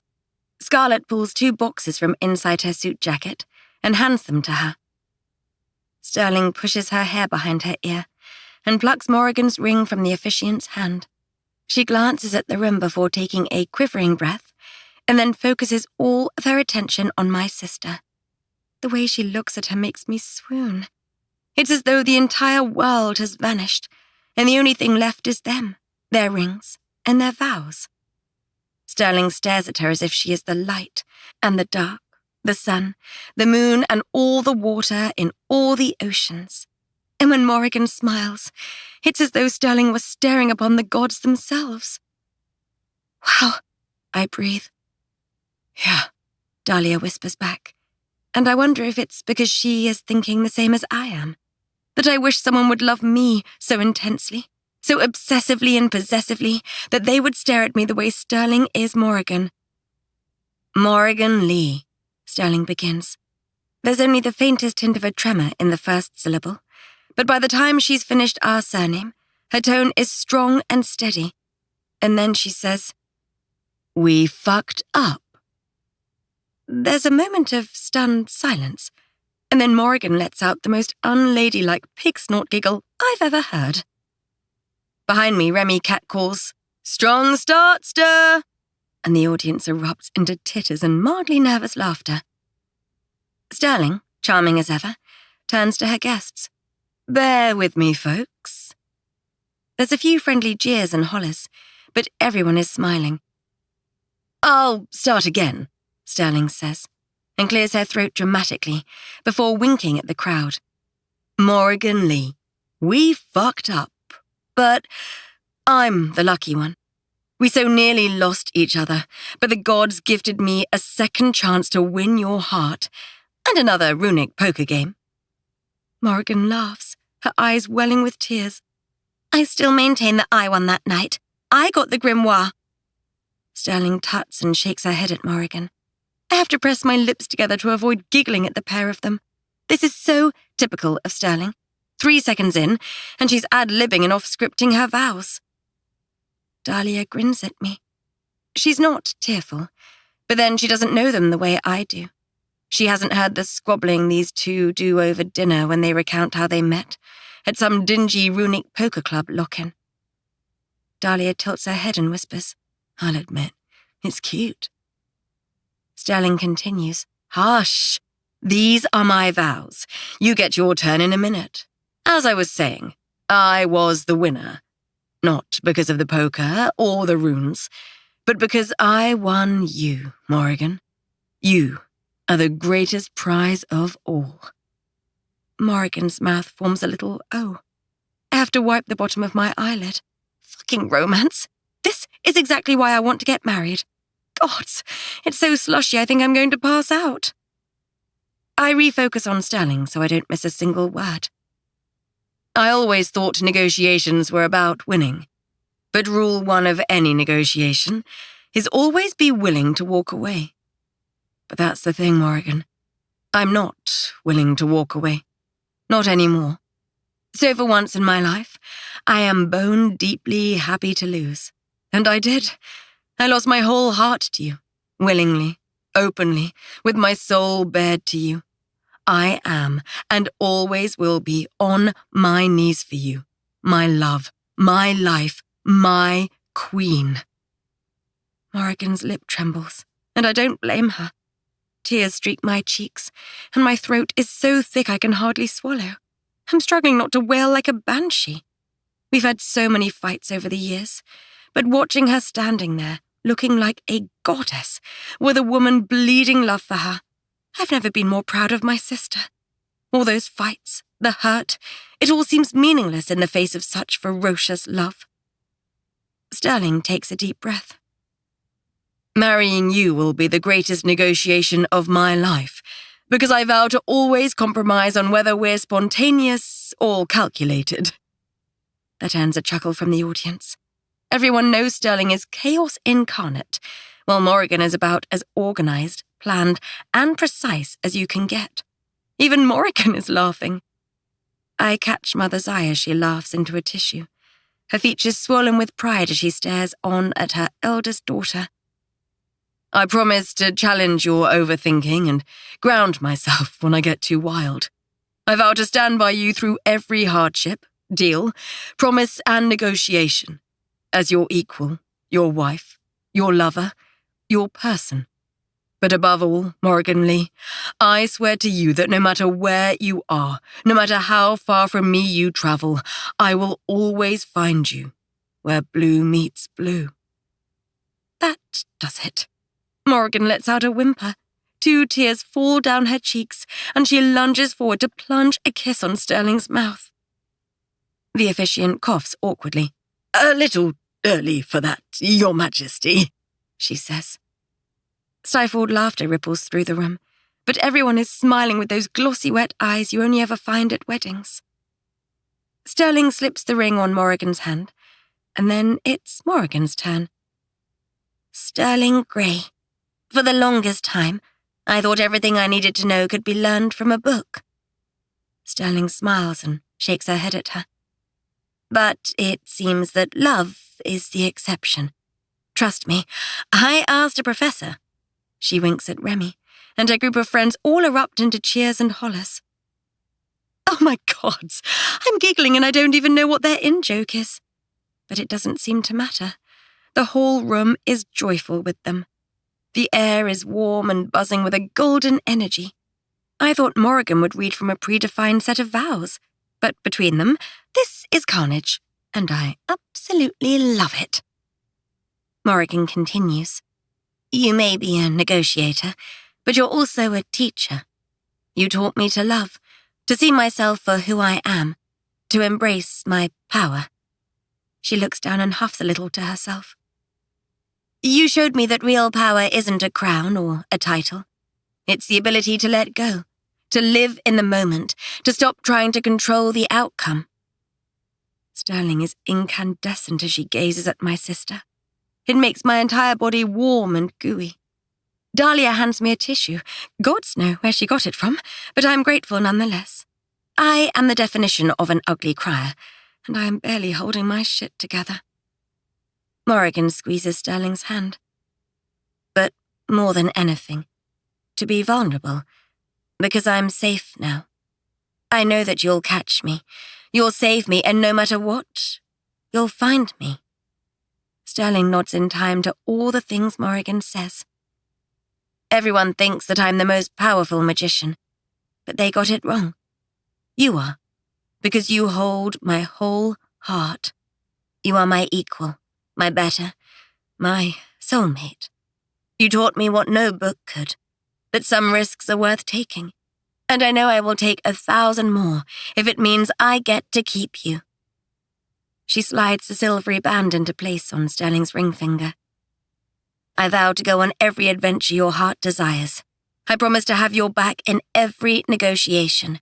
I swear to pursue the art of spontaneity. There's another round of loving snickers. Above all, I will spend my life learning how to be your anchor, proving to you that this truly is the greatest deal you ever made, because this one is meant to last forever. It's meant to last long beyond old age and skin wrinkled with love. It's meant to last even when our souls part this realm and live again in another. Because that's the thing, Lady Grey. I will spend eternity searching for you in every sunset, every horizon, and every ocean wave, until I find you where blue meets blue. She leans up and clasps Sterling's cheeks, placing her mouth on hers. And this time, the officiant doesn't stop it. I'm pretty sure they pronounce them wife and wife, but I can't hear through the roaring of cheer of all the magicians in here. Someone chucks confetti into the air. It triggers a ricochet. Thousands of fluttering pieces of paper. The air fills with paper hearts and flowers and petals. My sister and her wife walk out of the throne room, confetti raining down on them, surrounded by the happiest hoots I've ever heard. Chapter 14. Dahlia. I'll give the magicians their credit. They don't half know how to turn a room around. We all exited the throne room to have drinks and canapes in a side hall. But within an hour, they'd done that magical fuckery with their hands. Ribbons of magic flowing from the walls, and swoosh, the room was completely different. I forced Penelope to stand and watch as I was fascinated. She whined until I promised I'd fuck her into oblivion one more time after the wedding was over. The room is now dressed with chandeliers that look like cresting waves, made of blue and white frothing crystals. Tables line the perimeter with a huge black and white checkered dance floor in the middle. On the dais, where the thrones usually sit, is a long table for the royals and Sterling. Near the huge doors, Remy fiddles with a set of large boxes that pump out music. Every guest in here is smiling and laughing and cheerful. I am none of those things. Daria has done her best, and her security is in here. They were far more discreet in the ceremony because no one was moving. But in here, you can tell who they are, because they're the only magicians not bopping their heads in time to the music. On the one hand, it's reassuring. But on the other, if I were the attacker, I'd know exactly who to avoid. All afternoon, my skin has crawled like we're being watched. That message I plucked from the dead woman's mouth plays over and over in my mind. My shoulders ache with tension. The wedding is nearly over and there's been no attack. But it's coming. If the message wasn't warning enough, I can taste the threat in the air. Electric, thick, grimy. It crawls over my skin, an ever-present pressure forcing me to stay alert. Anything? Red says, sidling up to me. Because Octavia has spent much of her time with Queen Calandra and her council, Red has popped in and out, working with Daria and her team to offer support and hunter tactics. I shake my head. Octavia said you had a wild idea about who it was. I do. It's ridiculous, given the levels of security. I've got no proof, I say. Don't you? Octavia said you saw the marks on the girl's wrist. I grit my teeth and drag her to the edge of the room, my eyes never leaving Penelope, who swings and twirls her sister around. The corpse had marks like someone had tried to bite her. Someone? Red says. My lips press together as if I can squeeze the idea away. A vampire. In New Imperium? She asks, checking over her shoulder to make sure we're not overheard. Yeah. That's not good. Shouldn't the fang marks have been obvious? Not sure. It could be a failed transition, or a vampire that was tortured and had their fangs recently removed. Your guess is as good as mine. Have you told Calandra or Daria? Daria knows. All her guards are carrying stakes. Good move on the weapons. How the hell did another vampire get into the city? I thought the tunnels were mostly sealed off, and the ones we came through guarded or deserted. I didn't think anyone really knew of them, Red says, pulling a hand over her face.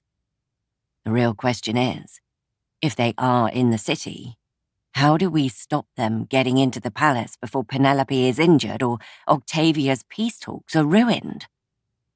Red leaves her expression stiff as she returns to Octavia. They clearly discuss what I said because neither of them relax after that. If it is a vampire at fault, then Octavia will be blamed, and that is the last thing she needs. It will destroy the progress we've made. The longer the day wears on, the more agitated I become. Though both Red and Octavia continuously scan the doors, windows, and any movement. Dinner passes without a murmur. It's the most lavish meal I've ever seen served. Calandra even serves us goblets of blood herself. The most visible indication of peace to her nobles that I've seen yet. I can't deny I'm famished. The hours and hours of heightened awareness, of constantly being alert, is grueling even for a vampire. But this job is more than just bodyguarding. I want to protect Penelope. I need to. Something is coming and I have to be prepared. I guzzle down the offering, and then take a second helping of blood as the tables are emptied and the music ratchets up. The beat kicks out, bodies move in synchrony as magicians, lords, and even the occasional vampire prance around the dance floor. Gabriel and Xavier have their hands up, wiggling and jumping about with a couple of Morrigan's friends. Jacob, I think one of them was called, and Mal, was it? I forget, but they're chatting and drinking as they boogie together. Everyone seems happy. And yet my skin itches. When I can't stand it any longer, I call out, "Red!" I have to shout it a couple of times over the crashing beats and trilling melodies, but I'm able to wave her over. She darts off the dance floor, leaving Remy and Bella smooching. "Where's my sister?" I ask. She points to the other side of the room where Octavia is talking with Quinn and Scarlet. It takes a couple of minutes, but I catch Octavia's eye. She mumbles something to Scarlet and heads over. "Everything okay?" she says. I shake my head and draw them both close. I can't put my finger on it, but I want to walk the palace. It makes no sense. Everything pointed towards an attack today, right? Red and Octavia both nod. "Will you keep an eye on Penelope? I won't be long. I just want to check a few of the weak spots, entrances, and the like." "Of course," Octavia says. I break away, my eyes always darting back to Penelope. She catches me leaving and a scowl falls over her expression. She grabs the nearest woman and begins gyrating her backside against the woman's groin. A muscle ticks in my jaw. Doesn't she realize I'm literally doing my duty to protect her? I'm about to march over then and haul her off when a shadow rushes through my periphery. I freeze. My spine tingles. It's them. I know it.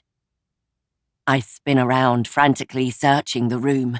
But there are so many magicians in here, the throne room is so ram-packed with people that I can't tell where they went. A sweeping movement. This time I just catch it. A hulking shadow. The same stature as the figure I saw in the nightclub. It's definitely them. Got you, motherfucker. I lurch to the left, pushing and shoving my way through the throng of magicians to the edge of the room. But I'm too slow. By the time I reach the door, the shadow has vanished. Fuck! I bellow and punch the wall. My fist goes through the plaster. Shit! I yank my hand out, hoping no one notices, and head back to protect Penelope when I stop. There's a droplet on the ground. I kneel, swipe it up with my finger and sniff. Metallic. I lick it. Definitely blood. Not just any blood. Vampire blood. Static rushes through my body. Adrenaline flaring to life. I scan the floor, trying to dodge around everyone's feet. It's not just one droplet. There's a path of them dotted every foot or so. Some of them are smudged and smeared where feet carelessly tread on them. Shit. In an instant, I'm up and running, desperate to find Octavia and signal the alarm. I push my pace right to the edge of vampire speed. I don't want to alarm the guests by displaying overt signs of vampirism, but there's no fucking time. I need to get to Penelope. Octavia and Red stand just past the last magician in my path, and I jolt to a halt next to them. Thank the mother of blood they are still on alert, their eyes focused on Penelope and Morrigan. What is it? Octavia says. Her expression is calm, but I can tell from the bite in her tone that she recognizes my panic. Where is she? Octavia points to Penelope still dancing with her sister. Sound the alarm. He's here. Red springs into action. I'll find Daria. She vanishes nearly as fast as I arrived. My skin prickles. The music speeds up, a thudding beat ringing through the room. Where is he? Octavia says, her tone insistent. I scan the room, left, right, left, the door, the windows. Fuck! Where the hell did he go? Dahlia? I scan again, faster, my eyes darting this way, that. Fuck! Where did he go? Dahlia! Octavia barks. I search faster. Finally. Got you. There, I say, pointing at the shadow moving way too fast to be a magician. My body feels like lead as I track his movement and realize what he's doing. Circling Penelope and Morrigan. Mother of blood! I breathe. Go! Octavia says, and we split up, moving through the crowds towards Penelope. I shouldn't have fucking left her. I never should have left her side even to investigate. God's damn it! I ball my fists as I push and shove my way through the throngs of people, always tracking the shadow. But as fast as I move through the crowd, he moves faster. I'm not going to reach him. And the deeper I push onto the dance floor, the further away Penelope seems to be. I want to shout and scream at her to get over here, but if I do, I'll alert the attacker. Or worse, set the crowds into a panic. I'm almost there. Octavia, too. She advances from the other side of Morrigan and Penelope. But we're too late. The music cuts out violently. A roar rents the air. The frivolity of the dance floor grinds to a halt. There's one breathless moment of silence, a drawn breath held in the bellies of 500 magicians. And then someone screams. The shadow careens to a halt. His head is covered with a hood. Time slows. I bellow at Penelope to run, but she's frozen in place. She's not going to escape in time. Something glints, and I realize where the source of the blood I scented came from.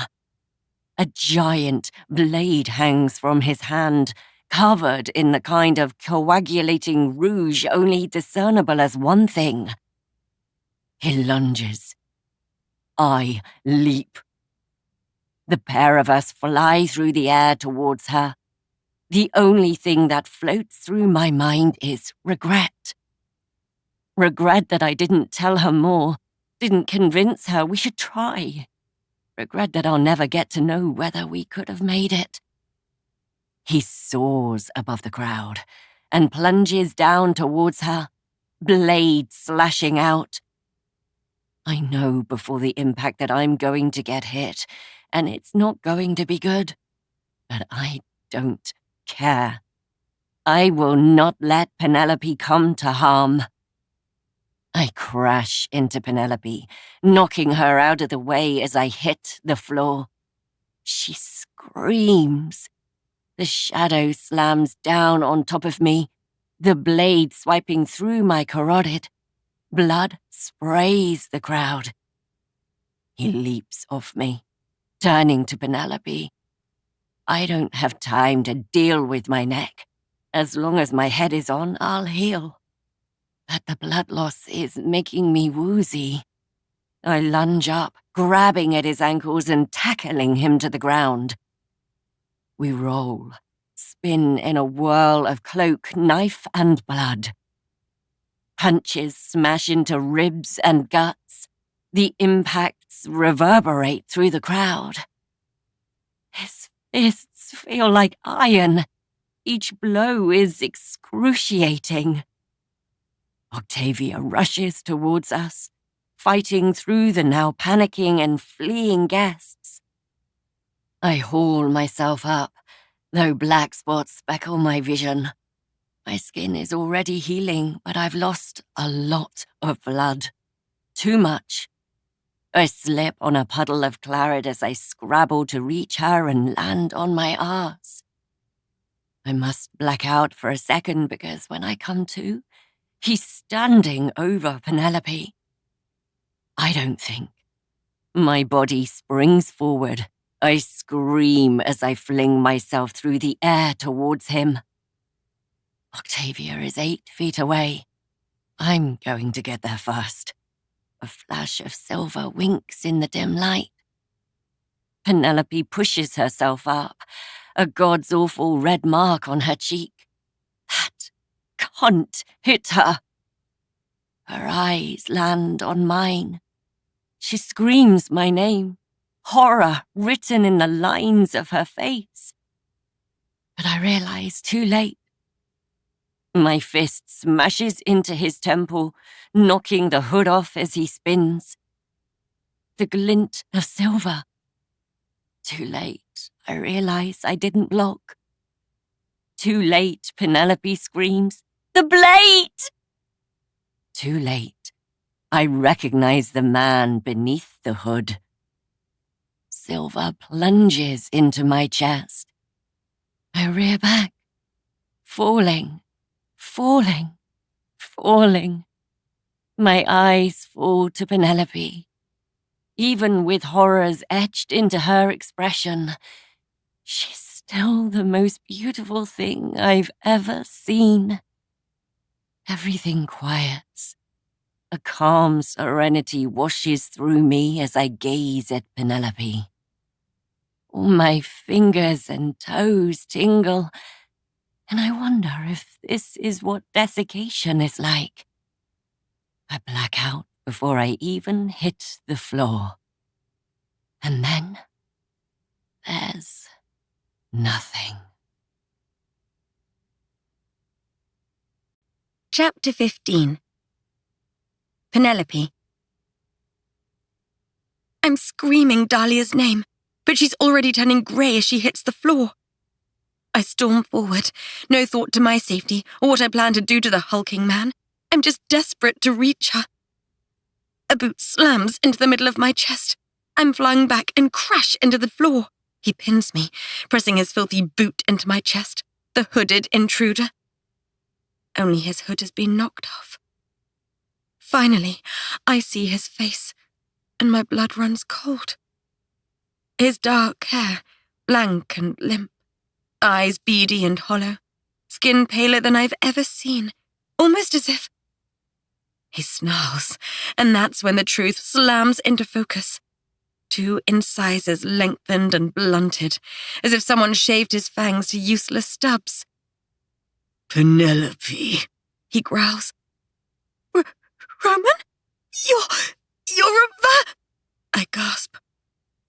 He pushes his boot harder into my chest, cutting my words off and making me cry out. I can't breathe. There's a crack and a splinter of pain so acute I see stars. Octavia careens into Roman, smashing him to the ground. I gasp for air, clawing at my chest, trying not to panic as I struggle to get oxygen in deep enough. Red skids to my side, kneeling and grabbing my face in her hands. look at me, She barks. Focus. Breathe slow. If you panic, you're going to hyperventilate and knock yourself out. Breathe with me. In. Out. In. She's demanding, but it works. My heart rate steadies, and I adjust to the searing throb with every intake. Dahlia, I pant out. Red pivots, spotting her lying motionless, and dashes across the dance floor. She pulls the enormous blade from Dahlia's chest and shreds the fabric of her top to examine the wound. Red's expression is drawn, the lines of worry etching into her skin. And I can see why. Mottled veins plague Dahlia's chest. Oh my God, is she desiccating? Red bites into her wrist, shredding the skin, and presses the dripping flesh to Dahlia's mouth. I struggle to my knees, about to go to her, but something heavy knocks into me. I'm sent flying and collapse on the floor several feet away. My ribs bloom again with an intense pulse of heat. Tears leak down my face. I'm screaming, but it sounds disjointed, far away. Octavia and Roman are beating the shit out of each other. I've never seen a vampire move the way she does. Pure power. Blow after blow.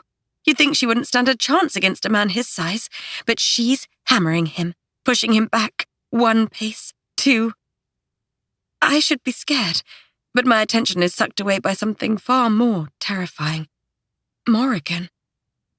She appears hovering over me, one hand open to help me up, the other brandishing 2 stakes. Are you ready to end this? She says. Gods, yes! Then let's do it together, as sisters. She grins at me as the atmosphere around her shivers, as if she's sucking power from the air itself. Her blue eyes burn like fire and flames. Threads of silvery magic peel from the palace walls, thick and fast. They swirl and swim around her, wrapping her arms and fists in power. Fuck me, she's magnificent. I yelp as she tears threads off her body and wraps them around me too. Power surges through my skin, melting into my fractured ribs and easing the constant, searing pain to a dull ache. My body is alive. Energy and heat course through me. My gods, if this is half of what Morrigan experiences, no wonder she's obsessed with collecting magic. We stalk towards Octavia and Roman. I risk a glance at Dahlia. Red is still feeding her as Quinn joins them, frantically unhooking a belt and pulling bottles and potions out. But no matter what Quinn does, Dahlia's skin remains grey, those purple veins staining her chest. I have to bite the inside of my lip to prevent myself from screaming. Scarlet sprints into the fray, katanas drawn as she joins Octavia. The pair of them move in tandem, Octavia with fists and fangs, and Scarlet with swords crashing against Roman's weapons. Scarlet takes a savage hit to the face and clatters to the floor. Octavia lashes back at Roman, her crimson eyes flaming. The hits keep coming, reverberating around the throne room. Enough, Morrigan says and flings her hands out, contorting and twisting her fingers. Remy appears, her hands forming knots at a rapid rate. Bella too. The pair of them throw silvery strings of magic that bend and join each other, creating a lattice-like cage imprisoning Roman. Scarlet, bleeding from her cheek, stands. She advances, wearing the same fury as Octavia. As she places her katana against his neck, she sneers the kind of rage that only a woman can wield. Octavia draws her fists back, snarling, ready to pounce. We work together as a team, Red and Quinn saving Dahlia, Remy, Bella, and Morrigan holding Roman, as Scarlet and Octavia guard him, ready to force him into submission. Morrigan sweeps around to eyeball him. We should have ended you when we had the chance, she says. And I should have killed you when you lay in my bed. Both of you, he spits, glancing between us. Who turned you? Octavia's voice is so low, so filled with sharp edges it cuts the air like razors. Roman laughs. Get fucked. Force him, Scarlet says, holding her sword tight under his chin. Octavia's tone changes. It melts into silk and rivers. Tell me who turned you. Roman's face relaxes into a compliant sort of daze. Is this compulsion? He shakes, but Remy and Bella's hands move faster, blurring into a haze. The lattice-like cage tightens around him, hissing as it sears into his flesh. Roman screams out. Who turned you? Octavia asks, her tone so deep, so rich, I have to fight myself from falling to my knees and answering for him. Roman trembles as he fights not to answer. His nose drips steady rivulets of blood that cover his lips and chin. Finally, he sags, his eyes dulling into a muted, distant expression. No one. Well, they didn't change me knowingly. I swallowed some blood spatter in the club the night I had a visitor. His eyes slide to mine, and I swallow hard. I'd managed to keep that quiet for so long. There are a few confused looks thrown my way, but thankfully Octavia drags everyone's attention back to Roman. Then how did you die? You were on a fixed regimen of transfusions to keep you alive, Octavia says. She uses the same silky, golden tone. It flows so smooth, I think I'd do anything for her. Tell her whatever she needs to know. Penelope visited one night and got close enough for me to steal a hairpin. He looks at me. I swallow hard, knowing there will be repercussions from my little excursion. Fuck! My fingers brush my hair, the memories drifting back. He made me lean close and then attacked me. He must have slipped a hairpin from me then. I used it to pick my cuffs, but I was caught. There was a fight. They drained me, but when I woke, I fought back hard. Your bouncer, Erin, I think her name was, said she'd had enough of my shit and broke my neck. Silly woman didn't even know what she'd done. A muscle in Octavia's jaw ticks. And your fangs. I was disgusted with myself. Your species disgusts me. Newborns aren't known for their self-control. I pissed off a gang of vampires. He shrugs, then winces as the lattice digs into his flesh. But he continues, lost in the cadence of compliance. They said my fangs would sharpen up eventually, but it left me hungry, pissed off, and disgusted. It's Penelope's fault I'm like this, and there's no one's blood I'd rather drain than you two. He fires a filthy stare at Morrigan and me. Too bad, Morrigan says, and hands me one of the stakes, nodding in Roman's direction. You do the honors. I take it and stare at the wooden spike. But I realize this wasn't just my fight. It was both of ours. He may have come for me tonight, but he came for Morrigan first. I take her hand and curl it around mine. Let's do it together, I say. We bring up the stake as Morrigan's silvery threads of magic weave around our conjoined fists. A surge of energy pulls in my palm. I've never felt so strong. There's no coming back from this. Not for him. Not anymore. Roman must realize this, because he twists and contorts, fighting with every ounce of strength he has left. But Scarlet's katana cuts into his neck, and Remy and Bella's lattice prison tightens around his body, pinning him in place. Fuck you! He shrieks. Together, Morrigan and I plunge the stake into his chest. He screams, his skin flushing white, and then he goes limp, grey, and mottled veins spread over his skin as he desiccates before our eyes. It's over. It's finally over, I say. Remy and Bella's hands cease moving.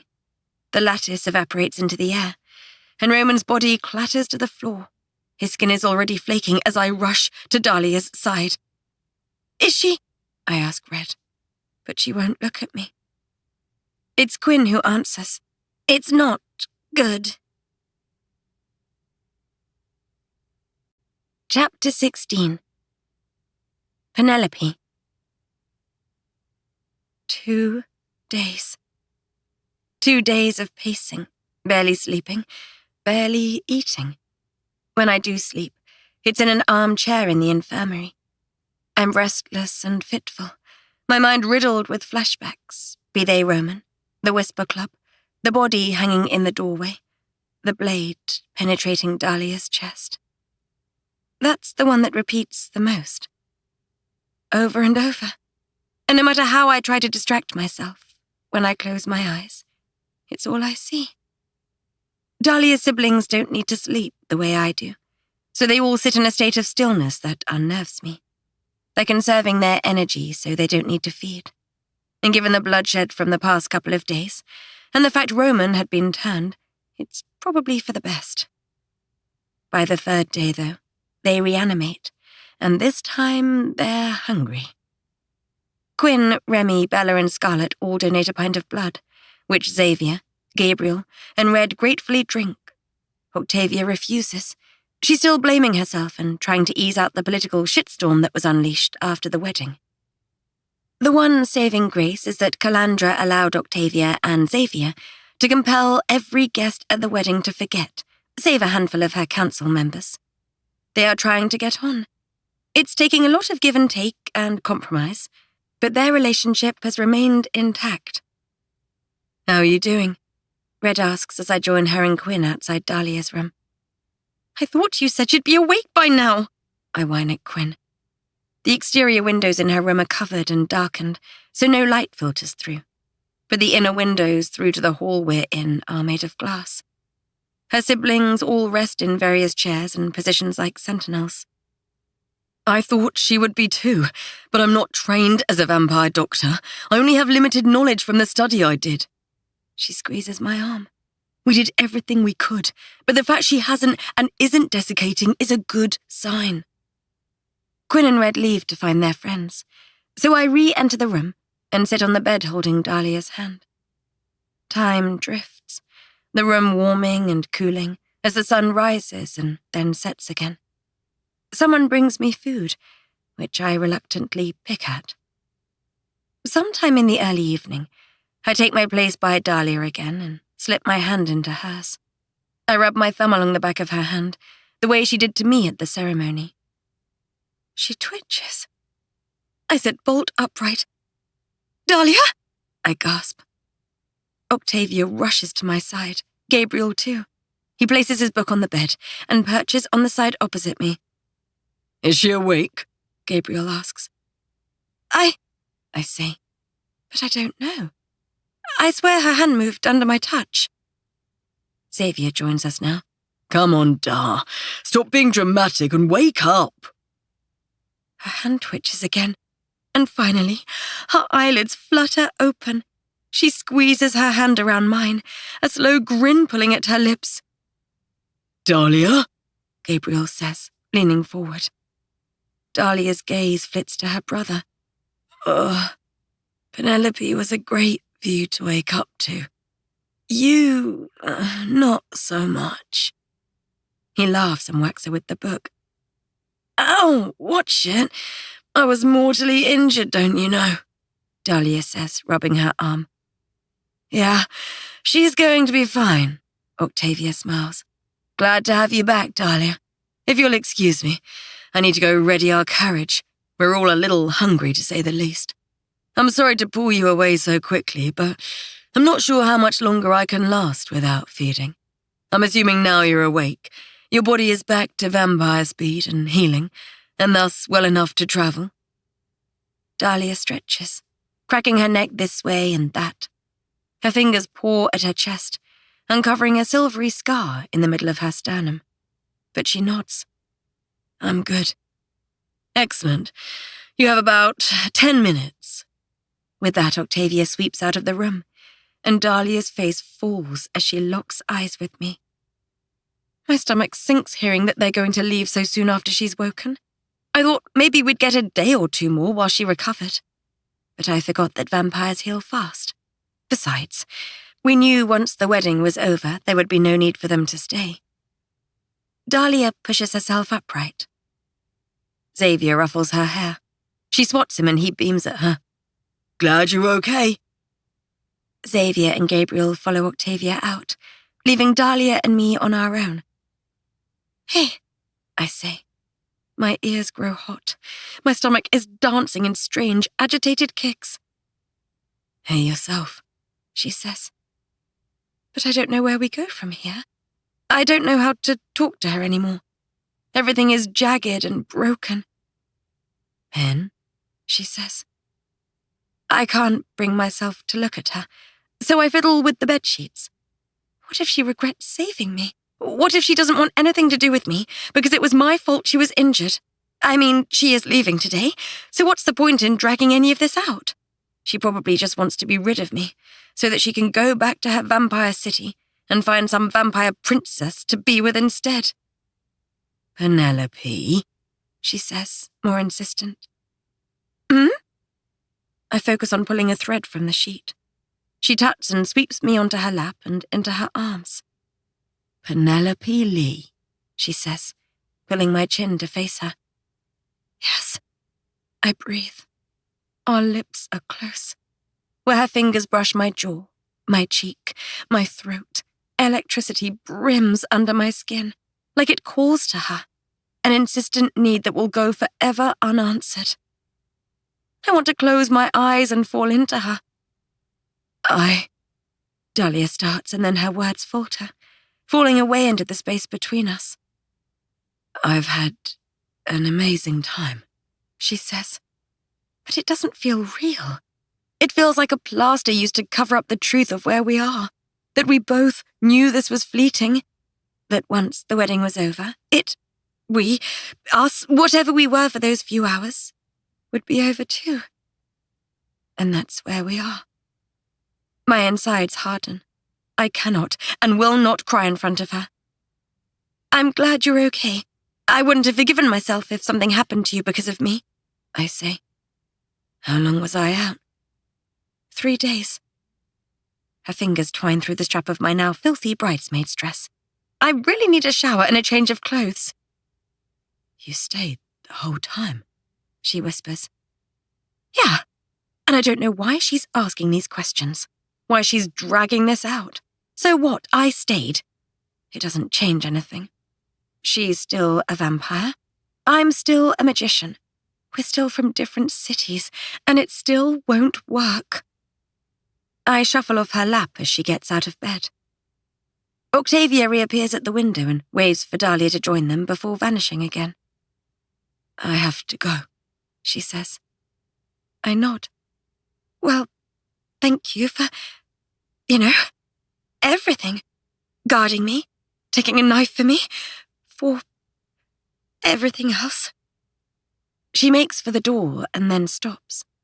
My mind flashes back to that first night we met in the Whisper Club. It was me leaving then. Now it's her. This way around is so much worse. And just like I did, she returns, pulling me into her arms and plunging her lips onto mine.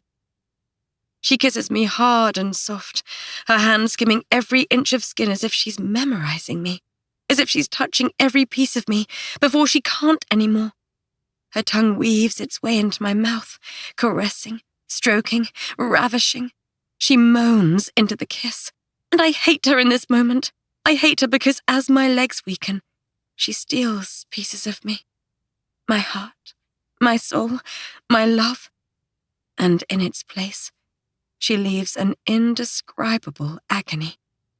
It cracks and splinters, sinking into the fibers of my body. This is the last kiss. The last touch. The last embrace.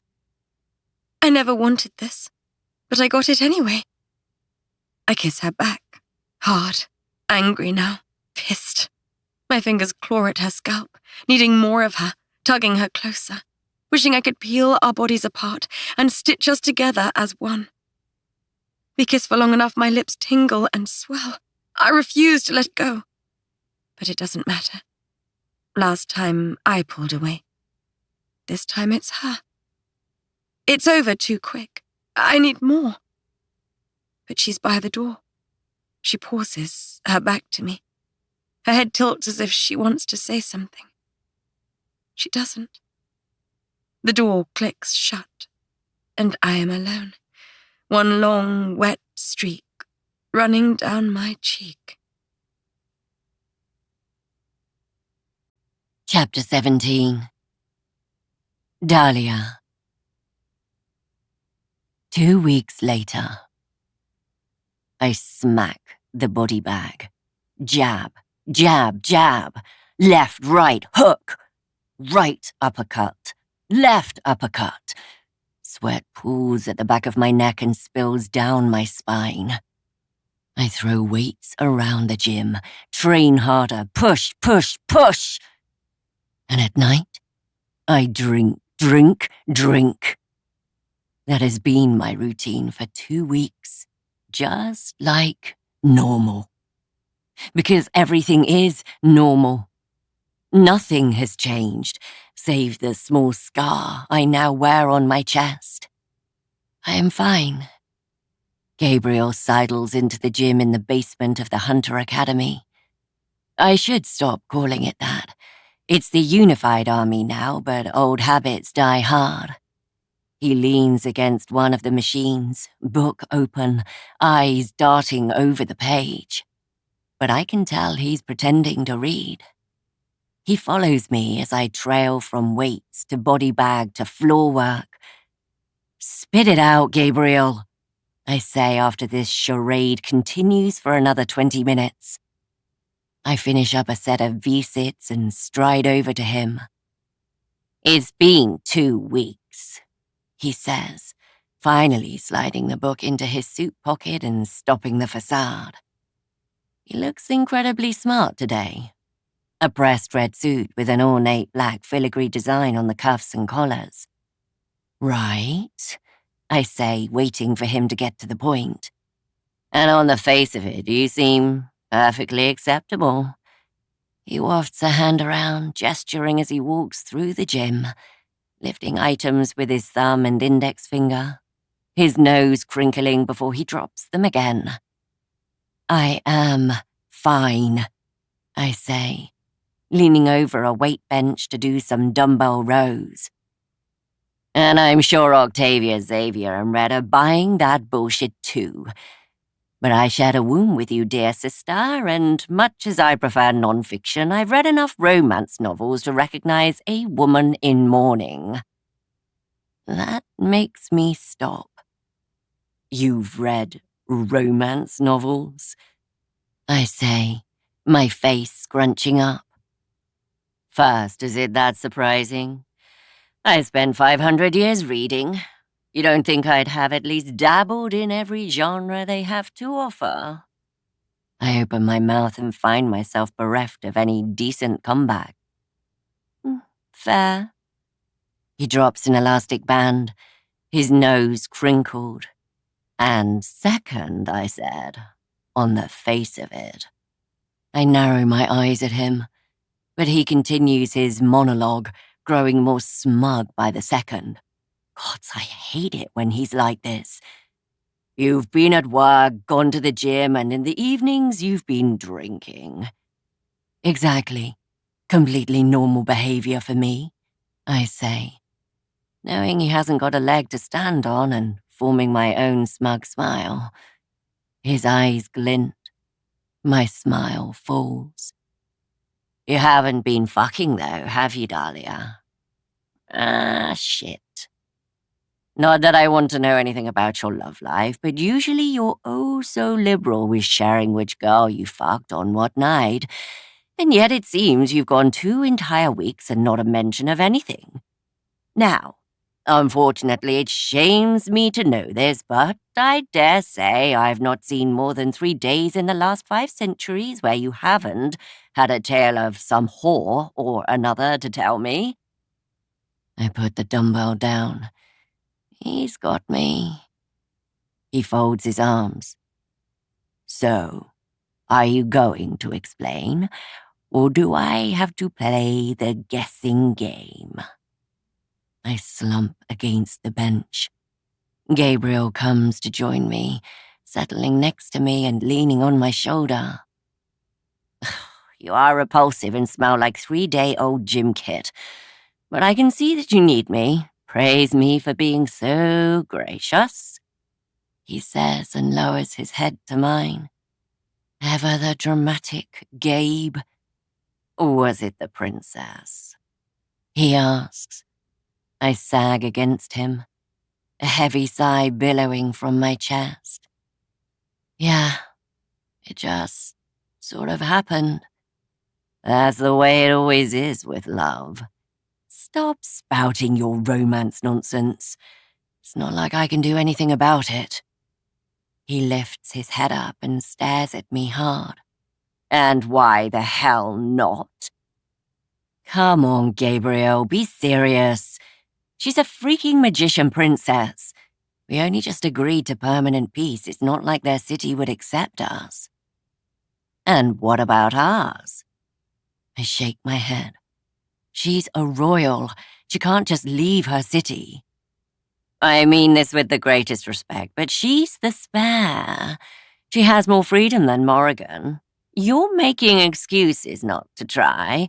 What I don't understand is why. He's right. I've run out of reasons. Fuck! I hate it when Gabriel is right. You know you need to go back for her, don't you?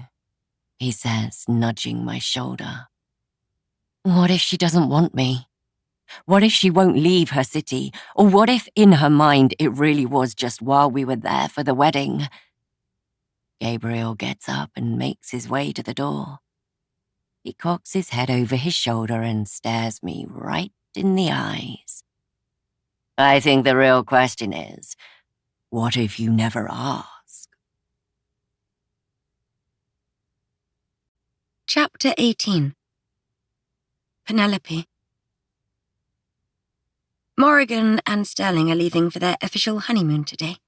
They're going to be gone for a few weeks, and it's the first time I find myself a bit sad about my sister going off on her travels. I stroll past her friends in the foyer and down the palace steps to their carriage. The sun is high, radiating warmth on my cheeks. It makes me wonder if Dahlia ever misses it. The sun, I mean. Which then reminds me of the afternoon we woke up and she nearly got burnt. Maybe she doesn't miss it. The way she would talk about the night and the moon made me think she loves it the way I love the sun. Mother is clearly flustered about something as she flaps around Morrigan and Sterling. She gives them both a kiss, hugging them tight before hustling straight back up the steps, waving at me as she passes. Got a rush, Pen? I have a council meeting. We're opening the trade lines today, but I know how miserable you've been the last couple of weeks. Maybe we should have dinner? Sure. See you later, Mum, I say as I make my way to their carriage. She's right. I have been miserable. Nothing feels quite the same since the wedding. The palace is calm. Roman is gone for good, and yet, I don't know. I'm just off, out of sorts. Damn bored, too, especially since Morrigan and I haven't even bickered once. It's probably just that. I loathe boredom. Morrigan slides her case into the carriage and then turns to me. Here, she says, and hands me our Nana's earrings. It really did mean a lot to me. I know, I smile, and slide them back in my pocket. I'll give you a moment, Sterling says, and gives me a quick squeeze before hauling her suitcase into the carriage, closing the door behind her. Morrigan and I stare at each other, not saying anything. It's awkward. My cheeks heat. We're not good at this. We only know how to quarrel. This is new territory, and I find myself fidgeting with my hands and toeing the cobbles. Oh my gods, she huffs. Come here. She grabs my shoulders and pulls me into a death grip of a hug. I laugh, and then cough against her as she squeezes a bit too tight. I don't like seeing you sad. She strokes my hair. I don't know what you're talking about. I'm fine. Really? Funny, I'd say you were fine before the wedding, and now you're decidedly not fine. Almost like something is missing. I shrug against her. When she releases me, it's her turn to fidget. She dusts off her jacket and scratches her head, before finally looking at me. I wondered if, maybe when we're back, me and you can spend some time together. Like, real time. I smile. I'd like that. It's funny, but this morning I realized I might actually miss you while you're away. She grins and opens the carriage door, stepping up and pausing. Only might? I indicate the smallest amount between my thumb and index finger, and she just rolls her eyes at me. What used to be nasty jabs at each other now feels like loving banter. She heads inside only to poke her head around the door and say, I don't know, Pen. I think you've found someone to entertain you just fine. She blows a kiss and shuts the carriage door. I replay her words, my brows knitting together. Wait, what? I say. But she doesn't open the door. Morrigan, what do you mean? I bang on the carriage. She pulls the curtain back and grins at me. Sterling's head pops up behind her. She winks at me. I glare at her, my brow furrowing as deep as the tunnels under the city. What the fuck does that mean? I shout through the window. But the pair of them just grin harder. Morrigan! I shriek. But the carriage driver cracks the whip, and the horses lurch forward, clopping against the driveway cobbles. I stare at the carriage while trotting after it. Motherfucker! I yell. The window drops, and Morrigan's hand sticks out to give me the birdie. I can hear her laughing even as the carriage disappears into the distance. She knew. How did she know? I mean, sure, I didn't leave Dahlia's side in the hospital. But it's not like we openly showed any kind of affection. No one saw her finger fuck me on the dance floor. The more I ponder her words, the more I realize what she was really saying.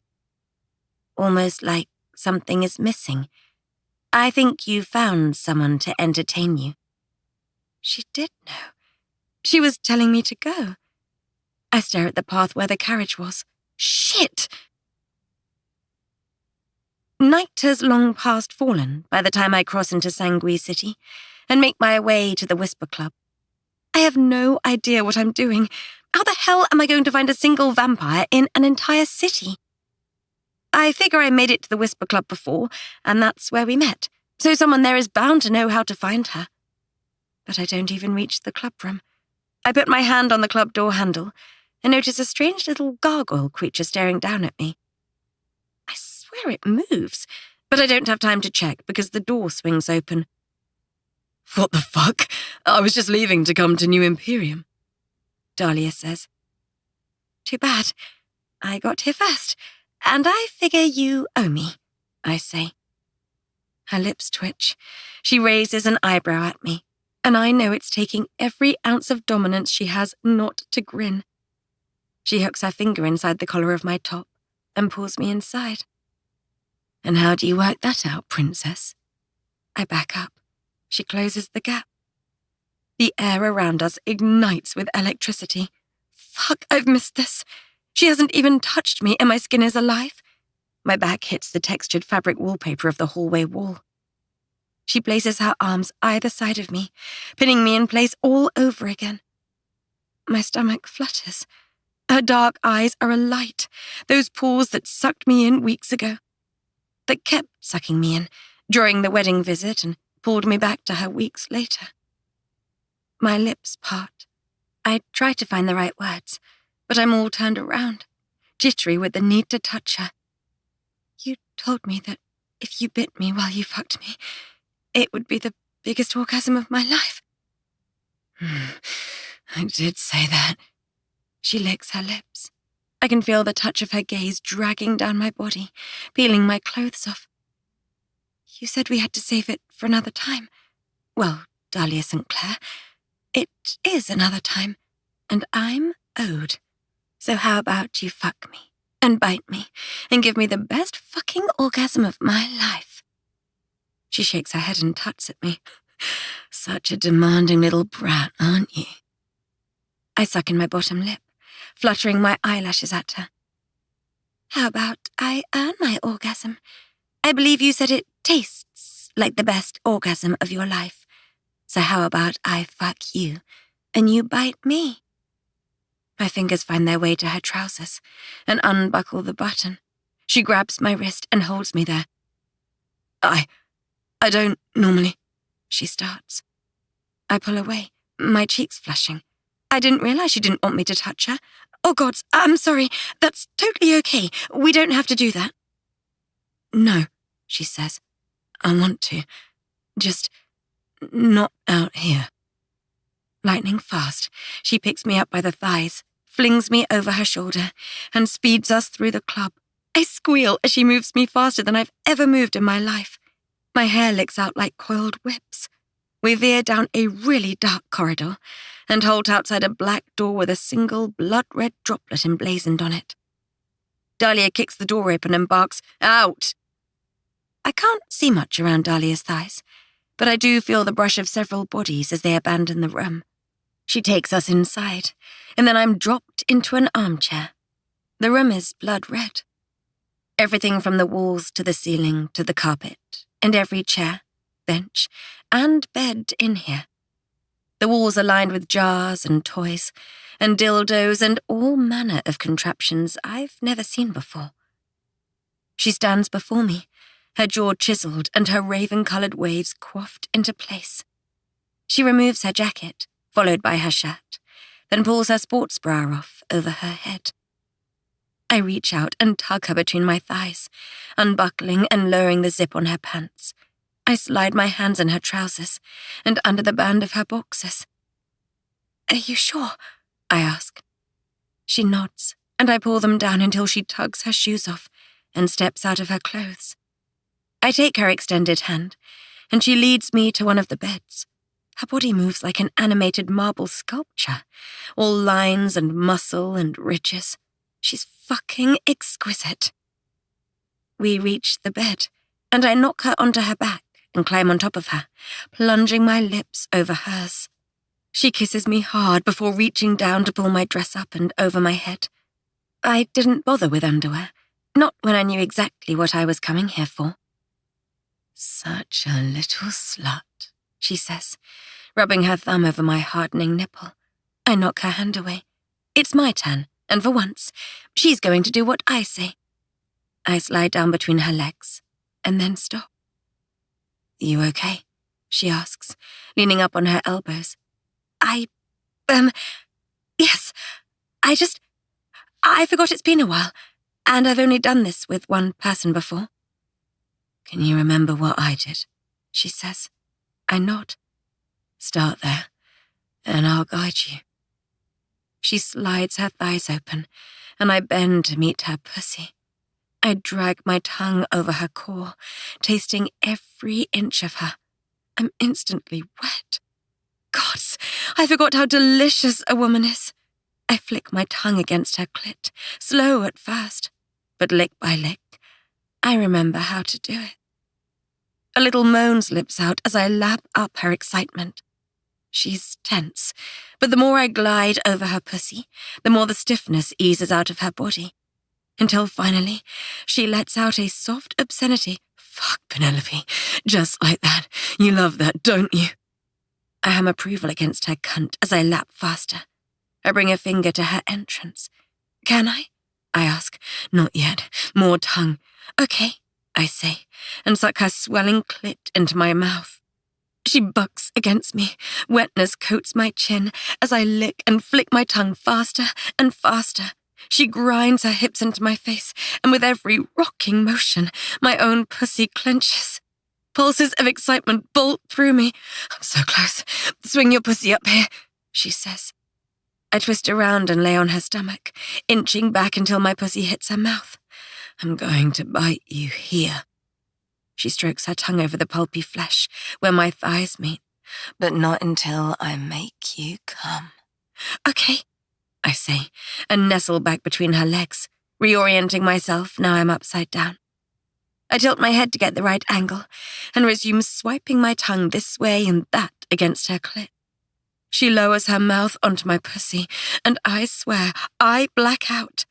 Having the taste of her on my tongue while she fucks me simultaneously is almost too much. Pleasure washes over me. Every inch of my skin pulses with molten electricity. She slides a finger inside me, and I gasp, not expecting her to be able to do it from that angle. I can't cope. My pussy tightens. I move faster and faster, desperate to make her fall apart the way my soul is melting for her. Dahlia! I cry out. She moans as I dig my nails into her thighs and drag my tongue as far down her cunt as I can reach. She groans at my touch. My pussy tightens. I'm right on the edge. I swear she's holding me there on purpose. Finger, she says. Use your finger. I hook my arm around her leg and slide a single finger inside her. She's tight and wet, and the feel of being inside her sends my body reeling. Oh God, I'm going to... I cry out as she slides her finger in and out of me faster, her tongue ravishing my clit. Ready? She says. Yes, do it, bite me. There's a press of cold as her fangs brush against my thigh, a sting, and then fuck! My world explodes. She slides her finger in and out to the same rhythm that she drinks me down. My eyes slam shut. My tongue flicks against her pussy once more. She bucks, groans, and then her pussy clamps around my finger, and she comes with me. Colour drenches my vision. My body tightens. Electricity shoots into every corner of my body. The orgasm hits my face, my mind. It fucking runs into my toes. I am light. I am darkness. I float in space, drifting on waves of gold and throbbing pleasure. The taste of her drenches my tongue. Every one of my senses is alive. I smell summer and winter and 1,000 solstice nights, ocean waves and blood moon skies. It is endless. I feel only pleasure for hours and weeks and years. Our bodies move together as she drinks and fucks and comes. Our orgasm stretches on and on until I am screaming and breathless and a boneless mess. Finally, she releases me, licking at my thigh until it stings, and, I assume, heals over. She pulls me around until we're lying face to face. Well, she says, yeah, you were right. It was absolutely the best orgasm of my life. She smiles, smug, her dark eyes glimmering in the rouge light of the room. Told you. I lean in and kiss her, the taste of me mixing with the flavour of her as I slide my tongue into her mouth. We stay like that, caressing, kissing, her occasionally taking another drink, until the thing hovering between us swells and bloats into an ugly creature. We should talk, I say. Dahlia strokes my shoulder in slow, gentle circles. We should. When you walked away, I hated it. I've spent the last 2 weeks miserable. Me too, she says, and I really was on the way to find you, but I don't have any more answers than I did at the end of the wedding. How do we make this work? You're a princess. She gestures at herself. I wipe a smear of my blood off her lip. I think that if we both want this, then we can find a way to make it work, even if that means long distance temporarily, until we can figure out how I can move here. She nods. I'd like that. Besides, you're mine now. That makes her eyes flash. Oh no, you are sorely mistaken, princess. The only one owning anything in this relationship is me. She spins me onto my front and straddles my thighs, her hands hovering above my ass. Dahlia! I shriek. Penelope. She growls out my name as a warning. Say, you're mine. You just said this is a relationship. I might not be the greatest magician, but that math says you're mine too. I grin. She brings her hand down on my ass. Smack. My brat, she snarls. My vampire, I yell back. She smacks my other cheek, and then she releases me, sighing. Your vampire, she says, and holds out her hand to let me up. I beam at her as she finally admits defeat. She is mine.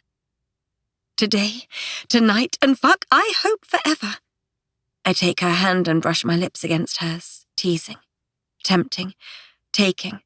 I know I'll be punished for this later, but it is so worth it. I can't help the grin as I smile into her kiss and whisper against her lips, "Your princess." Sterling. The night of the wedding. We've been married for hours, but not yet a full day. I've been waiting for a moment alone with my wife for what feels like a vampiric lifetime. We were pulled from pillar to post all day, meeting guests, speeches, the dancing, and then after the attack, it was all security debriefings and counselors in uproar until everyone who wasn't rational had been compelled to forget. It's finally past midnight. The throne room has been cleared up, the guests sent home, and Daria has calmed her tits about security. At last, it's just me and my wife. Gods, it feels good to say that. We draw to a stop outside the throne room. I sling an arm around Morrigan's waist and grin at her. The last time I found you here at this time of night, I remember a rather indecent evening. She says, her words silky smooth. I seem to remember you worshipping your queen as you rightly should have. Ah, yes. I think I negotiated a rather wonderful reward from what I can remember. Her smile is playful and sexy as she pushes me against the throne room door, pinning me in place. She runs her hand through my hair, pausing at the back of my head and pulls me to her mouth. Her lips cover mine, smothering me in kisses. Deep, wanton and needy, her tongue slides over mine. She tastes like love and light, like all the stars in the universe and a little like forever. Gods, I'm so in love with you, I whisper as she pulls her mouth off mine. Her hand reaches behind me and unlocks the door. The throne room is so much quieter now it's empty, shrunk back to its normal size too. Sat on the dais are 3 lonely chairs, 3 thrones. There's 3? I ask as Morrigan shuts and locks the door behind us. Of course, Morrigan says and slips her fingers through mine, guiding me towards the new throne. Whose is it? But I already know the answer. She leads me across the room and up the dais staircase that only a few hours ago we walked up single and down married. Once we're on the platform, Morrigan raises our joined hands and kisses mine. You're a royal now, Lady Grey. Well, I guess? Albeit only through marriage, but I suppose it counts. We were banished for so long, stripped of our magic for so many years, that I'd rather stopped thinking of myself as a lady and instead saw us as one of the people. I stare at the throne. This new one is different to the other 2. Morrigan's and Calandra's are golden and jeweled in rubies, gems, crystals, and ornate, intricate, swirling filigree. This chair is... my gods. I whisper as I really take it in. It's made of the same golden stone as the other two, but instead of gems and crystals, a blue color sweeps the back, licking up and curling into waves brushed with a white marble-like stone. It's as if the throne is made of a wave lifted from the ocean. Carved into the back of the chair is a rather familiar sailing boat. Oh, I say as I peer closer. The boat isn't just a boat. It's my boat. My eyes sting instantly. It's stunning. Blue sapphires kiss the hull of the boat and disappear into darker coloured navy gems. I'm silent for so long that Morrigan slides her hand into mine. Her voice cracks, a tremble lining her words. Is it okay? She asks. It's the most beautiful thing I've ever seen. I fall to my knees, just like I did last time, ever ready to worship my queen on my new throne. But Morrigan shakes her head. Not this time. Tonight is all about you. Oh, I say again, incapable of much else. Seems I've been incapable of many words today, my eyes too obsessed with the sight of my new wife. Strip styling, Morrigan says, suddenly serious. I tilt my head at her bossy tone, thoroughly enjoying the fact she's taking charge. I raise an eyebrow, wondering what she'll do if I disobey. Don't test me, she says as if in answer. My lips purse into a cheeky grin as I unbuckle my trousers. I turn around, showing her my back.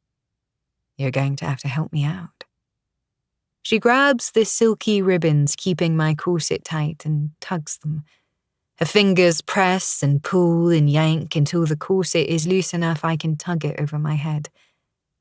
I'm topless, because who needs a bra in a corset? Morrigan's fingers trail down my back, making goosebumps rise over my flesh. Undo me, she demands. Gods, I love it when she embraces her authority. I do exactly as she requests. My hands glide over her corseted waist as I pull the silk ribbons, keeping her locked inside her dress. Who tied you in here? I whine. It's fucking impossible to get her out. Morrigan pulls a knife out of her waistband. I figured you'd struggle, she says and hands me the blade. You were just carrying that. Well, after this evening, do you really blame me? I guess not. Does it matter if I shred it? Not if it means getting me out of this fucking thing. It weighs a ton. She wriggles in the dress, which is more like a sculpture than an outfit. I tuck the blade between her back in the ribbons and slice. Morrigan lets out a relieved huff as the corseted top of her dress pings wide open. She wriggles and stretches, revealing the mottled impressions of corset bones pressed into her tattooed skin. She steps out of the dress and hurls it out of the way, leaving her in black lace underwear. I swallow hard. My mouth waters almost as much as my pussy. Morrigan's fingers caress my skin, her tips padding over my chest and flicking over my nipples. Do you remember what happened last time we were here? She says. I inhale in anticipation as I recall that night. You were sat on the throne. I was at your feet and I worshipped my queen. She nods. Underwear. Now. I dutifully obey, slipping my undies off and glancing back at the throne room door as if staring from this distance will confirm it's locked. Morrigan swings me around and shoves me. The backs of my knees hit my new throne and I drop into the seat. Magnificent, she says, and then my glorious queen kneels beneath me. Morrigan, I gasp. But she's too busy mauling her way up my calves, nipping and kissing in equal amounts. Her fingers dig into my thighs as she wraps them around my hamstrings and tugs me to the edge of the chair. "Spread," she demands. Her voice is commanding. It makes my body melt, my mind compliant. She raises herself onto her knees, pushing between my legs and leans up to kiss me. I reach around and drag my nails down her back. Her nipples and those silver bars react, tightening into peaks. As her tongue pushes into my mouth, my thumb brushes over her breasts. She moans into my mouth and slips her hand from my leg to my core, drawing 2 fingers down my center. I whimper. "My queen. My wife," she replies. Her fingers circle my clit over and over until my thighs burn, my own nipples tighten, and I am gasping against her kiss. "So wet for me," she says and places a single kiss against my lips. Her fingers push inside me. My head rolls back as I cry out her name. "Fuck, Morrigan." It's all I can say as she drives inside me over and over. Her free hand pushes me until I rest against the back of the chair. She nestles between my legs, her tongue finding my clit and drawing over my throbbing apex. "Oh gods," I pant. My hips buck against her mouth as I grind against her. I open my eyes and stare at the sight of my wife between my legs. Her eyes lock onto mine while her tongue laps at my pussy, her breasts rocking with the movement of her fingers inside me. It's enough to make me come undone. But Morrigan slows. She's clearly not done intending to prolong my pleasure. She licks hard and then soft, drawing her hot, wet mouth over my cunt until I'm bucking and screaming out, desperate for her to make me come. As my walls clench against her fingers, she stops thrusting. My eyes widen. I was right there. "What the?" I say, ready to whine. But she reaches beneath the throne and pulls out something that was taped to the underside of the seat. It's long and thick. "Oh," I say. "Oh, I see." She slots her legs into the straps, pulls the dildo into place and tugs me off the throne. She's careful to hold on to me as my legs shake from the pressure of an almost orgasm. She swaps places to sit on the chair and tugs me over her lap, positioning me right over the head of the dildo. "I think you need to break in your throne." She grins, grabs my thighs and presses me down onto her lap, spearing me with the cock. I moan as it thrusts up into me. Morrigan grips my hips and forces me to ride her. "Fuck," I whimper as I slide my ass up and down, up and down. She supports me with one hand, then slips her other hand between us to rub my clit. "I may have always been your queen, but now you are mine." Oh gods. I rock my hips against her lap, grinding harder and harder as her fingers move quicker. Her lips find my nipples licking and sucking until my body shivers with pleasure. "My queen," she breathes against my breasts. She flicks her fingers against my pussy, driving me closer, my body vibrating higher and higher. I'm panting. A line of sweat trickles down my spine as my thighs burn against the rhythm of riding her. "Come for me, Sterling," she says, and sucks my nipple into her mouth, grazing her teeth over my peaked flesh. At her words, I spill over the edge. My eyes roll shut and my body breaks apart. I cry out her name as my pussy clenches around the dildo. I rock once, twice, 3 times more before collapsing onto her. We stay twined together, kissing and adoring each other until the dawn birds sing outside the palace windows. I make Morrigan fall apart with my tongue, and she pins me to the dais floor, riding my face the same way I rode her lap. She fucks me against the stairs, then on the floor. I worship her on her own throne, repeating the actions of that night all those months ago. Over and over we make each other come, each time whispering secrets and confessions, adorations and soft words of worship. It is everything a wedding night should be, and so much more.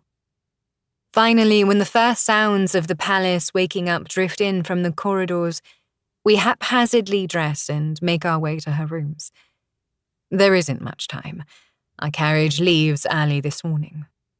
We have 2 weeks of meet and greets and royal events around the city before we can honeymoon. Calandra has us on a relentless schedule before letting us swan off, as she puts it. The team waits for us in the palace foyer, Scarlet beaming with pride as she looks at me. Can't believe my younger sister made it down the aisle before I did. Yeah, neither can I, Quinn says, shoving her out of the way and pulling me into a hug. I hope you have the most amazing honeymoon. Where is it you're going again? Remy asks as Bella appears behind her. We've got 2 weeks of duties to do first. We'll head back here for a goodbye dinner, and then we'll start out in Nefari City before heading to the Fae Isles. Nefari? Bella's eyebrows nearly climb off her forehead. You know it? I ask. Yeah, sort of.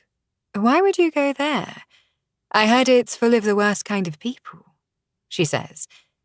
I nod. But the worst kind of people make the best kind of magic. I've got a very old, very powerful grimoire to negotiate for. It's my wedding present. You can't call it a wedding present if you haven't actually got it, Quinn says, her face scrunched. Have you ever known me to lose a negotiation? I fold my arms and stare at her. She opens her mouth but doesn't find anything to say. I thought not. Remy puts her fist out for me to bump. Be good, kids, she says in the most un-Remy-like slang. Maybe Bella banged some of the stuffy professor out of her.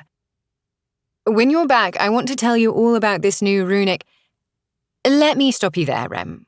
Why don't you tell Bella, Remy eye rolls at me. One of these days, you're going to need my skills. For now, I just need your friendship. She smiles at me and pulls me in for a proper hug. Morrigan and I give each of the girls a hug in turn and then head out to the carriage.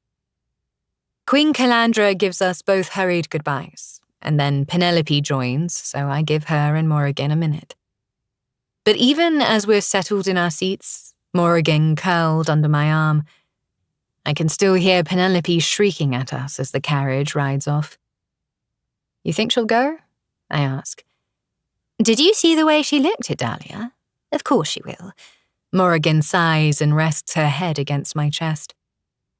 The real question is, can you get the grimoire? Bella is right, you know. That city isn't a great place. It's run by the mafia. Did you forget who you married? I'm just saying. And I'm just saying I can negotiate for anything. I won your heart, didn't I? She jabs me in the ribs. No more relationship deals, remember? You made your last one with me. I did. I nod in confirmation. Besides, I have something much better now. Oh? She sits up to look at me. I grin my most charming smile, the one reserved just for Morrigan. A promise. She frowns. A promise to love and be loved. Today, tomorrow, next week, next year. To love you until I'm nothing but ashes and sand. And when I say the last line, she says it with me. Until our souls find each other again, where blue meets blue. This has been a Podium audio production. If this audiobook fulfilled your fantasy, we would love for you to rate and review it. The audiobook might be over, but the heat isn't. Check us out at podiumentertainment.com and join our newsletter for your next love story. Also, don't forget to stalk us on Instagram, TikTok, and Facebook. We hate to see you go,